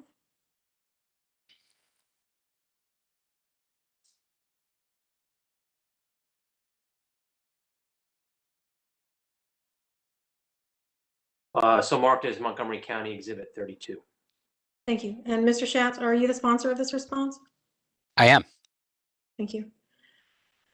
So in your response under B, you say the company will be alerted in near real time of streetlight outages.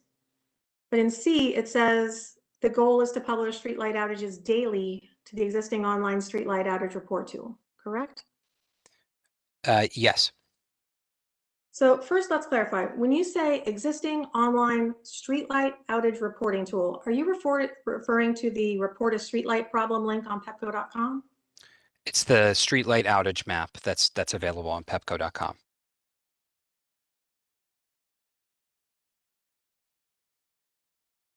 So when you say that Montgomery County's Department of Transportation, that's MCDOT, currently has access to the existing outage portal, doesn't everyone have access to that? I think we were noting there that I was noting there that the company, I'm sorry, that the county does have access to this portal to be able to view the outages that are currently reported. Because it's the website, correct? Yes. Okay. Thanks. So how does it work? Does the tool indicate when repairs have been started or just when it's out or not? I believe that currently it is just a reporting of the outage itself, currently. And so yes, that's my response to that question. But I do note that as I note in D, that there is an additional integration associated with this tool going forward if we do want to integrate the outage information that comes from and is relayed from the smart nodes. That would require a system improvement that we do intend to pursue. Is that included in this proposal at this time? It is a part of our review of the IT, but that would be it's some additional work that we would have to do, but it's the company's intent to have them integrated, as I note in C. That additional work require additional funding? I don't believe so. I think that is a part of the IT cost that we anticipate.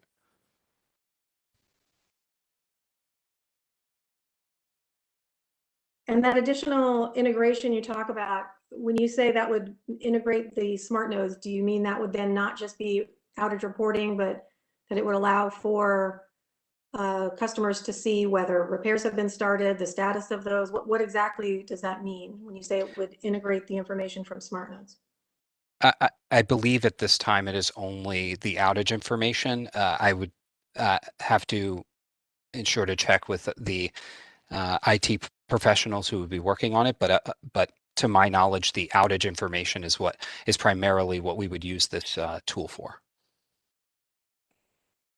Thank you. So if it's only outages, how does a customer know if a repair has been started? I don't believe they would be able to use this tool in that way.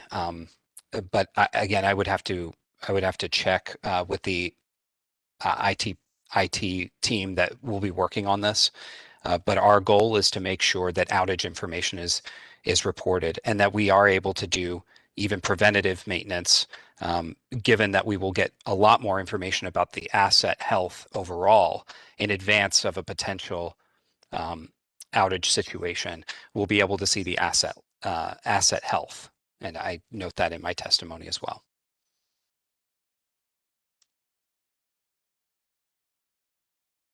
And although the company is going to be alerted in near real time, that existing outage reporting tool is only going to be updated daily, according to your response. Is that correct?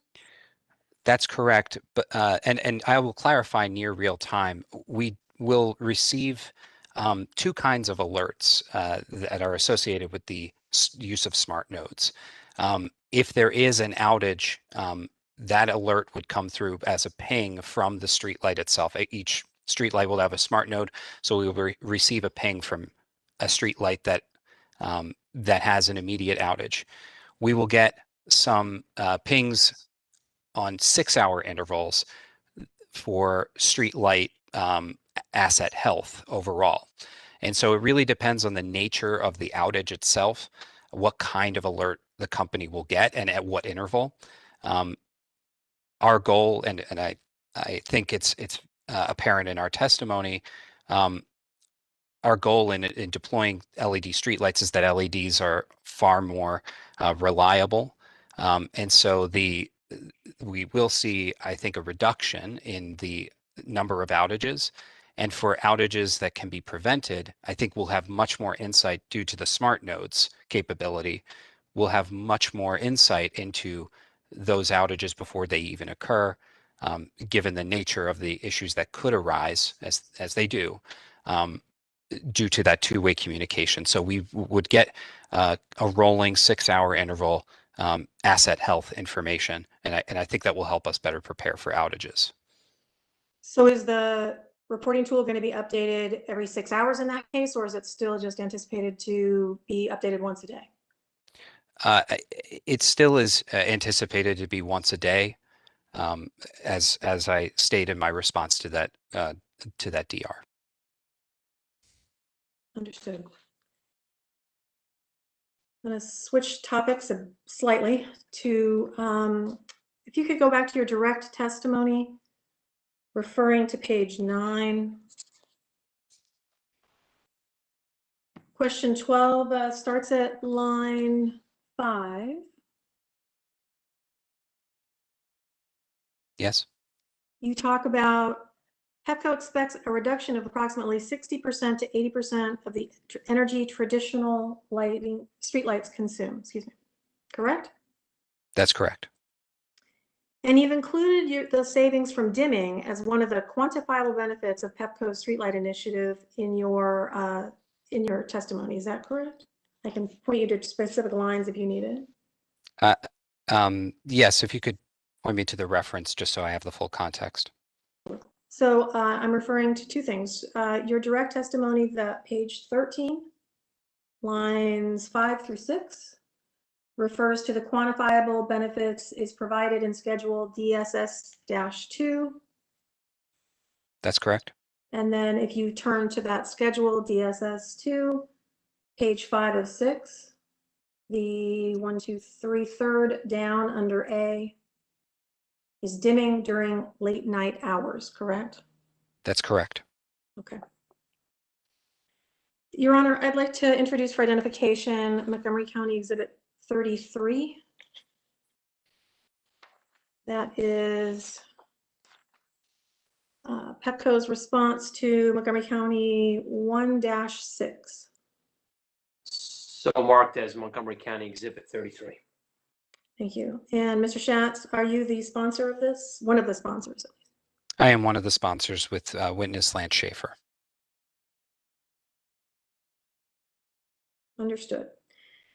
In the response, it says that the company is planning to conduct an audit of all company-owned streetlights before starting the installation process. Is that correct? That's correct. We will conduct a field walk down or a survey of all streetlights in the system. Okay. So keeping that in mind, would you then turn to your rebuttal testimony? I apologize, rebuttal testimony.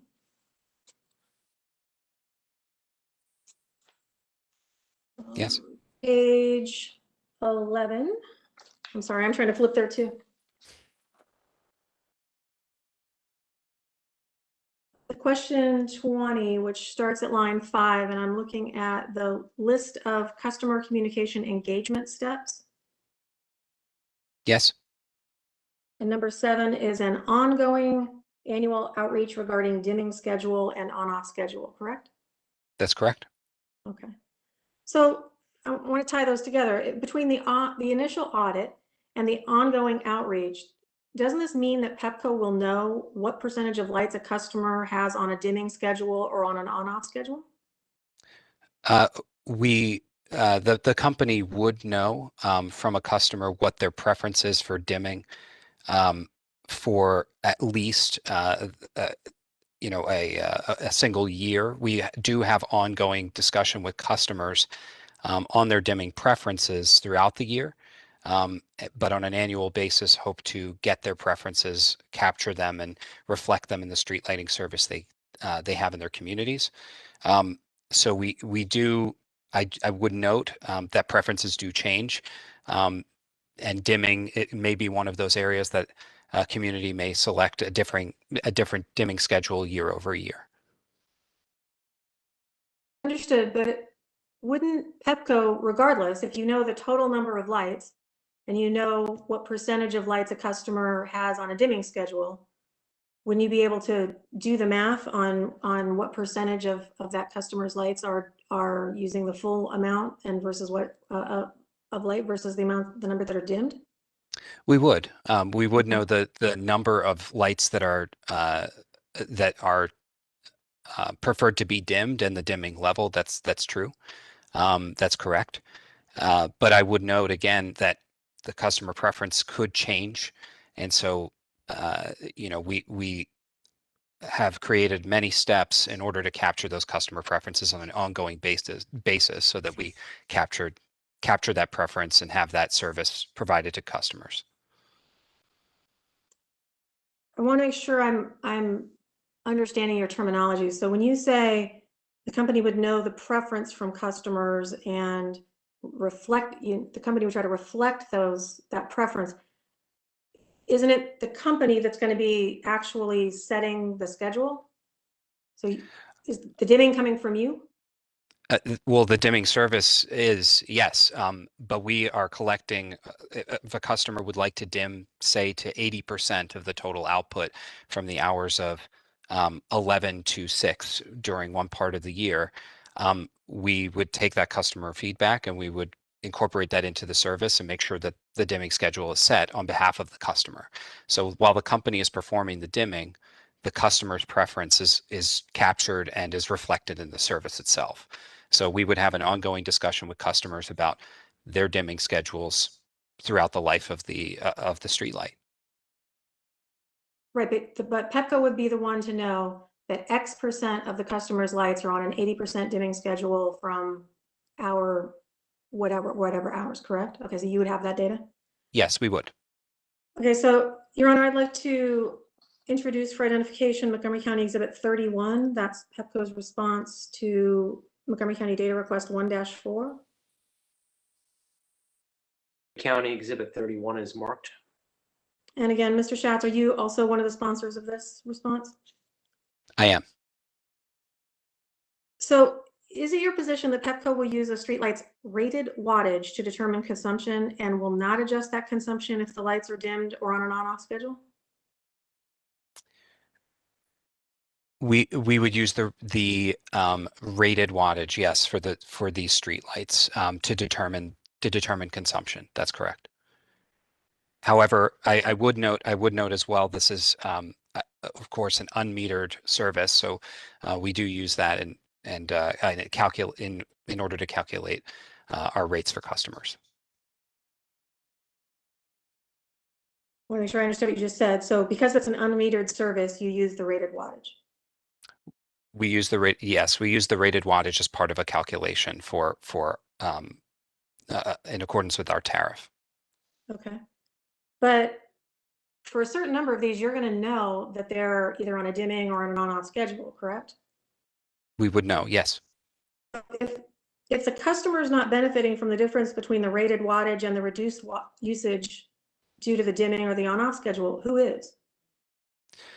We do think that there are obviously system-wide benefits that are captured in the BCA for the dimming that are tangible energy savings for the system. I would note that, and I think I understand the question. I would note that since this is an ongoing preference that customers have, and the dimming is done on a system-wide basis, there are a lot of complexities to be able to account for the dimming in customers' rates, especially as an unmetered service.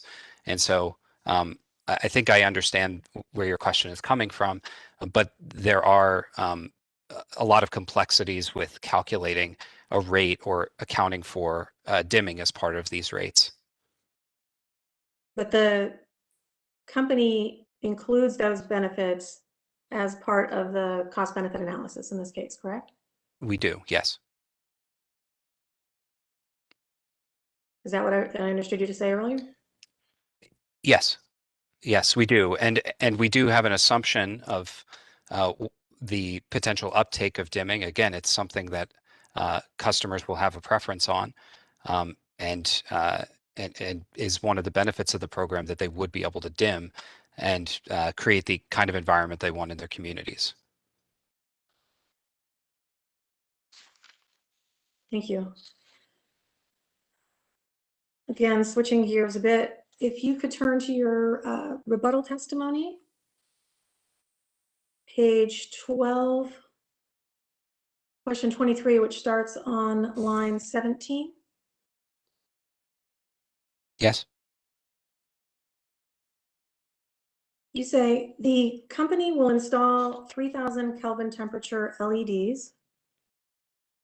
And you go on to say the American Medical Association guidelines support the use of 3000 Kelvin temperature for safe operation of streetlights. Correct? Yes. However, if you could turn to your Schedule 2 in your rebuttal. I believe you printed, you reference the AMA guidelines in your rebuttal, but you actually attach it in your SIR rebuttal as Schedule 2. I'm looking at page 6 of 9 of the schedule. Sorry, of the actual document, I guess, where it lists the recommendations. Excuse me while I find the reference point. Sure. Yeah, for some reason, I don't have the schedules on my SIR rebuttal. So, Well, I can read you the sentence I'm referring to. Under the recommendations, number 3, it says that our AMA encourage the use of 3000 K or lower lighting for outdoor installations such as roadways. I am familiar with that recommendation, yes. Okay, so when you say that the company is going to install 3000 Kelvin temperature and that the AMA guidelines support that, isn't it more accurate to say the AMA recommendations encourage the use of 3000 K or lower? I would say that the American Medical Association guidelines would say that it is safe for operation at 3000 Kelvin or lower. I think that I stand by the statement in the testimony that they do support the use of 3000 Kelvin or lower. So I think, does that answer your question? Yes. So I just want to make sure we're all clear that your testimony was that the AMA guidelines for use of 3000 Kelvin temperature, but that specifically the AMA guidelines do encourage the use of 3000 K or lower. Correct?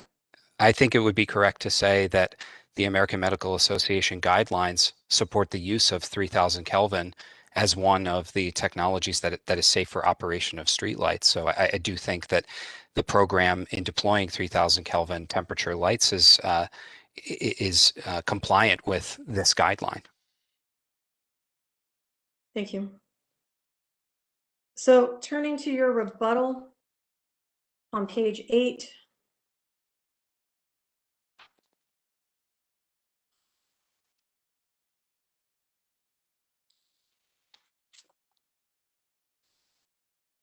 Sorry, I'm trying to get there too.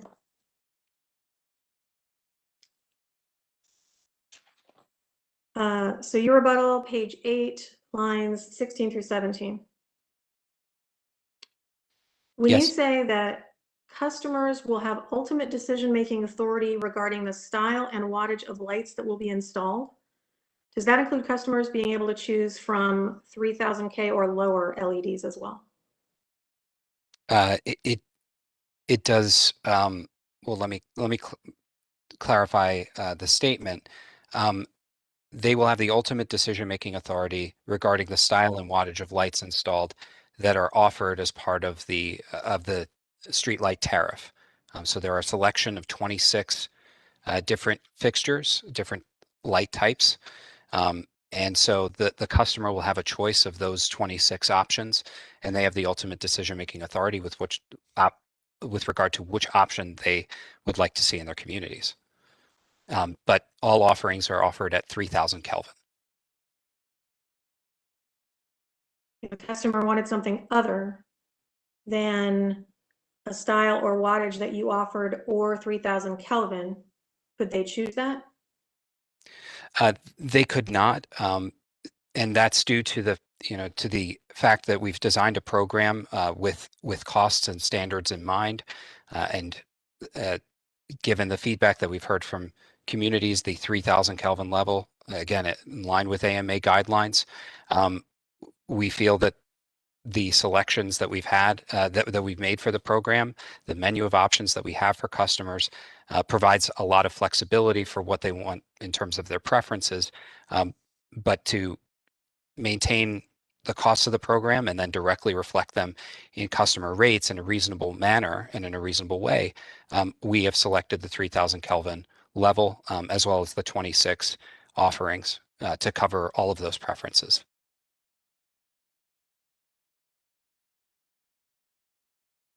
Even if customers would pay for any difference in the cost? I think that again, we've designed this program in a wholesale deployment fashion, so that we could gain the efficiencies and economies of the scale of this deployment. And so we did need to select certain light types, and a range of offerings for customers to choose from. We do think that we've covered the preferences that customers might have for these lights, and designing this program in that way.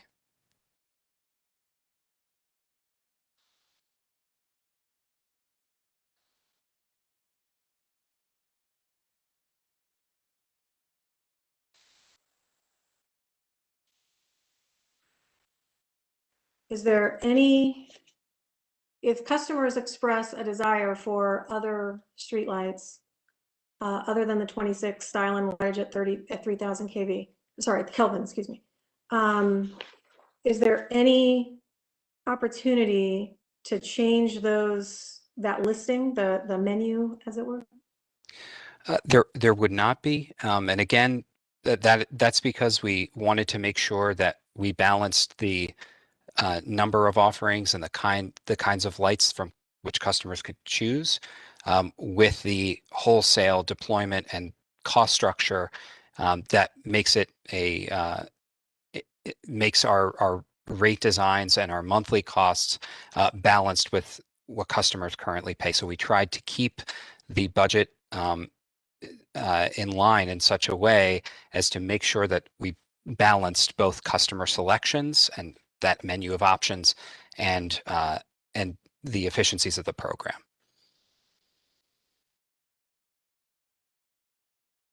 Thank you.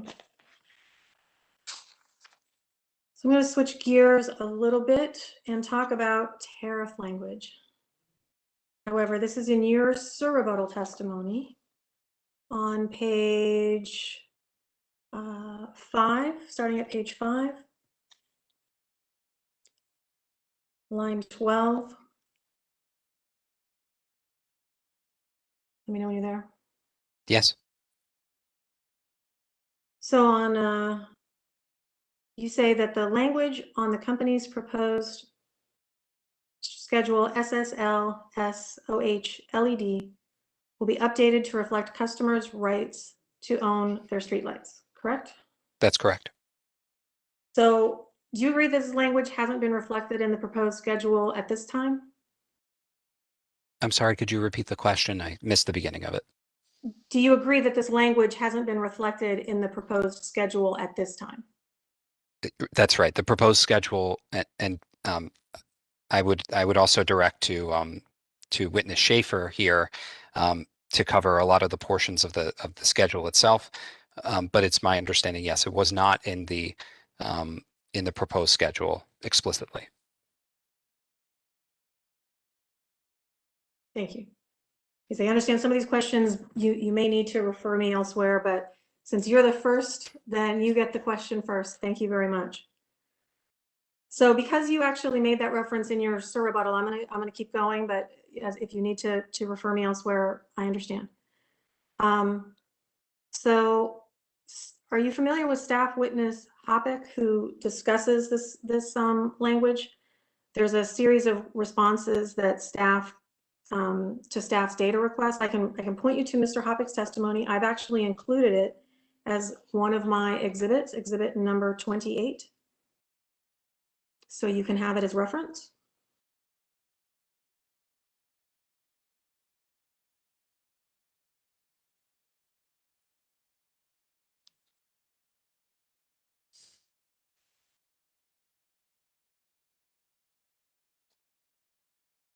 I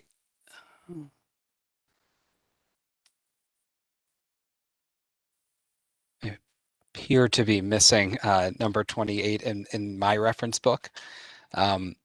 So if you'll hold for just a second. Of course.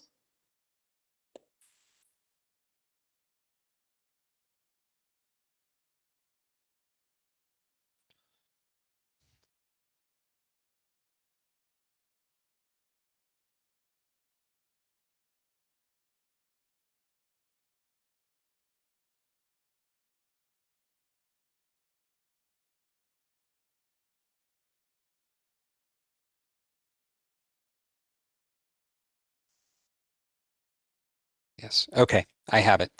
Thank you. Okay. So again, we're on your the surrebuttal testimony of David Hoppick. I'm looking at page 21.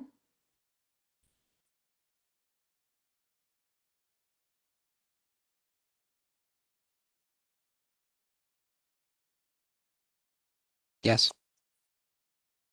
So, as I said, Mr. Hoppick discusses a series of responses to staff data requests where Pepco has agreed to keep certain language about the customers' owning of streetlights in schedules that it's already in SSL, OH, and LED and SSL, OH. And the data request responses are, just so you know, they were sponsored by Mr. Schaefer, but because you referenced putting that language in, I will start with you because you discussed the fact that the language will be updated. So I want to talk about the specific language. It's stated here, starts with line 15 of Mr. Hoppick's testimony, rebuttal. If the customer agrees in writing, are you with me? I am. Okay, and it goes down through the supply circuits terminating at the luminaire would still be owned and maintained by the company, correct? Yes, down on line 20. Okay, and so is it your understanding that the company's not opposed to adding that language? That's the language that you're discussing about adding to schedule SSL, SOH, LED? I will refer this question to witness Schaefer, who probably is better equipped to address your question on this. Okay, so any questions about that language should go to Mr. Schaefer Yes. and its implications? Okay, I just want to make sure I'm asking the right folks. Not a problem.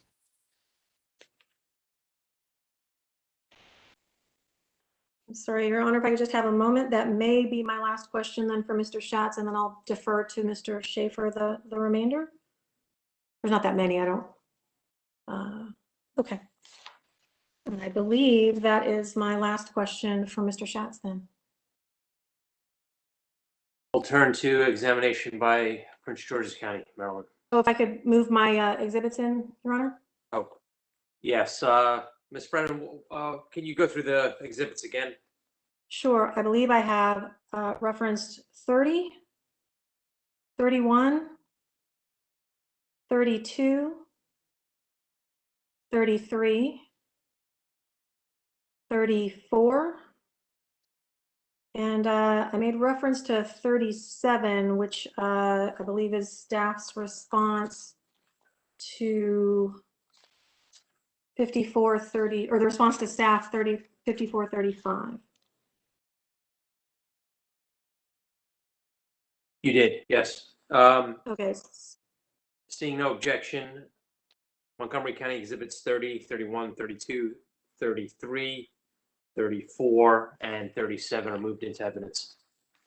And I'm sorry, could you repeat that, Your Honor? I want to make sure I have it properly. I didn't hear all of the answers. 30, 31, 32, 33, 34, and 37. Thank you, Your Honor. And I also have one outstanding data request response that's coming from Pepco. I'm not asking you to be able to recall the witness, but Pepco said that they would agree to stipulate that in if I could have the opportunity to add that to the record later.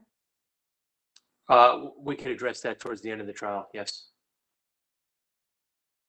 But you don't have that data request as of today? No, the response wasn't due before Mr. Schatz came up for his testimony. And do you know who the sponsor of that response will be? I believe it will be Mr. Schatz. Okay. And Your Honor, as Ms. Brennan indicated, the company has no objection to that response being entered into the record. Okay, we'll admit that at some later point. Anything else, Ms. Brennan? Thank you, Your Honor. No. Thank you. Mr. McGee. Thank you, Mr. Chairman. Mr. Schatz, my name is James McGee. I'm the attorney representing Prince George's County in the case. I do have some questions for you.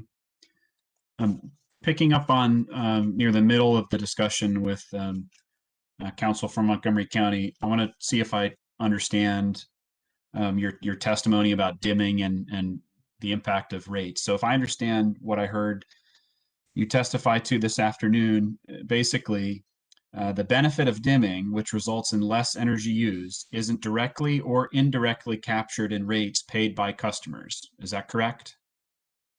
That is correct. And Okay, thank as you. I know, yep. That's good. Thanks. All right.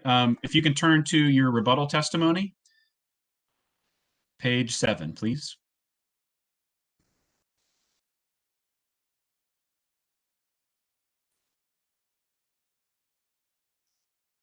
And so I'm looking at question 13. Yes. The question says, do other parties cite the need for new streetlights potentially during the development process? And part of your answer says, yes, Prince George's County witness clerkly and direct testimony states the company should be able to determine the location of new streetlights. That was a misquote. Wouldn't you agree that where county witness clerkly said that Pepco should work with the county on determining the location of new streetlights? I would have to look at witness Clerkley's testimony to be able to comment further on it. Well, we can do that then. If you want to look at her direct testimony. If you'll give me one moment. Sure.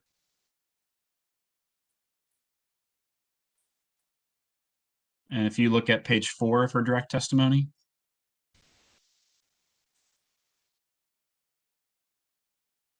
Lines 19 to 20.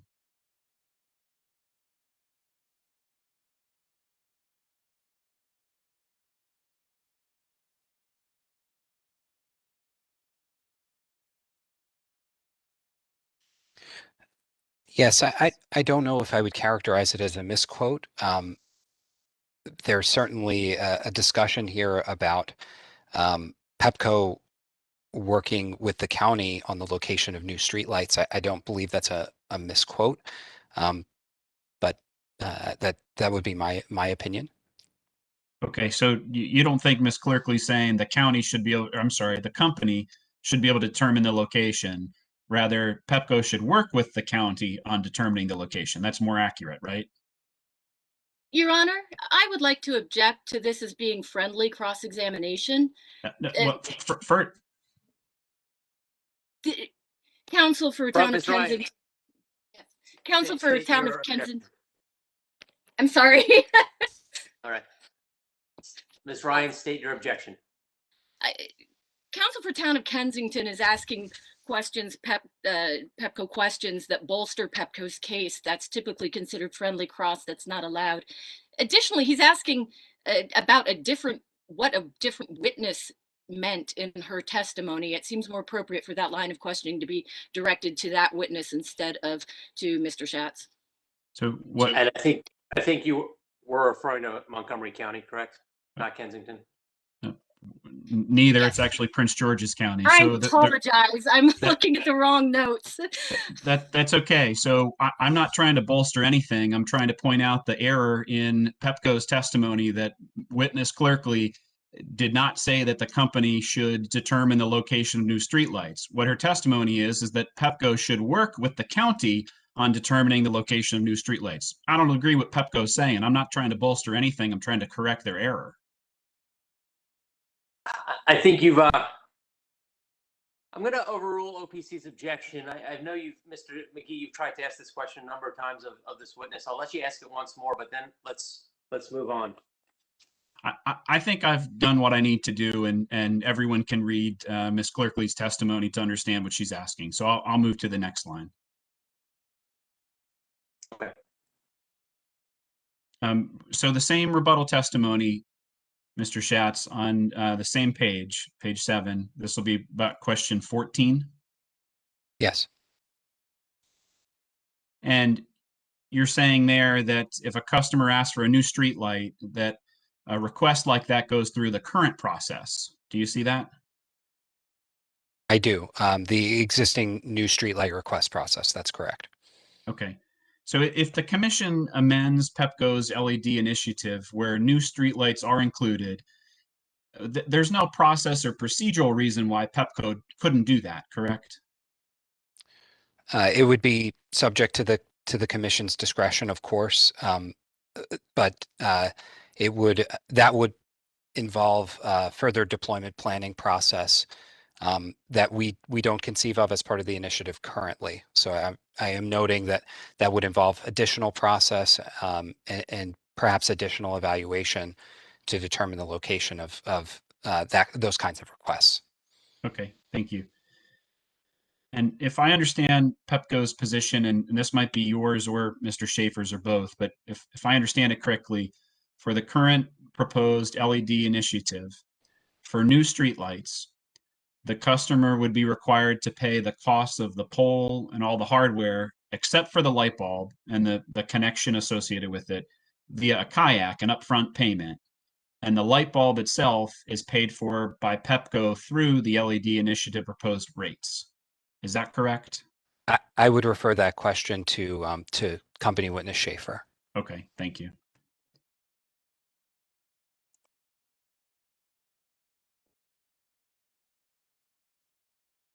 I have a couple follow-up questions about if that's reflected in a tariff or any other payments like that. Should I defer those to him as well?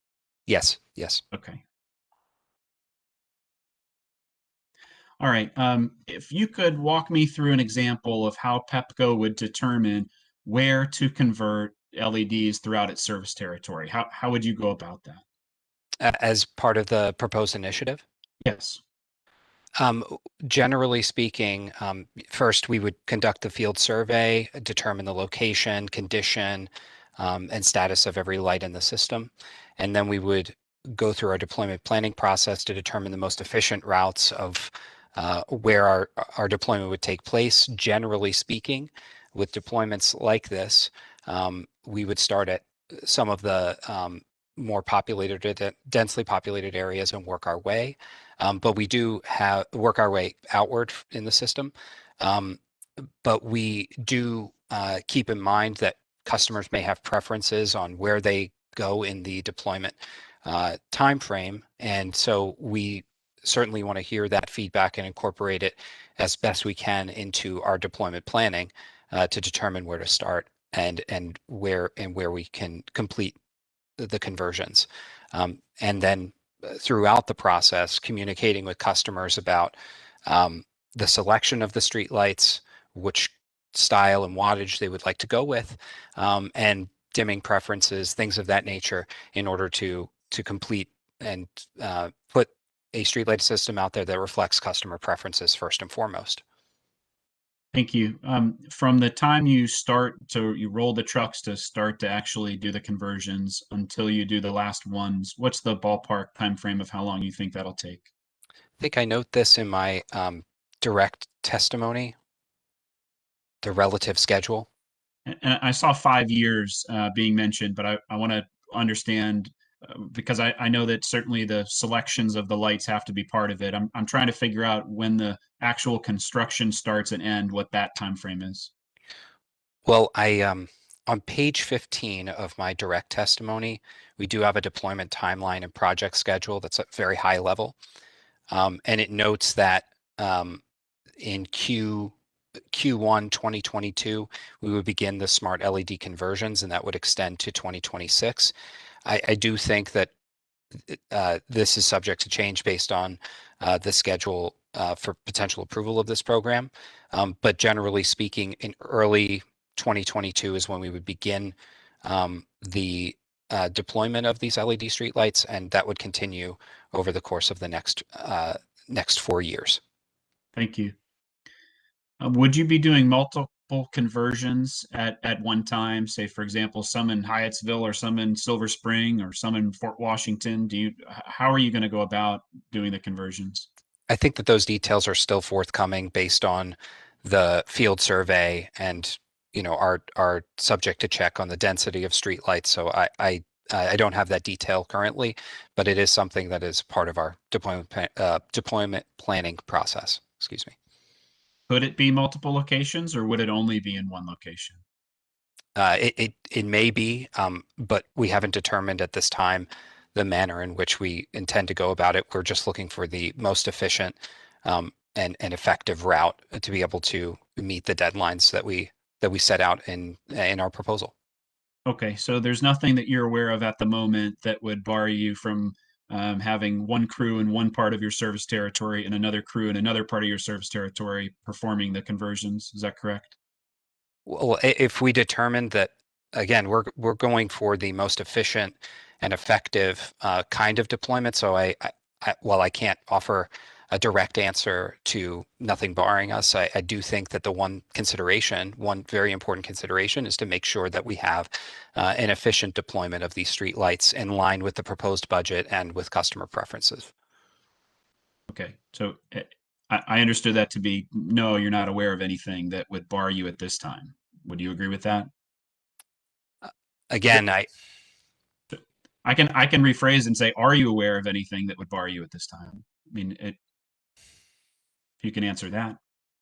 I'm not aware of anything that would bar the company from performing it in that manner, but I do note that again, the company is going to determine the most efficient and effective. I've provided an explanation of how that could take place, and again, we want to make sure that we're in line with the proposed budget and the timeline that we've sketched out.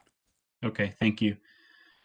How are you going to notify the different communities that you've selected them in the deployment schedule and rollout? What does that process look like?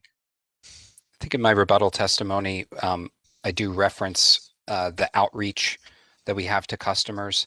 That would be after the field survey, which is number 3. If you look at page 11 of my rebuttal testimony, I'm there. Number 3, the communication of the results of the survey. It would be during this discussion that we would go over the deployment schedule, and then as the deployment goes through, communication with customers to ensure that they know when the deployment would happen in their communities. So if there's a schedule that you propose and Prince George's County says, well, wait a minute, we're not really interested in you converting these lights in this part of our county, but we're more concerned about these particular lights. That's something that the county would be able to convey to Pepco, and Pepco would consider changing their schedule as a result of that feedback?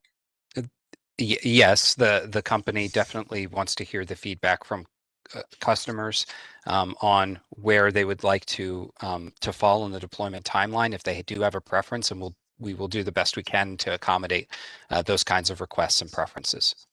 Okay, so at that stage that you referenced, we're not past the point of no return. You're not going to be able to say to the communities that we can't change it at this stage, because you're giving them that opportunity to make those suggested changes. Is that right? I think that yes, we will provide the opportunity to hear this feedback and to incorporate it as best we can. But again, I know I've said this a few times, but we will go for the most efficient and effective kind of deployment, and plan our deployment accordingly, and of course maintain our communication with customers throughout the process. Thank you. If the county owns a streetlight and Pepco owns a streetlight, and they're in the same community where distance is not a factor, would Pepco be converting both of those streetlights during the same job trip? The company's proposal is to convert the company-owned streetlights in the system. So it is not a part of the program budget. But if the customer was seeking a conversion to LED for their customer-owned lights, I would have to refer to, if that's the nature of the question, then I would refer to Witness Schaefer on the current tariffs that are in place for the conversion of customer-owned streetlights.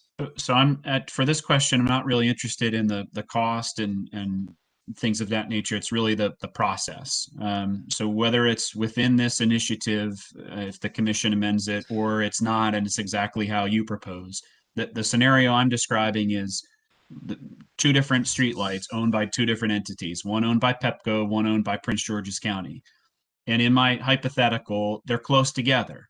So I want to know if the county is paying for the streetlight conversion outside of the LED proposal that you have now, and they're obviously paying for it through the rates for the Pepco owned lights, would you be converting them at the same time?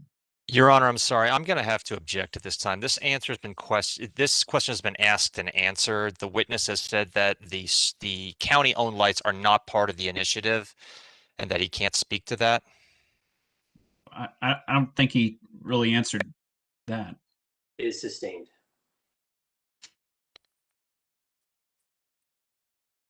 Okay, court's indulgence, one moment, please.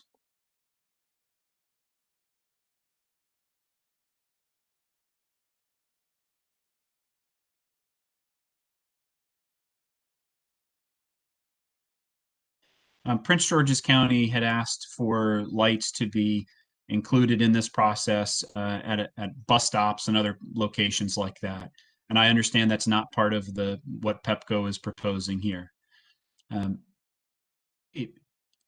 Is there a process like the streetlight proposal, or like the new streetlights that you referenced, the current process now? Is there a current process where the county can get lights added to bus stops?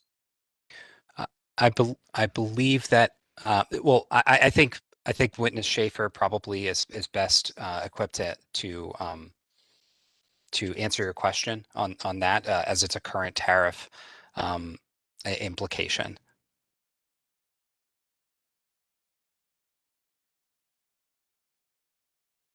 Okay. You've referenced a couple times in your testimony and also today in the discussion with me about the coordination and with customers about this process. Is any of that concept embodied in the current proposed tariff and the LED initiative right now? I would have to refer to Witness Schaefer.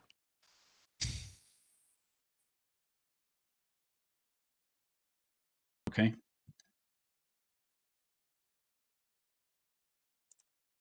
You might give me the same answer, but if it's not in the language, if the tariff language now, is Pepco opposed to that concept being added to the tariff language? I would again refer to Witness Schaefer. Okay. Switching to the smart sensor pilot program. Am I correct that there's no kayak or upfront cost to any community to participate in that There is pilot? not. That's correct. There is not. Okay. And there's no cost at all to the communities directly, correct? No. Let me rephrase it. There's no cost to receive data. There's no monthly service fee, nothing like that, correct? No, okay. There is not. Will communities like that be able to tell Pepco what it wants to, what type of programs it wants in that program, the traffic monitoring, pollution, gunshot detection? Will they have that ability to give their preferences to Pepco as to what they want monitored? Yes, that's exactly conceived in the program design itself, that we would have it, excuse me, a conversation with the potential communities where the pilot would take place, and we would certainly want to have a conversation around which sensors would go in for implementation for the pilot. And when Pepco references, and you reference a community, how big is that? Is that just a couple streets? Is that a certain square miles? How are you defining and determining the size of that pilot? I believe we, excuse me while I try to find a response.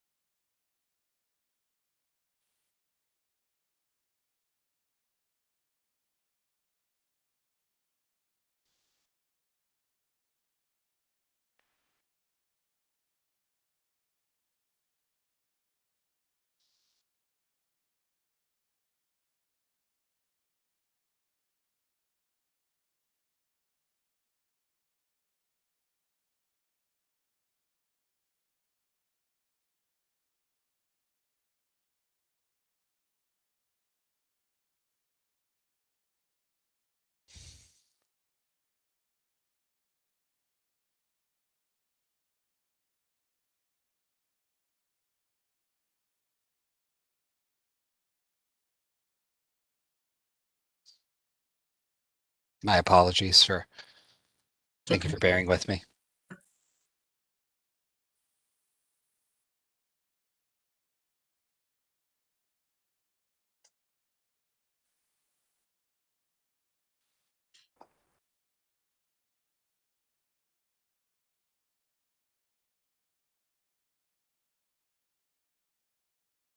I believe and I believe I did cover this in a data request, which is what I'm looking for here. But in general, a community is going to be a locality with a defined area of or it could be an unincorporated area as well.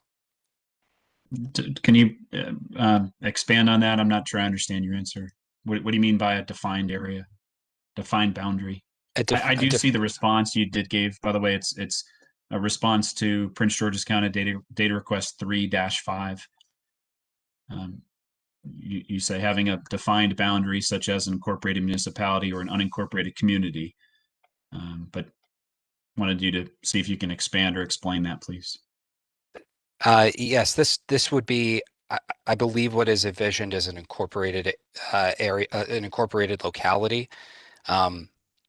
And so it could be a locality of varying size. We are really looking for the interest of the localities to deploy these smart sensors.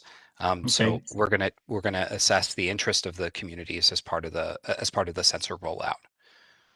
All right. So if College Park wants to be that community, and you would be putting the smart sensors in all the streetlights and that you would own in College Park, as an example.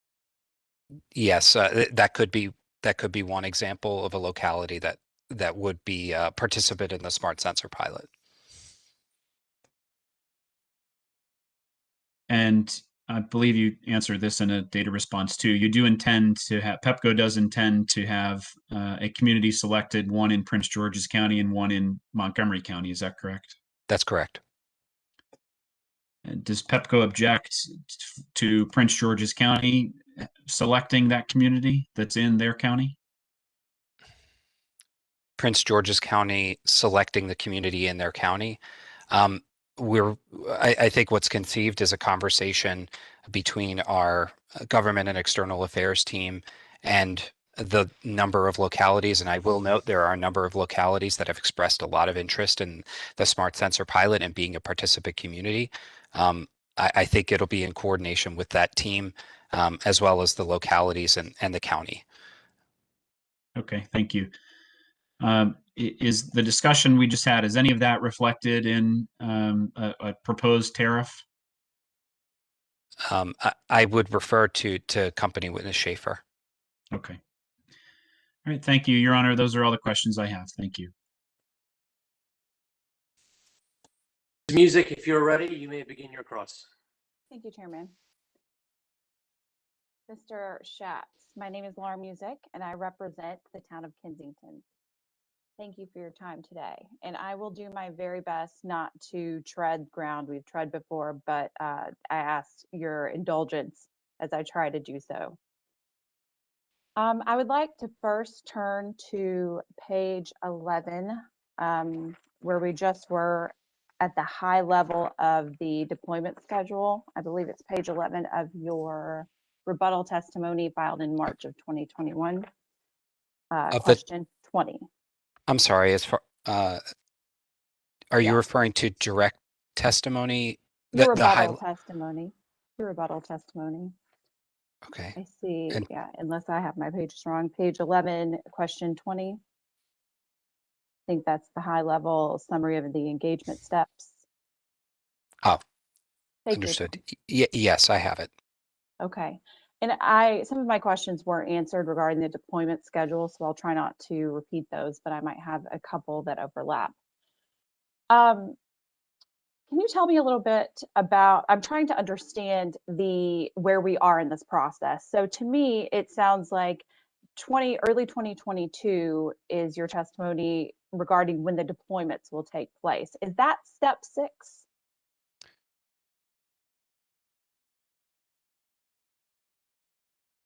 The actual deployment taking place, yes, would be step 6 in this process. That the removal and installation of new lights. So the field survey, which is covered in number 3, for example, if you look at my direct testimony and the timeline I lay out on page 15, you'll see that the perform field survey precedes the deployment, which is noted here in Q1 2022. Sure, right. I just wanted to sort of set a benchmark so we can work backward and see when these things are supposed to take place, because I'm trying to understand how quickly all of this will occur.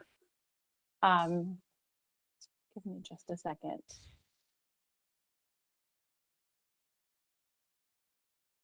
Can you describe for me what precisely the survey entails, for example, in a town like the town of Kensington? Sure. So the field survey would be a full walk down by Pepco personnel or contractors to basically take an inventory of the existing streetlights, note their condition, their geographic location, the light type itself, and basically to create that inventory so that we can plan out the deployment from there and also capture the existing light characteristics. So it's there that we might be able to see some of the condition of the light and determine what we would have to do during the conversion. So it's standard practice for deployment planning. Is this more of a hardware type inventory, what's there, or is it also, is part of the survey a study of statistics, for example, illuminance or the uniformity, studying the levels of the lights that are existing, or is that not something you're concerned with? That is not a part of the field walk down formally, but we're going to note a lot of the light characteristics, its location, the circumstances and situations surrounding each light, the environment. So that is part of the field survey, but not the light characteristics. Okay, so if I'm understanding you correctly, you're saying that they may be recorded incidentally, but it's not in the aim of the survey itself. The field walk down is not exactly a survey of the existing bulb or the luminance of the light. So I just want to clarify that, but it is about the hardware, what is currently in place and what we would need to be removing and replacing. Okay.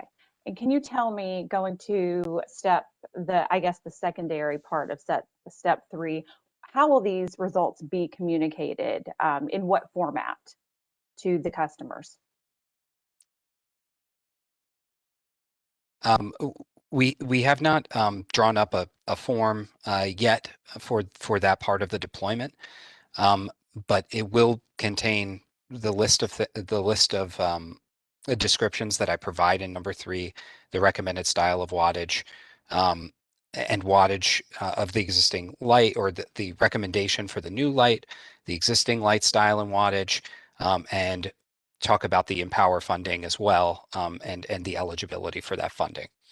So while we haven't determined an exact form for how that'll be communicated, those aspects will be communicated with customers directly. Okay, so what are we talking, a spreadsheet, or are you going to present a spreadsheet or some kind of presentation at a meeting? I'm just trying to understand the level of engagement with the customer. Sure. It will be in a form of a tangible sheet.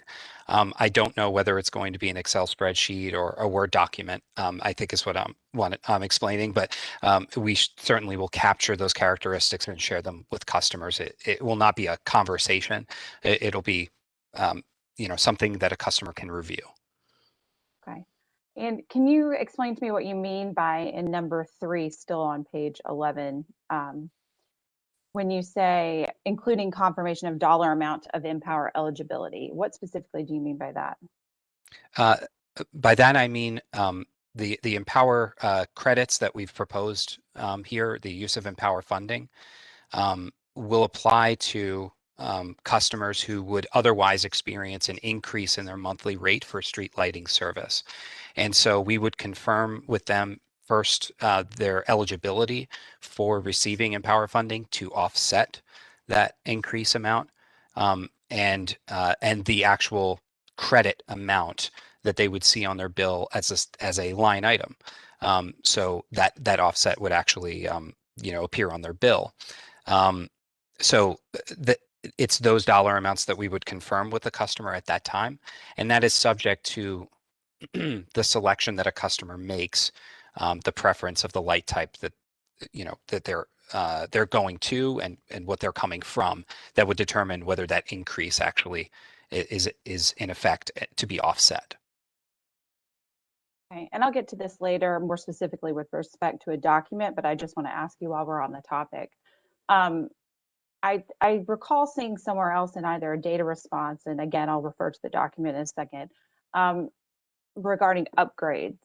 But my understanding of what your testimony was, I believe, with Ms. Brennan, was that customers are confined to the 26 lights that are presented as part of this smart LED streetlight program. Is that correct? They will have a selection of among the 26 light types that we have listed in the proposal. Yes, and again, we believe that encompasses the customer preferences and the existing light types that are out there today, so that there is a seamless transition between what customers have today, to the extent possible, to what they'll have as part of this this deployment. What if the customer can't find or doesn't like the lights that are presented as part of the 26 lights that are part of this initiative? I again would say that we've designed this set of offerings, the style and the wattage, to be able to meet the customer preferences. We think, and in our discussions with customers, meet the preferences of many customers. The vast majority of customers, these are the right light styles, just based on the existing inventory today. So if they're going to an equivalent light type, we believe that our selection would cover a lot of basically all of those customers, and so we would, again, I just want to reiterate, we do have to balance the costs and budget of the program with the selection and preferences that customers may have for these streetlights. We believe we've struck that balance here to be able to offer a good suite of offerings to avoid that kind of situation. In considering your these 26 options that you're presenting to customers, did you consider, for example, customers who may have a greater percentage of the higher cost lights in their area versus customers for whom their conversions are going to be less expensive? Was that part of your analysis? I guess, could you clarify what you mean by a higher cost light or a higher cost fixture? The difference between, for example, Cobra heads versus high pressure sodium Cobra heads in a community where there are 200 of those versus a community where, and I'm forgetting which one has a lower amount, but a less expensive fixture. Did you consider the proportionality of those lights when determining your cost? Because I know you mentioned that you considered customer cost a lot in this. Yes, we do know about the existing inventory, some things about the style of the existing inventory that is out there today. So we built the budget around customers choosing the equivalent streetlight style in this conversion, and so we did consider that as part of the overall budget. That, for example, a certain percentage of Cobra heads are out there today. We have built that same or similar percentage into our budget and reflect that. Now, if customers do have a preference for a more expensive light type, we will note that does change. That might change the budget, as we have assumed that a customer might switch from what they have today to a different light style. I just want to make sure I understand your prior testimony, because is it your understanding, and is it the program's intent to not allow customers who do not like any of the 26 offerings, but are willing to pay more to upgrade to a different type of LED streetlight that is not in the program, is it your intent to preclude those customers from doing so? Are they confined by these 26 lights? They, under our proposal, they would not be able to choose a light type outside of the 26 that we have listed. However, I would note that if that were the case, that customers would have choice outside of this suite of offerings, which again I believe covers the light types that are out there today. That stocking and inventory for additional streetlights outside of the 26 would certainly increase the complexity and the budgeting of this program, as well as the ongoing maintenance, as we would have to keep those specific light types that customers choose in our inventory to be able to maintain them as we do all of our streetlights. So that is one of the reasons that we built a defined number of offerings, but a wide variety of offerings, so that we could keep standards and make sure that we're maintaining the streetlights that are out there, and keep costs in mind. So your answer though is no, there's nothing for a customer who doesn't like the 26, any of the 26 offerings. I just want to make sure I understand. No, but of course with that wider context that there is a balance of cost and ability to perform maintenance and keep an inventory. I think we want to make sure that we have a program that captures customer preferences, but a town by town, if each town had a specific selection outside of the 26, that might increase the costs of the program considerably and make our maintenance a little bit more difficult and costly to run. Sure. Okay, I'd like to go to step 5 regarding customer review and notification of streetlight bill changes post-survey and post-conversion. Can you tell me a little bit more than this high-level overview does about what that process is going to look like? Yes, we would notify the customer,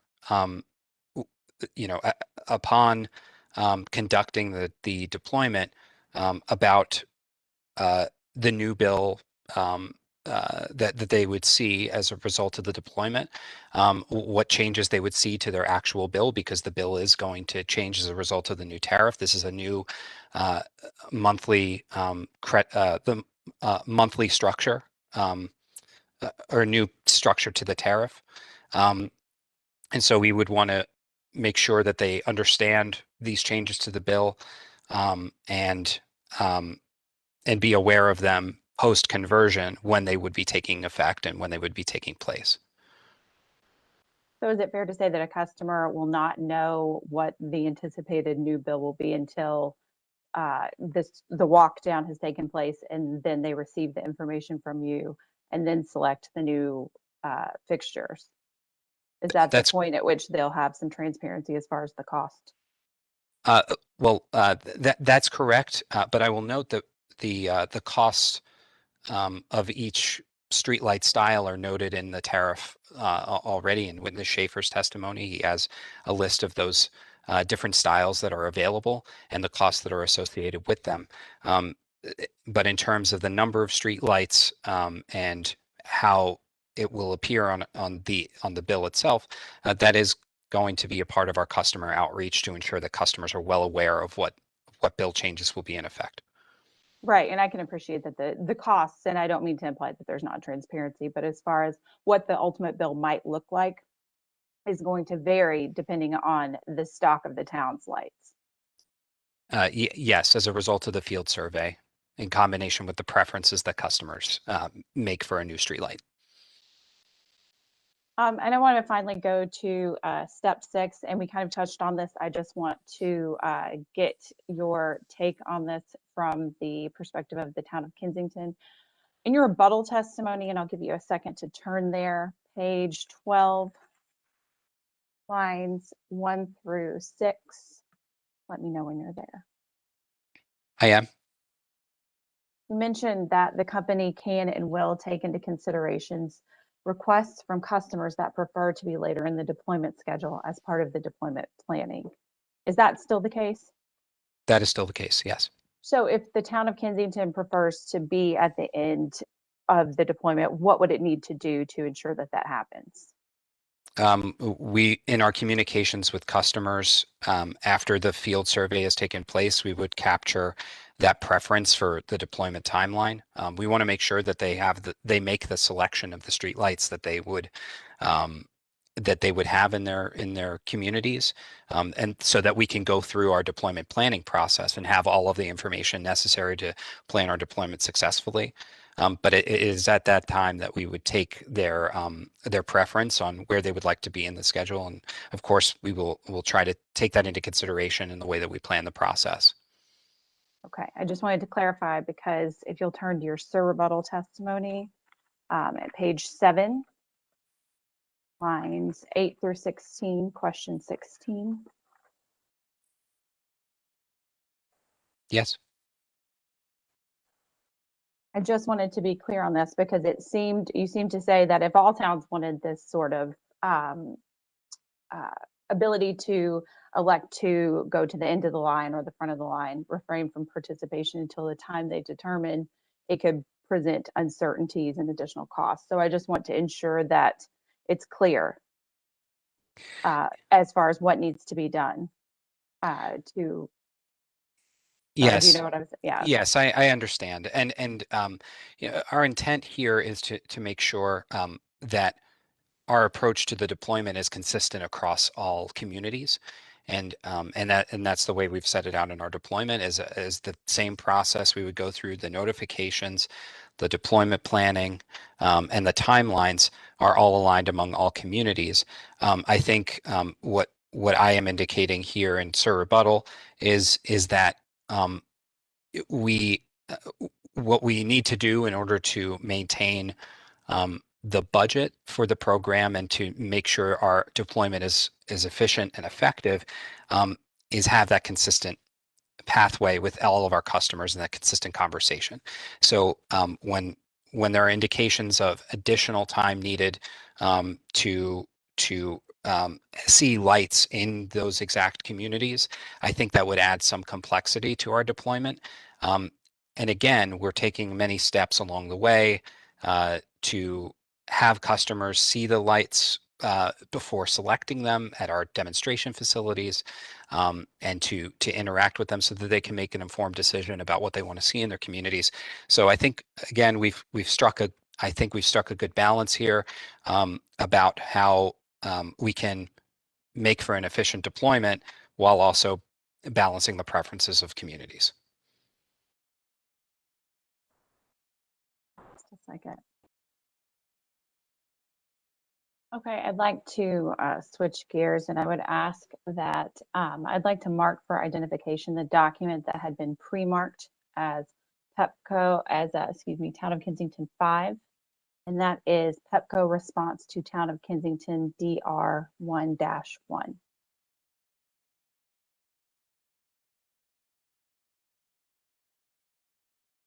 Minute, Miss Music. I'm trying to find your exhibit number 5.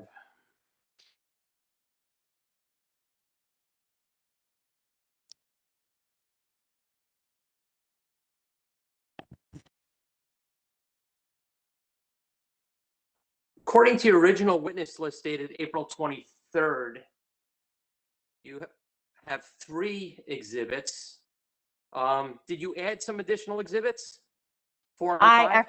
I actually took, so I have 1 through 3 will be our pre-filed testimony. And then this morning I sent around 4 through 18, and it was a much condensed version of what we had sent out on Friday.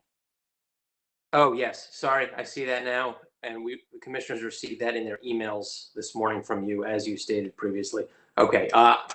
Exhibit 5 is marked for identification. Okay. And Mr. Schatz, have you had an opportunity to turn to that?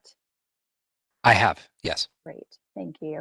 And did you sponsor the response to this question, which is, it says Kensington View data request. I think that that's probably an error. This is the town of Kensington's response, or excuse me, the town of Kensington's data request 1 to which you responded. Yes, that was an error. The word view should not appear there. Sure. And if I asked you these same questions, subparts A through C today, would your answers still be the same? They would. Okay. And I'll go through these briefly. I think you've answered some questions on this. You answered in subpart B that the company has not yet determined a schedule or appointment process for viewing of the model fixtures. Is that still the case?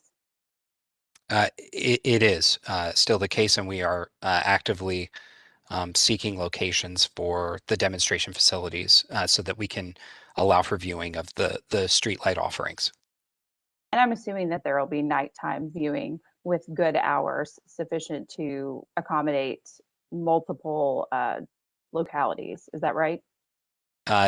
Yes, that's our intent, and we want to make sure that everybody is able to view the streetlights in a in a safe and well observed area.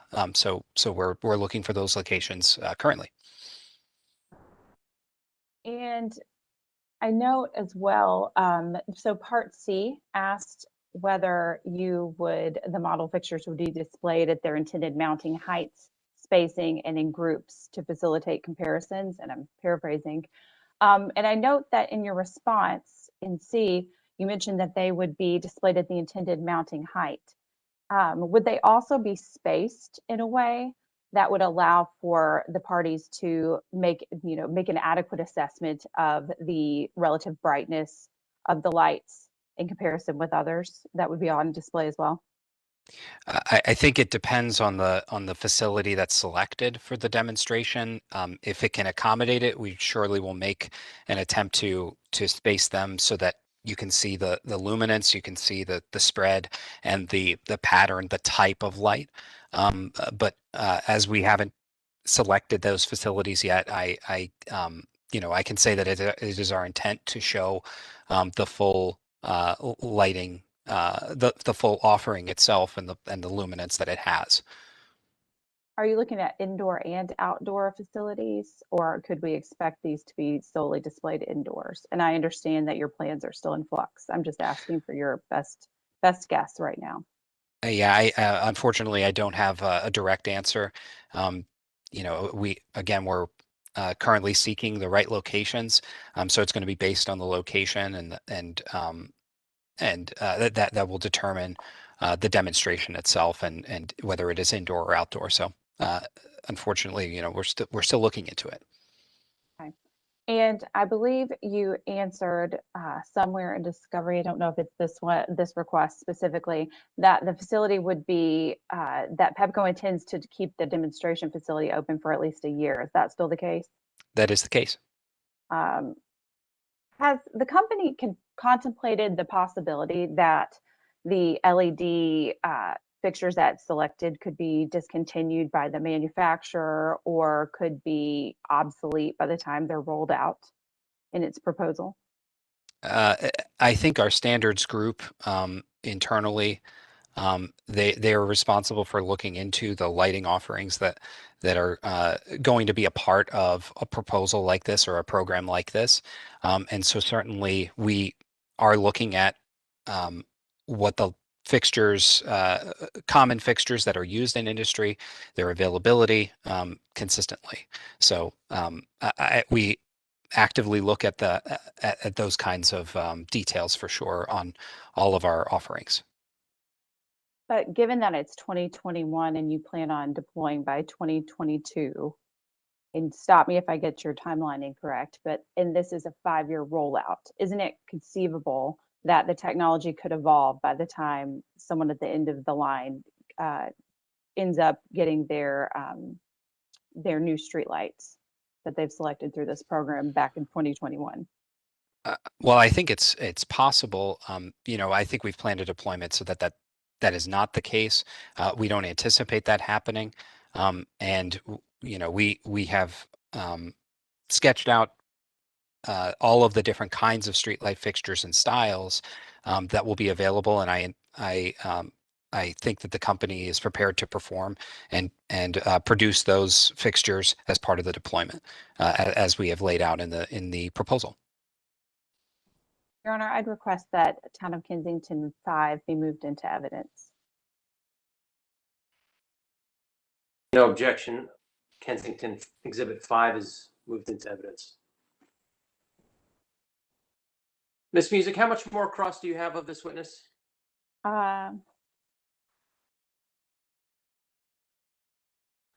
Maybe about 15 minutes or less once I can see what has maybe been answered. I think some of my questions toward the end were already answered. Let's take a recess. Mr. Schatz, if you could just not have any conversations.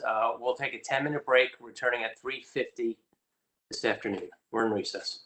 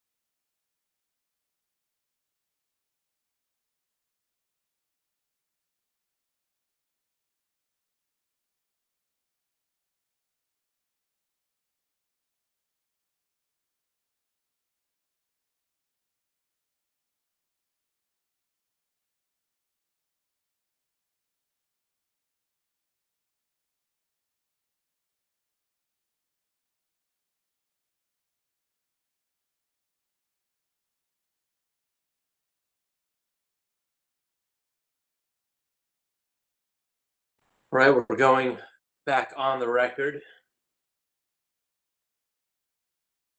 Just a reminder to all council that there's to be no discovery on cross-examination, as I stated yesterday morning. We'll continue with Ms. Music's examination of the witness. You may proceed, Ms. Music. Thank you. I'm actually probably about 5 minutes from being finished. So I would like to go to your, it was the article at the end of, it was scheduled DSS-SR-2, where I believe, Ms. Brennan, we were discussing you were previously testifying regarding the recommendations for lighting, number 3. I'm sorry, Ms. Music, what document are you referring to? Oh, and where's the Sir, witness? rebuttal. Oh, sorry. Is the witness here? Yeah, Yes, Your Honor. Okay. My apologies if I started before you were on. No, sometimes if they're not active, they're not on the screen. I see the witness and I see Mr. Seegers is trying to get his camera up. I don't see Mr. Seegers, can you hear me? Yes, I can, Your Honor. Can you hear me? Now we can hear and see you. We lost your video for a minute. Okay. Ms. Music, what document are we looking at? Yes, so we are looking at Sir rebuttal testimony, I believe, yes, Schedule 2. It was the article previously referred to by counsel for Montgomery County. And Okay. same page, same paragraph. Paragraph Thank 3, you. page 6 of 9.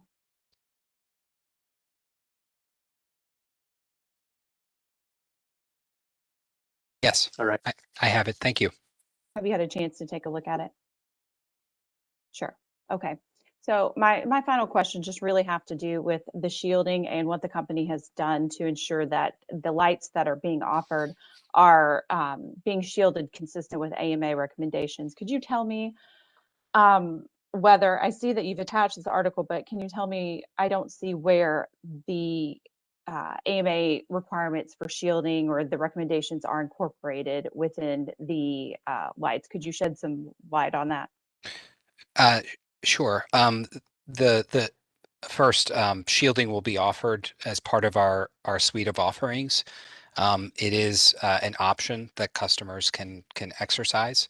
And so most commonly shielding is on Cobra headlights. And so we will provide shielding if a customer chooses to include it on their lights. I note that the AMA guidelines that you're referencing say should be properly shielded. I think that's important to note because it is not always the case that a customer may choose to shield their light. It really depends on the circumstances and the the environment that the lights are operating in. So it may be the case that customers choose to only shield a few of their lights. It may be the case that customers choose to shield many of their lights. So it is certainly a variable, but one that we are offering as an option that customers can choose. Okay. And is that variable that you mentioned it as a variable a customer can choose? Is that, should I take that to mean that that's an upgrade? Because I know in the cut sheets they're presented, for example, Cobra heads are presented as shielded and unshielded, or it actually has a refractor. So are those two separate options? The shield, I think your question might be getting to whether shielding is an upgrade subject to the budget or that's included in the cost. It is not. This is a pretty low cost addition that I think the company will take in the preferences of customers, install the shields during the deployment, and then and they will go into service.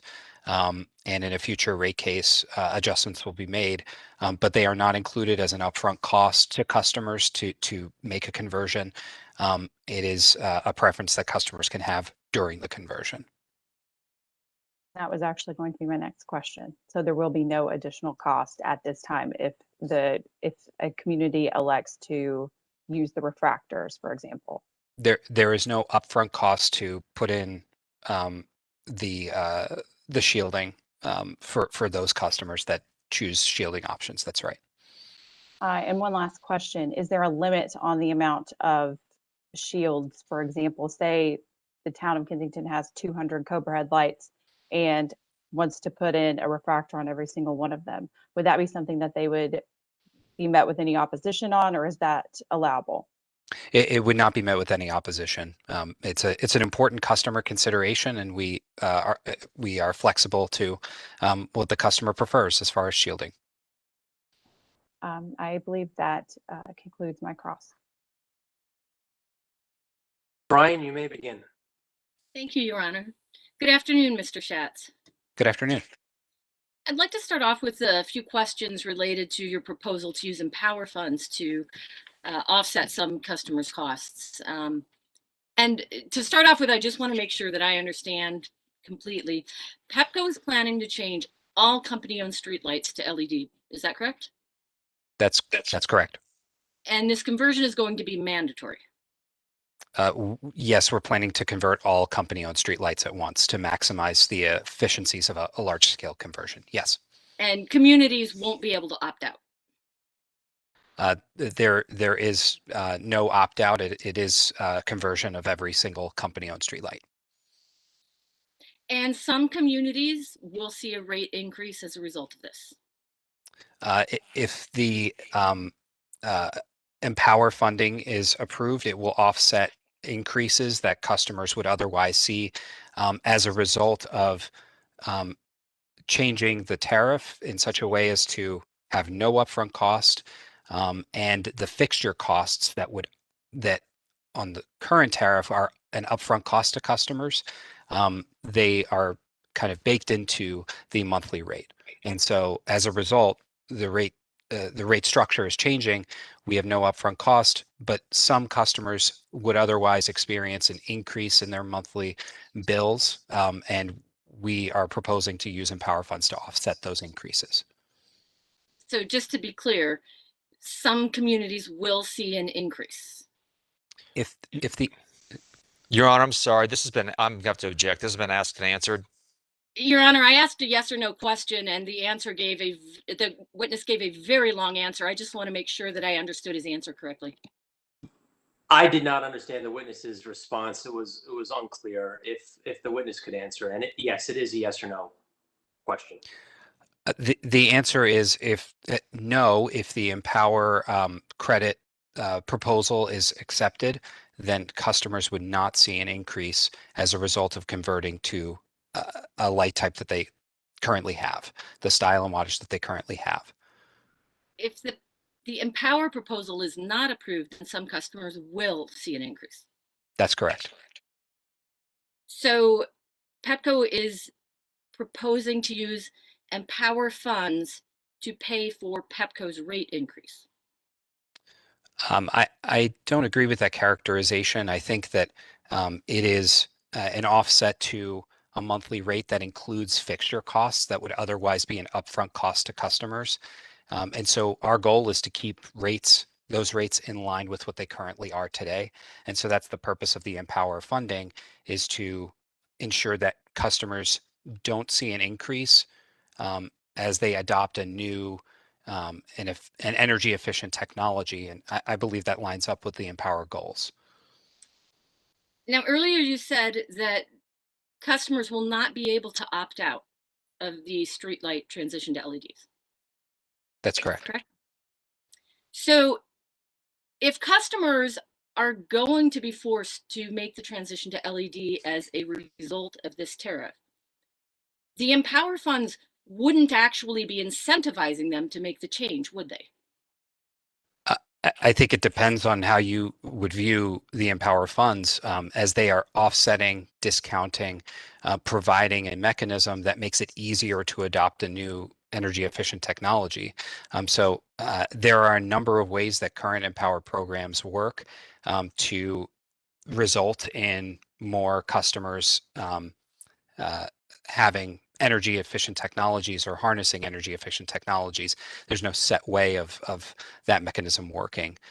So I do think that this mechanism results in an easier pathway for customers to see energy efficient technologies in their communities. Okay, so the ease with which communities can convert to LED is a concern?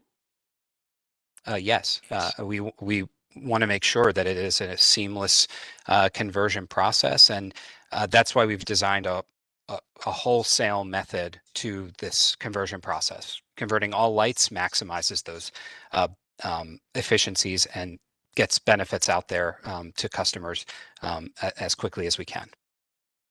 Would it not also ease the customers' transitions to LEDs if Pepco designed a program that did not result in rate increases? I think the company's design bakes in a lot of the costs that would otherwise be upfront to customers, and does so with many customers experience actually a decrease in their rates, especially for the higher wattage customers. So I do think that our rates are very, very close to what customers have. We want to remove those increases with Empower funding so that no customer sees an increase in their rates. Did Pepco perform a cost benefit analysis that was specific to the use of the Empower funds? I don't believe that analysis was performed, no. Okay, thank you. At this point, I'd like to turn to your direct testimony. And I'm looking specifically at page 14. Yes. Up at on line 2, the sentence that starts on that line, you say overall communities expressed excitement and enthusiasm about the value that the initiative can bring. Do you see that? I do. But I don't see that there are any exhibits or schedules attached demonstrating this community support. Do you have evidence of the community support? Yes, the company undertook several meetings with many communities explaining the initiative. I believe I answered a data request to this end to provide a list of all the communities we had reached out to and how the initiative was viewed. And I can say in general there was a lot of support for the program in our outreach to customers directly. But you have no documentation of community support. I don't have anything on hand that would expressly show community support, but I do note that I believe that there are several letters that were submitted to the commission noting the support for the proposal as it was filed. Okay, and speaking of those letters, do you have with you the document that OPC circulated to all the parties that is listed as OPC hearing exhibit number 14? I do. Okay. And I'm going to ask you to take a look at this pretty quickly. And I know that you know, none of this is anything you produced, so I'm going to ask you just to answer the best that you can. This is, if you look at the first page, downloaded from the Public Service Commission's website, and it is public comments or public comments in this docket number. Does that look, is that what you see? That is what I see. Okay. Have you read all of these comments? I have. And are they all supportive of the Streetlight Initiative? They are not all supportive of the proposal, no. Okay. But there are those in this file that are supportive. Okay. I'd like you to turn to the page that has the Bates number 026.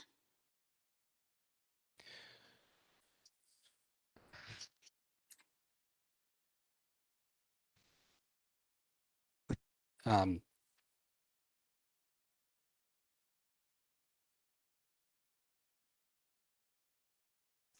is that a two-page letter? I'm sorry? Is that a two-page letter from Amanda Ray? No, 026 is a one-page letter from the city of District Heights.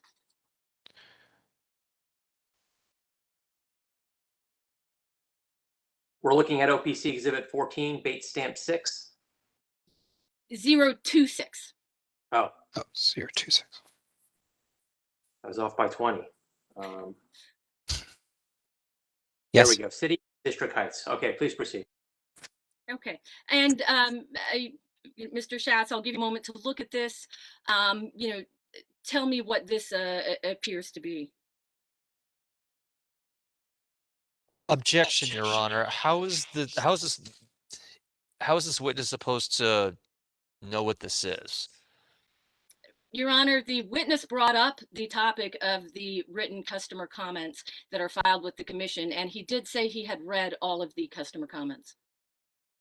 Mr. Schatz, have you read this letter in particular?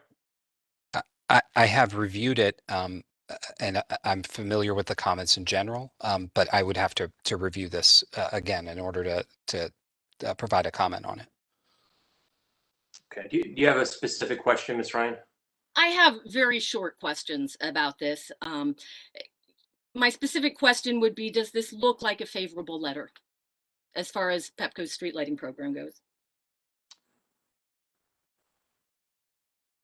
And I would note that the witness just stated that some letters in this file and this exhibit are supportive and others are expressing concern or lack of support. Mr. Schatz, can you answer that question? Is this a supportive letter? I would say that there are supportive comments for Pepco's proposal in this letter. Okay. Next, I'd like you to turn to OPC Exhibit 15, Bates stamped page number 70.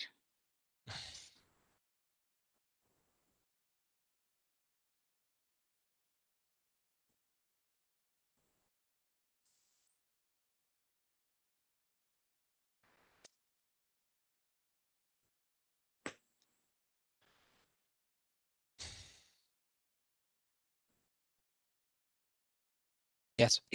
Okay. And again, I know you did not produce this document. I'm not going to ask you, detailed questions about its content. I just want to ask you, on page 70, it looks like there is the beginning of a letter with City of District Heights listed there. Do you see that?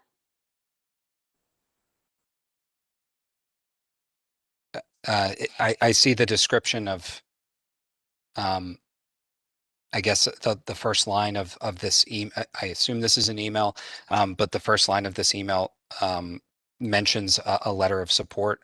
Is that what you're referring to? Yes, yes. And, after the signature page, it looks like it's been prepared to be a letter. I honestly, I don't. Oh, on the next page. Are you referring to 71? We can move to 71. Yeah, that's not what I was referring to, but yeah, let's go ahead and move on to 71. If you look at the letter on page 71, and I know I'm asking for a pretty quick, just skim. Does the letter on page 71 resemble the letter submitted by the City of District Heights? Your Honor, I'm going to have to object. Miss Ryan has not demonstrated that Mr. Schatz has ever seen this document before. Lack of foundation. Your Honor, this document was provided by a municipality in Pepco's service territory, and I would hope that he would be given his discussions of customer support, he would be able to answer questions about what did occur for those communities to provide support.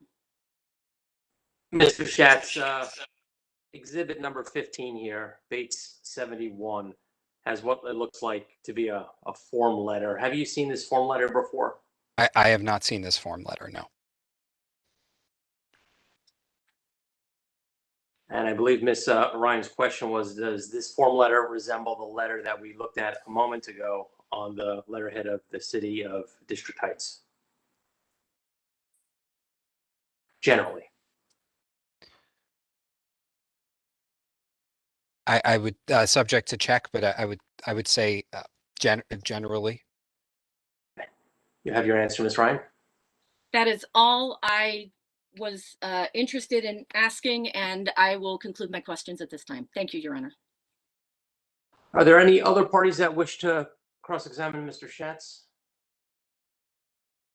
Seeing none, Mr. Seegers. Very, very briefly, Your Honor. Mr. Schatz, do you recall being asked questions by counsel from Montgomery County concerning the company's use of the 3,000 Kelvin temperature lights? I do. Can you tell me if the company offered of more than 1 Kelvin temperature lights, what would that do to the cost of the program? I would expect it to increase the cost of the program to offer more than one color temperature. Okay. And do you recall the questions you were just asked by OPC Counsel Ryan concerning the community support for the LED streetlight initiatives? Yes. Can you tell me, are there any municipal interveners in this proceeding who have filed testimony supporting the LED streetlight initiative? Yes, I believe so. I believe there there is general support from Prince George's County. Okay. Thank you very much, Your Honor. That's all I have. Do any of the commissioners have questions of this witness? Commissioner O'Donnell? Just very briefly, Mr. Chairman, Mr. Schatz, been a long afternoon. I appreciate your patience and everybody's patience, but help me understand. We have separate docketed cases for the various utilities and power programs. We approve a 3-year cycle and we do biannual updates. Why does the Empower program belong in this rate case and not under that separate docketed case for Empower? And that way you can evaluate the totality of the impact on Empower program. Yes, Commissioner, we did file this program as part of the Empower filing last year as part of this 21 through 23 cycle. And it was I believe it was the Commission's order that stated that it was not going to address it in that case. And so we made sure to include it and amend our application in order to include it here as part of this filing to be considered as part of the full program. So it was in that Empower proposal. Did we order the company to bring it back in a rate case? I think the company stated at the time that we would make efforts to include it in the initiative as part of it, since it was both a part of the initiative as spelled out in the multi-year plan and in the Empower filing. So its consideration, we sought to make sure its consideration was in this proceeding as well. I think if my memory serves me correctly, we didn't want to prejudge a pending rate case provision in an Empower proceeding, but I'm asking a different question. So I don't know, maybe I'm remembering it wrong, Mr. Chairman. I'll let it go. I'll pursue it to refresh my memory elsewhere. You have an Empower hearing coming up next week. Commissioner Herman.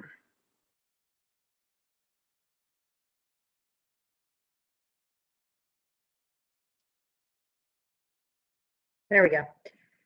Just 2 quick questions. Mr. Schatz, on page 15 of your direct testimony, you have that deployment timeline? Yes. Okay. And it says that in Q1 of 2021, you're going to issue an RFP and award the field survey. Have you done that? We have not issued that RFP yet. We are planning to release it in the coming months. Okay, thanks. And with respect to the smart sensor pilot, what's the utility nexus between gunshot detection and between utilities and gunshot detection?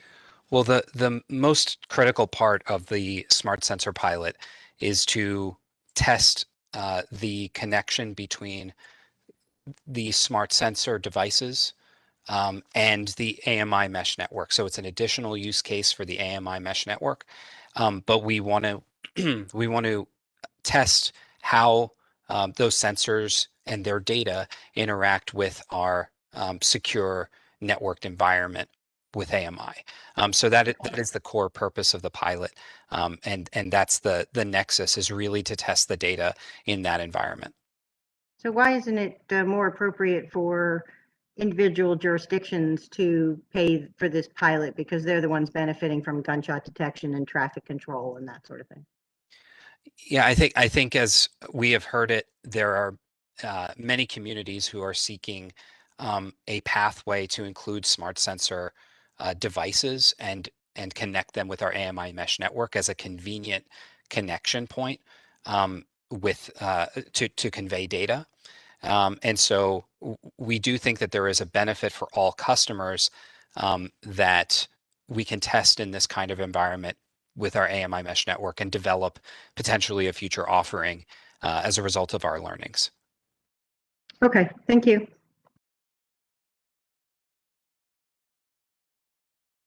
Commissioner Linton. Thank you, Mr. Chairman. Good afternoon, Mr. Schatz. I had a couple of questions for you regarding some comments that the commission received at our evening hearing on April 15th regarding this case. So, are you familiar with that evening hearing? Were you there? I was listening in. Yes. Okay, good. So we received some comments from a representative from the Chevy Chase Council. Among other things, she suggested that Pepco was not being responsive to requests regarding changes to their lighting. And she also suggested that the Pepco website, where customers would go to all concerns about light outages, things of that sort, that the site actually didn't work or wasn't active. So I guess a couple of questions. First, if you could just generally respond to the concerns that Ms. Grease raised regarding the company's responsiveness to local governments' concerns about their individual lighting, but also regarding the reporting system that Pepco uses for consumers. Curious about whether or not it's been down. Has there been some periods of time where it's been unavailable for customers? Just some general information about what's happening with that system. Yes, understood, Commissioner. I can't speak to the specifics of that one customer case. I can assure you that the company is very responsive to customer requests for new lights. If they're interested in adding new street lights, converting new street lights, we do have processes in place for that, both through our government and external affairs team and their outreach to customers, as well as from our business unit that performs the actual upgrades. So while I can't speak to that particular situation and circumstance, I can assure you that there is a robust team that does receive these the outreach from customers and is responsive to them. And it's our goal to make sure that customers have the ability to convert, especially to this new and beneficial technology. As far as the reporting on the website, I have not heard of an outage on the outage website, as it were, but have visited that website several times in preparation for the launch of this initiative. But it is something that is extremely important to us, that we're transparent with customers about the current status of our lights, the outages that are taking place. And in fact, I think that is one of the benefits of this initiative, that we will have the two-way communication from the smart nodes to be able to get greater visibility into the streetlights and have a much better sense of their current status and asset health to be able to prevent outages where we can. So I do think that, again, I have not seen an outage to that website. If there is an outage to that website, we do have vendors and we follow up with them to ensure that that is up and running, because transparency is extremely important to us. All right, thank you. I appreciate that. So, and I know you're not the IT person for Pepco, and so this may go to Mr. Seegers instead. Do you have data regarding the number of consumers using the website, specifically this section? I'm not talking about the whole site, but just the traffic that's going to this area, this section of the site, and if there's been some downtime. So something along those lines that the commission could review. Yes, I don't have that information available on hand, but I could certainly look into and check to see if there has been traffic or any issues that have come up. We are certainly able to follow up on that. Good. So I guess thank you for that, Mr. Schatz. And so, Mr. Chairman, I know we don't have any on the record data requests yet. I think this might be the first, but I'd like to request that the company respond with any information regarding downtime on this website, just on the streetlight section, not the entire site, for the past 12 months. During that period of time, if there's been outages for a period of time, or if the site for some reason has been inaccessible to consumers or people who would like to use it for purposes of reporting that there's lights that are out or not working. And that was a concern that we heard raised a couple of times, actually. I only referenced one speaker, but I believe I heard it at least 3 different times. So we will treat that as a bench data request, Commissioner Linton. Thank you very much. Thank you, Mr. Chairman. That's all I had. Commissioner Richard. Yeah, can I just ask one question about the smart node? How important is it to the overall program to include the smart node? Is it possible to make that an option available to the communities as you're talking to them? Because it just, from attending the public hearing and reading some of the comments, it seems like that is one area where there was maybe a little less support than the general support for conversion to LED lighting. While there certainly, it is possible to install an LED streetlight without a smart node and it function as an LED streetlight. However, the addition of the smart node, particularly as we go and do a single truck roll to deploy the lights, if we ever wanted to in the future put smart nodes out there into the field from a customer request or additional initiative, that would require a second truck roll. So we think this is a really good time to do so, to be able to provide a connected technology to the street lights. And this is not without precedent. There are other communities or other jurisdictions in other states that have approved smart street light proposals. As to the functioning of the light, I do think it is a huge enhancement to the reliability of the street lighting system, to be able to see the asset out there, gain that visibility, and be able to address outages before they occur, and improve our response time. So while it is possible to deploy an LED street light without a smart node, I do think you lose many of the benefits of the smart node systems that we have put forward here today. And I know that some of the comments that were in the public hearing were around, concerns for the connected aspects of the smart nodes.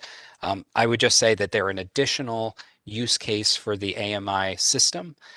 They are safe in operation, and we look forward to bringing this kind of technology to communities, and especially, again, saving that one truck roll to be able to maximize the benefits, the costs and the benefits of the program. Okay, but we did hear from some communities that specifically said they did not want the smart node. So am I hearing you say that could be an option then we could offer, or you could offer, I should say, to not have that? And I guess the other question I would have is, what would the difference in cost be? I mean, would that reduce the cost of the overall program if we did an LED replacement without the smart node? If we did not have the smart node as part of the program, it would reduce the budget of the program. That's true. But it would also reduce the benefits of the program because of the savings in the truck rolls. Again, if we put the smart nodes out there as an option, the cost per smart node, I think, would increase as it is an option, and we would have to run that second truck roll in the future. So the additional truck rolls, the truck roll emissions impact, and everything associated with that truck roll and cost would be implicated. I don't think it's the company's position that we want to maximize these benefits, and doing it in this wholesale manner with the smart nodes and the lights at the same time does that. So I would just stress that that this is the pathway to ensure that we are able to bring a smart two-way communicating technology at a cost that reflects all of those efficiencies. Okay, and what would the difference in cost be? I mean, I don't know if you have the exact numbers, but would it be a 20% less, 50% less? Do you have just a general ballpark what the impact on the program would be if you eliminated the smart nodes? I'm not sure. I would have to do an evaluation of that cost and assume a certain adoption, because there are some communities that are looking for the smart nodes and are looking for smart nodes and the smart sensors, I should mention. But I would have to run an additional analysis to be able to tell you with certainty. Okay, I'd be interested in seeing that. Just perhaps you could have a basic option of just getting the LED, then with the smart node, and then smart node plus the sensor. That may be good to see what the costs are, and maybe those could be the options available to communities. But anyway, thank you, Mr. Chairman. Thank you, Mr. Schatz. Just a question.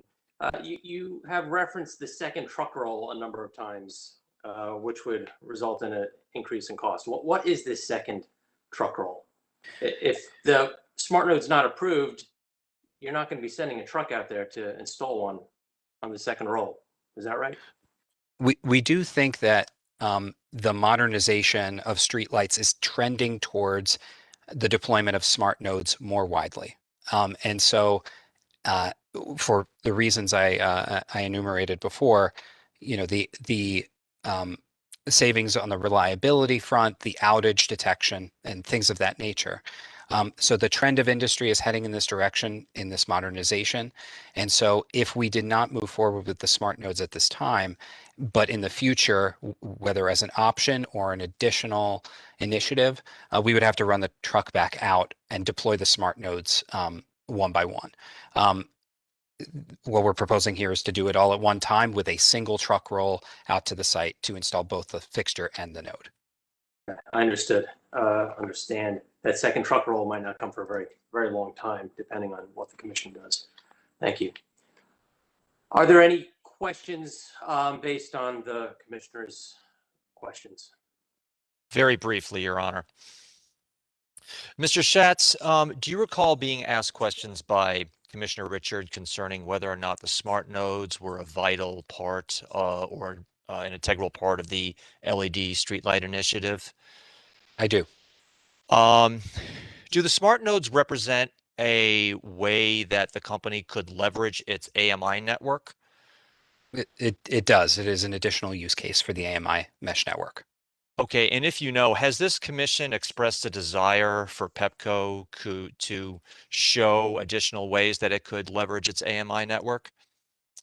It's my understanding that yes, the commission has encouraged these additional use cases.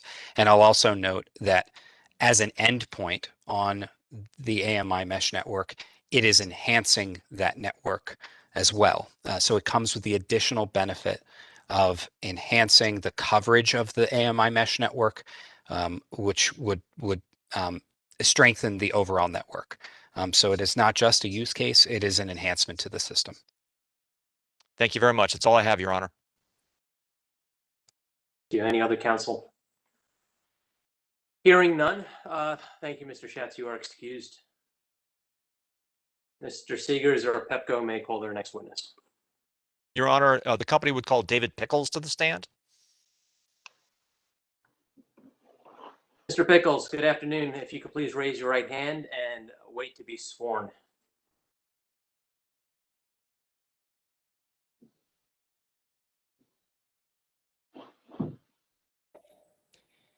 Sir, do you swear Yes. under the penalties of perjury that the testimony you're about to give in the matter now pending is the truth, the whole truth, and nothing but the truth?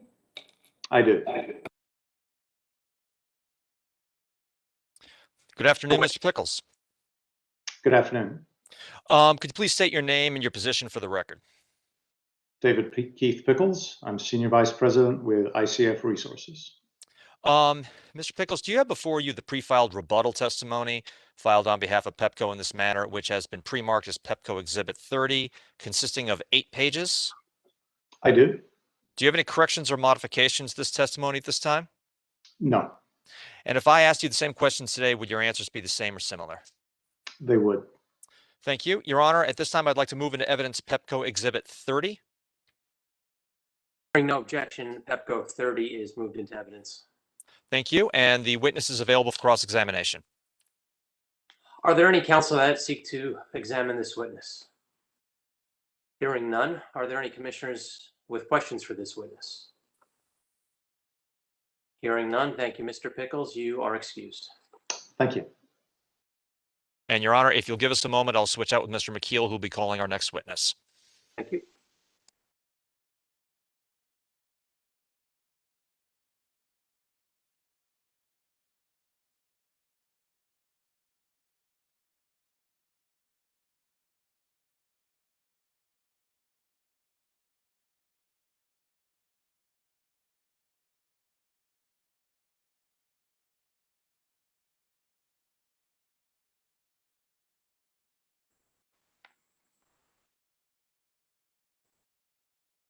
This is off the record. For planning purposes for the remainder of the day, this will be the last witness that we're calling. We'll begin tomorrow with witnesses Bonikowski, McKenzie, and Warner.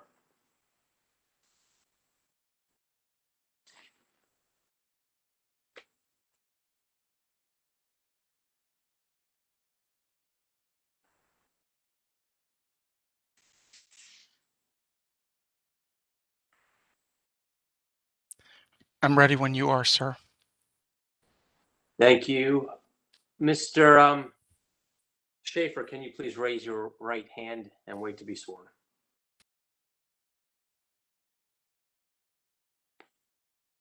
Do you swear and affirm under the penalties of perjury that the testimony you're about to give in the matter now pending is the truth, the whole truth, and nothing but the truth? Yes, I do. You're a witness, Mr. McKeel. Thank you, Your Honor. Mr. Schaefer, have you caused to be filed with the commission your direct testimony that I asked be marked as Pepco Exhibit 31? Yes, I have. And do you have any corrections or additions that you need to make to that testimony, sir? Yes, I do have a minor correction for a title change. Okay. Could you tell us the page and line number there, sir? Yes, on page 1, the line is 3. Currently reads Principal Regulatory Analyst. I am a manager of rate administration. Okay, manager of rate administration. Do you have any other corrections you need to make to your direct testimony, sir? No, I don't. And if I asked you those questions, would your answers be the same or similar? Yes, they would. Have you also caused to be filed what I asked to be marked as Pepco Exhibit 32, the rebuttal testimony of Lance K. Schaefer? Oh, Lance C. Schaefer. I'm sorry, Lance C. Schaefer. No problem. Yes, I have. And do you have any corrections or additions you need to make to that testimony, Mr. Schaefer? Yes, I do. And could you tell us the page and line numbers? Yes. The first correction appears on page 4, line 3. At the very end of that question, there are 2 words, whether normalized. Strike those words and replace them with the words actual demand. Okay. Any other corrections?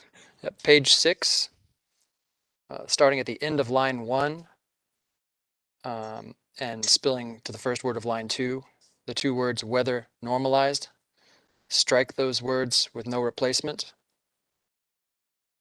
Any other corrections, sir? Yes, a final correction on page 8. And this is around line 23. It's on line 23. So right after BGE, currently reads neither employs, strike neither employs, and replace with does not employ.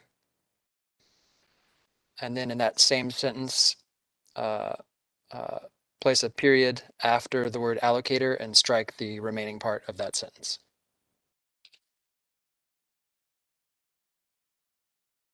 And that's on page 9, lines 1. Yes, that was the one that spilled over to page 9. Thank you. Yes. Okay. With those corrections and additions, if I asked you the questions contained in Pepco Exhibit 32, would your answers be the same or similar? Yes, they would. All right. With that, Your Honor, I would move the admission of Pepco Exhibits 31 and 32. Hearing no objection, Pepco Exhibits 31 and 32 are moved into evidence. Your Honor, I have some limited live rejoinder, and we did send around just so people could, hear what Mr. Schaefer is proposing to be added. So I think everybody has that email. I just wanted to confirm that, Your Honor. Yes, Ms. Marcia Alexander at Pepco sent that to the commissioners at 2:02 p.m. this afternoon. You may proceed. Thank you. Mr. Schaefer, regarding the sir rebuttal testimony of staff witness David Hoppick, he notes on pages 21 and 22 that the company agreed in staff's DR 105-2, 105-3, and 105-6 to include language regarding streetlight ownership in the company's proposed schedule SSL-S-OH-LED. Did you agree to include these additions? Yes, I did. And do you have any further comments regarding those additions? Yes, the language was adding the language that witness Hoppick suggested adding and that I agreed to adding is similar to language. It's actually the same as language on the current tariffs SSL-OH and SSL-OH-LED. Now, one of the passages that Mr. Hoppick suggested be added to the new proposed tariff SSL-SOH-LED, I believe needs to have a bit added to it in order to correspond perfectly to the existing tariff language. And what that section is, Mr. Hoppick suggested adding the following sentence: as discussed under character of service, if the customer agrees in writing with the company, the customer may install their own streetlight and mount. Now, in our other tariffs, SSL-OH and SSL-OH-LED, the 3 items that the company would still have to perform in that case when a customer is going to install streetlights that they own are listed on both of those other tariffs. I would also like to list those on this tariff to be consistent with the other 2. So these are costs for services that the company would still have to perform. And so I've suggested just adding the language that's it's very similar to what is in SSL-OH and SSL-OH-LED. The only difference is it's just reorganized. So that section would be the contribution in aid of construction shall include only the following estimated costs of connecting the new supply. 1, connection of the streetlight to the company-owned low-voltage overhead distribution system, plus 2, installation of replacement poles if required by either the company or another utility, and plus 3, tree trimming and adjusting company-owned facilities or the facilities of another utility in order to provide adequate clearances for the streetlight. And those 3 items, exactly as I just read them there, occur on schedules SSL-OH and SSL-OH-LED. So I believe that adding that language, in addition to the 2 sections that I agreed to add that were suggested by witness Hoppick, would make this lining up of the tariffs complete. And you're aware that we sent that language around to all parties and the commissioners? Yes, I am. With that, Your Honor, I would tender Mr. Schaefer for cross-examination. we have a number of parties seeking cross-examination. I think we will start again with Montgomery County. And again, a reminder and admonishment that cross-examination is not to be used as a substitute for discovery. Questions that are designed to educate a party based on pre-filed testimony when the party had an opportunity to ask these questions during discovery will not be permitted. We'll begin with Montgomery County. Ms. Brendan. I will do my best, Your Honor. Thank you. Good afternoon, Mr. Schaefer. Good afternoon. You may have heard me ask some questions of Mr. Schatz, who referred me to you. Yes. And they are specifically about this section in referencing the surrebuttal testimony of staff witness Hoppeck that you were just referencing as well. So we may already be on the same page. Wonderful. So my questions are what the ramifications are of your agreeing to put in the language about customers being able to own their own streetlights. So I want to make sure that the language reflects what happens. Oh, okay. So, oh, sorry. Go ahead. I thought okay. that was the question. Go ahead. So you've already agreed to add the language that, and I'm assuming you have the language there in front of you. It is quoted in the response to 105-2, which is one of the data request responses that Mr. McKeel just referenced. And that is part of Mr. Hoppeck's survey. Do you need a moment, or you have the language? I believe I have this right here. If there's a specific, as you go on, if there's a specific line that you would like to cite. Well, I have a it's the surrebuttal right here. paragraph that starts, if the company agrees in writing, and ends with the supply circuits terminating at the luminaire would still be owned and maintained by the company. Okay, and I'm on page 21 just to make sure I'm on the same page that you are. Page 21 of Mr. Hoppeck's? Yeah, yes, Okay. Mr. Hoppeck's surrebuttal testimony. Okay. Great, thank you. I think it's just copied. It's also in the data request response. That's the language that I'm referring to. Yes, it's definitely the same language on both of those. So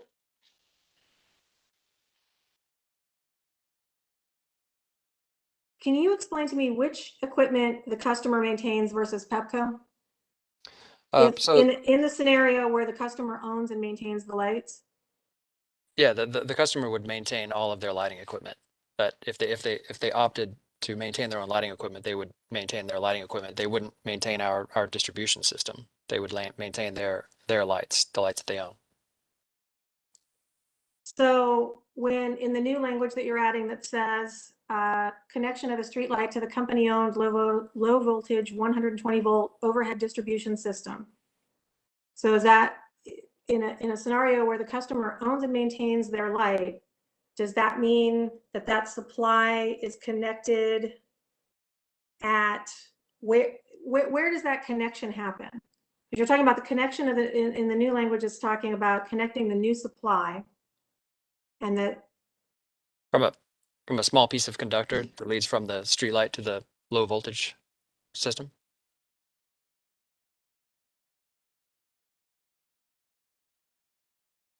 So on the, or just so I can understand the mechanism, what does the Pepco, you said that the customer would own and maintain all of the equipment. So that includes the luminaire and the bracket and the wire from the luminaire to the pole, all of that? Yeah, that's my understanding. Okay. And does this new language that that is being added, the connection of the streetlight to the company-owned low voltage overhead distribution system, does that change anything about that scenario? No. Okay. I believe so. So the language currently is in there that says the supply, well, it's in the current language in SSL-OH and SSL-OLED, but obviously not in the proposed one. That's what we've been talking about. Says the supply circuits terminating at the luminaire would still be owned and maintained by the company. Yep. My understanding of the So- supply circuits is the distribution system, our distribution system to deliver electricity to that light.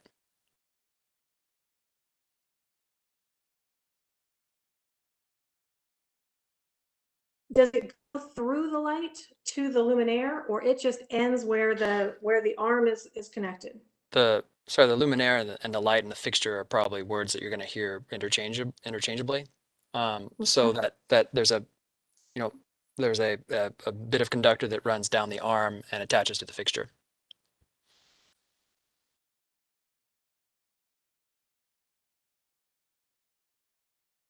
So does that bit of conductor, does Pepco's responsibility end where the whole fixture attaches? Maybe I'm using the wrong word. Is it the arm that attaches? So the arm attaches to the street lighting pole. So, and that is specified here that would be owned by the customer. Arm and bracket so here are the same language, by the way. So if the customer owns the arm / bracket, is there a wire that goes through it that Pepco owns? I believe that wire that goes through it, that conductor, I believe that would be owned by the customer. That wire. Sorry, I didn't. I believe that You're cutting out a little bit. I apologize. I believe that wire, that small bit of wire, would be owned by the customer, and that would be attached to the load, the distribution system by the company. Okay, so in the customer owned and maintained, the customer owns the arm, the customer owns the wire that goes through it, and Pepco's responsibility basically begins at the pole where where the arm is attached. Is that correct? Yes, yes. Okay. So the language that says the supply circuits terminating at the luminaire would still be owned and maintained by the company. Your Honor, at this point, that language has been in the record for quite some time, and I wanted to give Ms. Brennan some leeway to look at this new language. That's not really new in the tariffs. It's new in the particular LED tariff, but this is discovery. Objection is sustained. I will move on.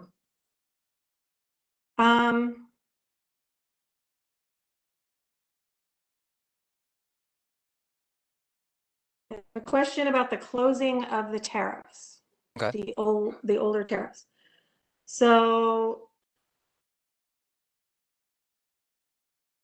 you're aware that the company has agreed to update the tariff to reflect customers' rights to own their own streetlights, correct?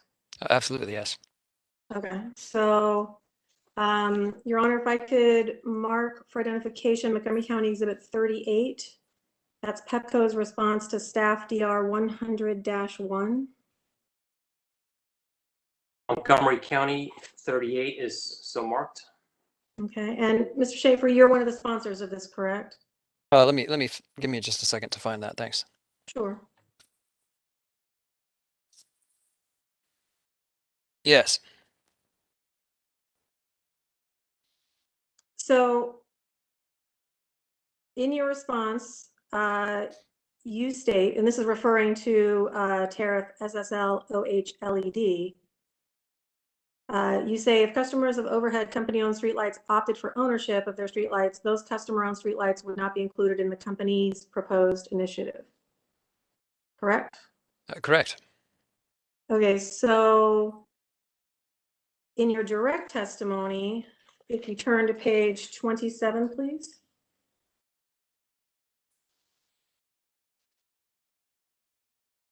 Sorry, what was that page number again, Ms. Brennan? 27. Thank you. Sure.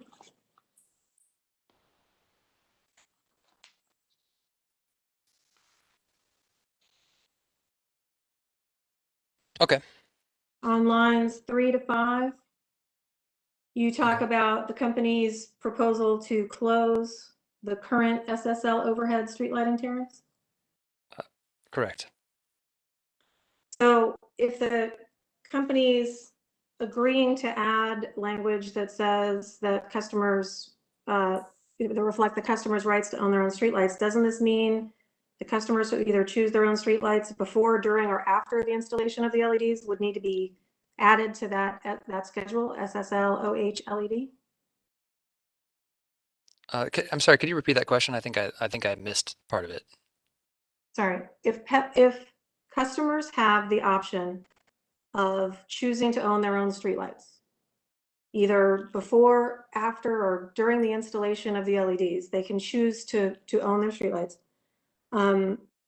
Wouldn't they still need to be added to that schedule, SSL OH LED? No. So if they own their own streetlights, they won't be under the new streetlight proposed tariff, correct? Right, a customer who would opt to own their own streetlights, for example, they wouldn't be on, they wouldn't receive a fixed charge for that unless they wanted to opt for company provided maintenance. So the closing of this schedule absolutely does not prevent customers from opting to own their streetlights.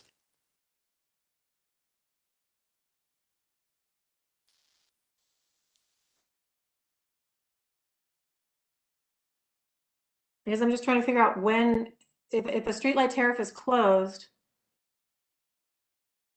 how does it work then from a tariff perspective if a customer chooses to buy their own or to own their own streetlights? Well, sure. If they were to opt to buy their own streetlights and then they're providing we'll look at this situation first. They buy the streetlights. They opt to buy their own streetlights. They own their own streetlights, and they're providing maintenance on their streetlights. Well, then they don't need to pay one of the charges on Schedule SSL, right? They would just be paying the charges on Schedule SL, which is an energy charge for energy delivered to their lights. So they would be paying for all of their own equipment, and they would be performing their own maintenance. And so there's not a charge on either one of those tariffs that you're making reference to here that they would need to be on. Okay. Thank you. Can I just review my notes for one moment, Your Honor?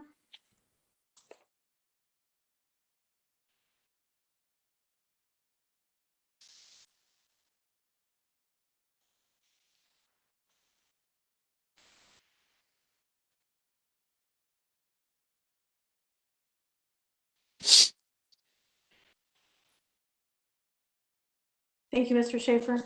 I don't have any further questions. Your Honor, I believe I need to enter Montgomery County Exhibit 38 into evidence. With no objection, Montgomery County Exhibit 38 is moved into evidence. We'll turn to counsel for Prince George's. Thank you, Your Honor. Mr. Schaefer, my name is James McGee. I'm the attorney representing Prince George's County. I have a couple questions for you. If you could please turn to your rebuttal testimony. Page 18, the last page. Okay, I'm there. So all three questions, I want to see if I can sum it up properly. This is a scenario where Prince George's County or any municipality asks for a new streetlight pole. And so if I understand these three question and answers correctly, the county would be paying for all of the hardware associated with it. Pepco would pay for the LED, and the county would then pay the energy charge associated with the LED on the new rates. Is that correct? I think you may have missed a few things there. Okay. So first of all, I want to confirm that yes, if there was a new street light, new street pole needed, that would be outside of the typical tariff charges that are on that tariff. So yes, there would be a kayak assessed. Okay. But you said that then that yes, and then the second part, the company would install that light, and we would recover that light through the charges. So there's no upfront cost for that light. And then your third statement is you said that the Prince George's County would pay energy costs. the energy costs are on Schedule SL.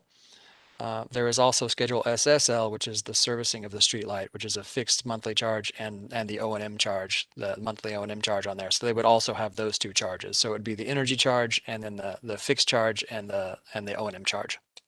Great. Thank you very much for clarifying that. Thank you. And then I think just one or two more questions. There was discussion in could be in your testimony too, but certainly in Mr. Schatz's testimony, and he referred me to you about coordination with customers and accommodation about the timing and deployment of the LED lights. And my question that I asked him that he deferred to you is that concept of that coordination with communities, is that captured anywhere in one of the proposed tariffs under the LED initiative? So no, it's not captured on the tariff language itself. So the language that would be specific to coordinating with municipalities in this initiative is not specified on our tariff, which has general language for the for the streetlights themselves, but doesn't have initiative specific language as far as timing or Okay. information on the field walk down. It's tariff language, but not not initiative language on the tariff. Okay. And I'm not asking you to commit to exact language today, but is Pepco opposed to the concept of that being added to the proposed tariff?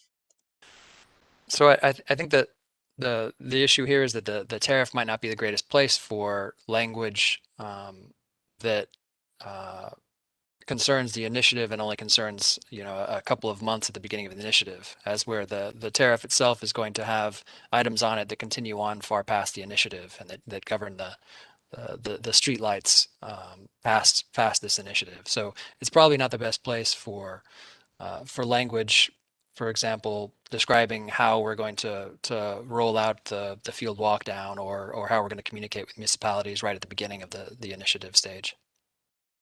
And this process, you mentioned a couple of months. So, I mean, ultimately the rollout will take several years. So I would imagine that maybe in year 2 or 3, you'll still be doing some of the selection process or the deployment schedule timing and things like that for other communities. Wouldn't you agree? So I haven't provided any testimony on the actual communication with the municipalities. I've calculated rates and of course worked on the terms and conditions, and so I don't have information about how we're going to coordinate with the municipalities.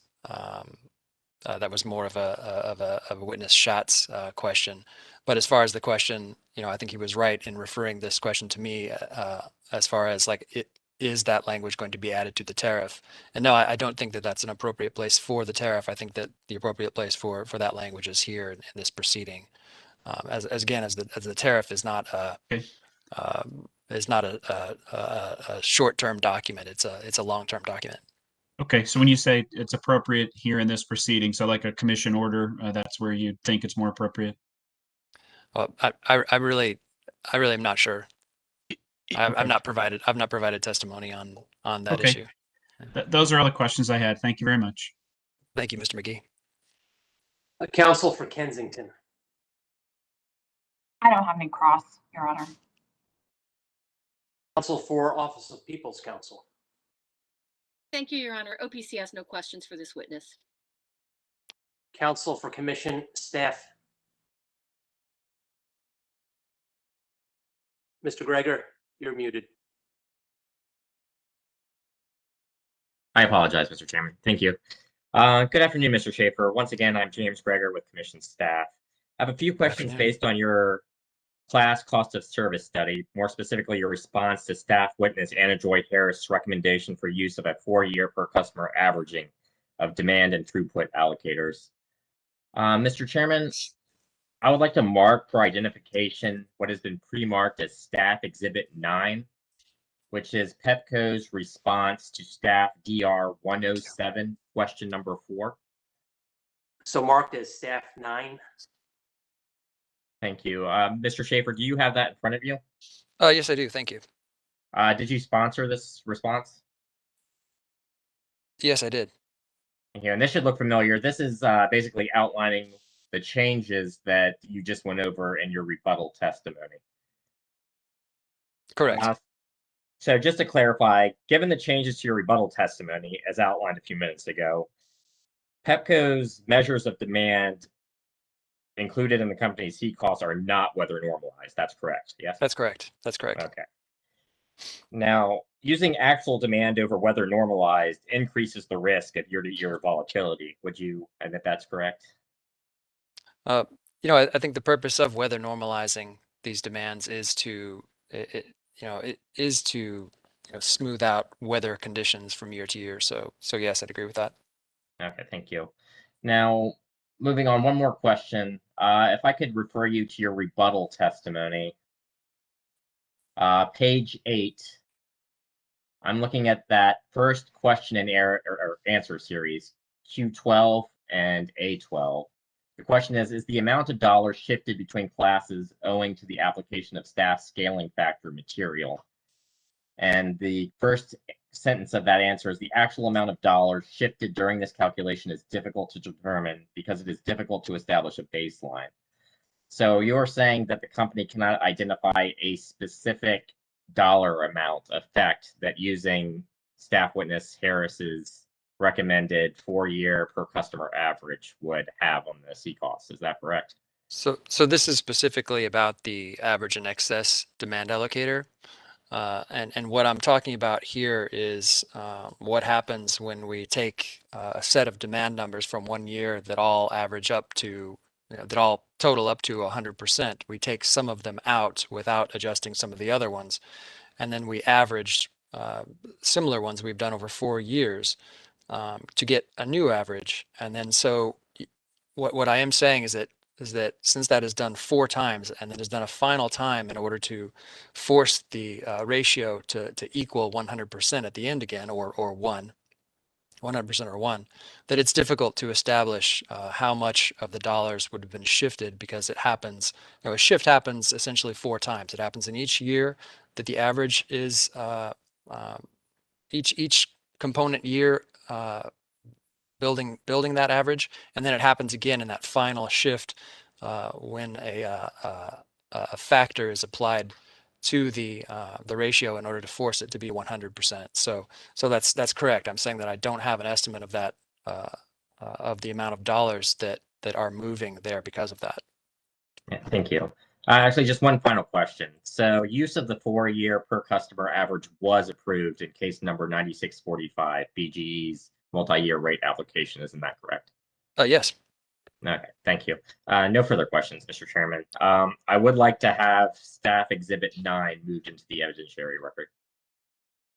Seeing no objection, staff exhibit number 9 is moved into evidence. Thank you, Mr. Mr. Chairman. McKeel. Thank you, Mr. McGregor. Mr. McKeel, any Yes, sir. redirect? No, sir. Do commissioners have questions of the witness? I don't see any. Mr. Chairman, just one quick question. Mr. Schaefer, if you know, what is the impact on Pepco's Empower surcharge for the Empower portion of this initiative? On the surcharges, the rates themselves, I'm not sure of, but I calculated the so I calculated the amount that I thought would be necessary, but the actual impact on the surcharge, I'm not sure of. I don't, just because I don't calculate the surcharge myself. Who would be the witness that would answer that question?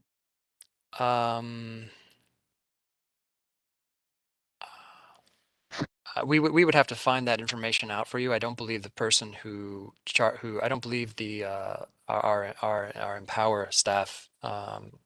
I don't believe anyone is a witness in this proceeding. So we would have to get that that impact for. Mr. Chairman, I'd like to make that the second bench data request for the day to get that information if possible. Any objection, Mr. McKeel? No, let me just restate that, Commissioner O'Donnell. I want to make sure we're getting you the information that you want. You want to know what the impact would be on approving our use of Empower funds on the Empower surcharge. Is that a correct statement, sir? That is correct. I want to know, so when we go through a normal Empower proceeding and we move components of the portfolio in or out, we get an understanding of the surcharge impact for the course of the 3-year plan, over individual adjustments during the biannual updates, et cetera, and I'd just like to know that here, if possible. Understood. I just wanted to make it certain I'm getting you what you want, sir. Will do. Thank you, Mr. Schaefer. You are now excused. Thank you. And thank you for all the witnesses that testified today. As I stated earlier, we will resume tomorrow with the examination of Mr. Bonikowski. Tomorrow, the commission will hold its regularly scheduled administrative meeting at 10 a.m. I don't expect that the meeting will be very long. We will resume this trial at the later of either 10:30 a.m. or 10 minutes after the conclusion of tomorrow's administrative meeting. So please stay tuned. For those participants, you'll be using the same WebEx link to access this virtual hearing room. With that, today's trial is now in recess until tomorrow morning. Have a good evening.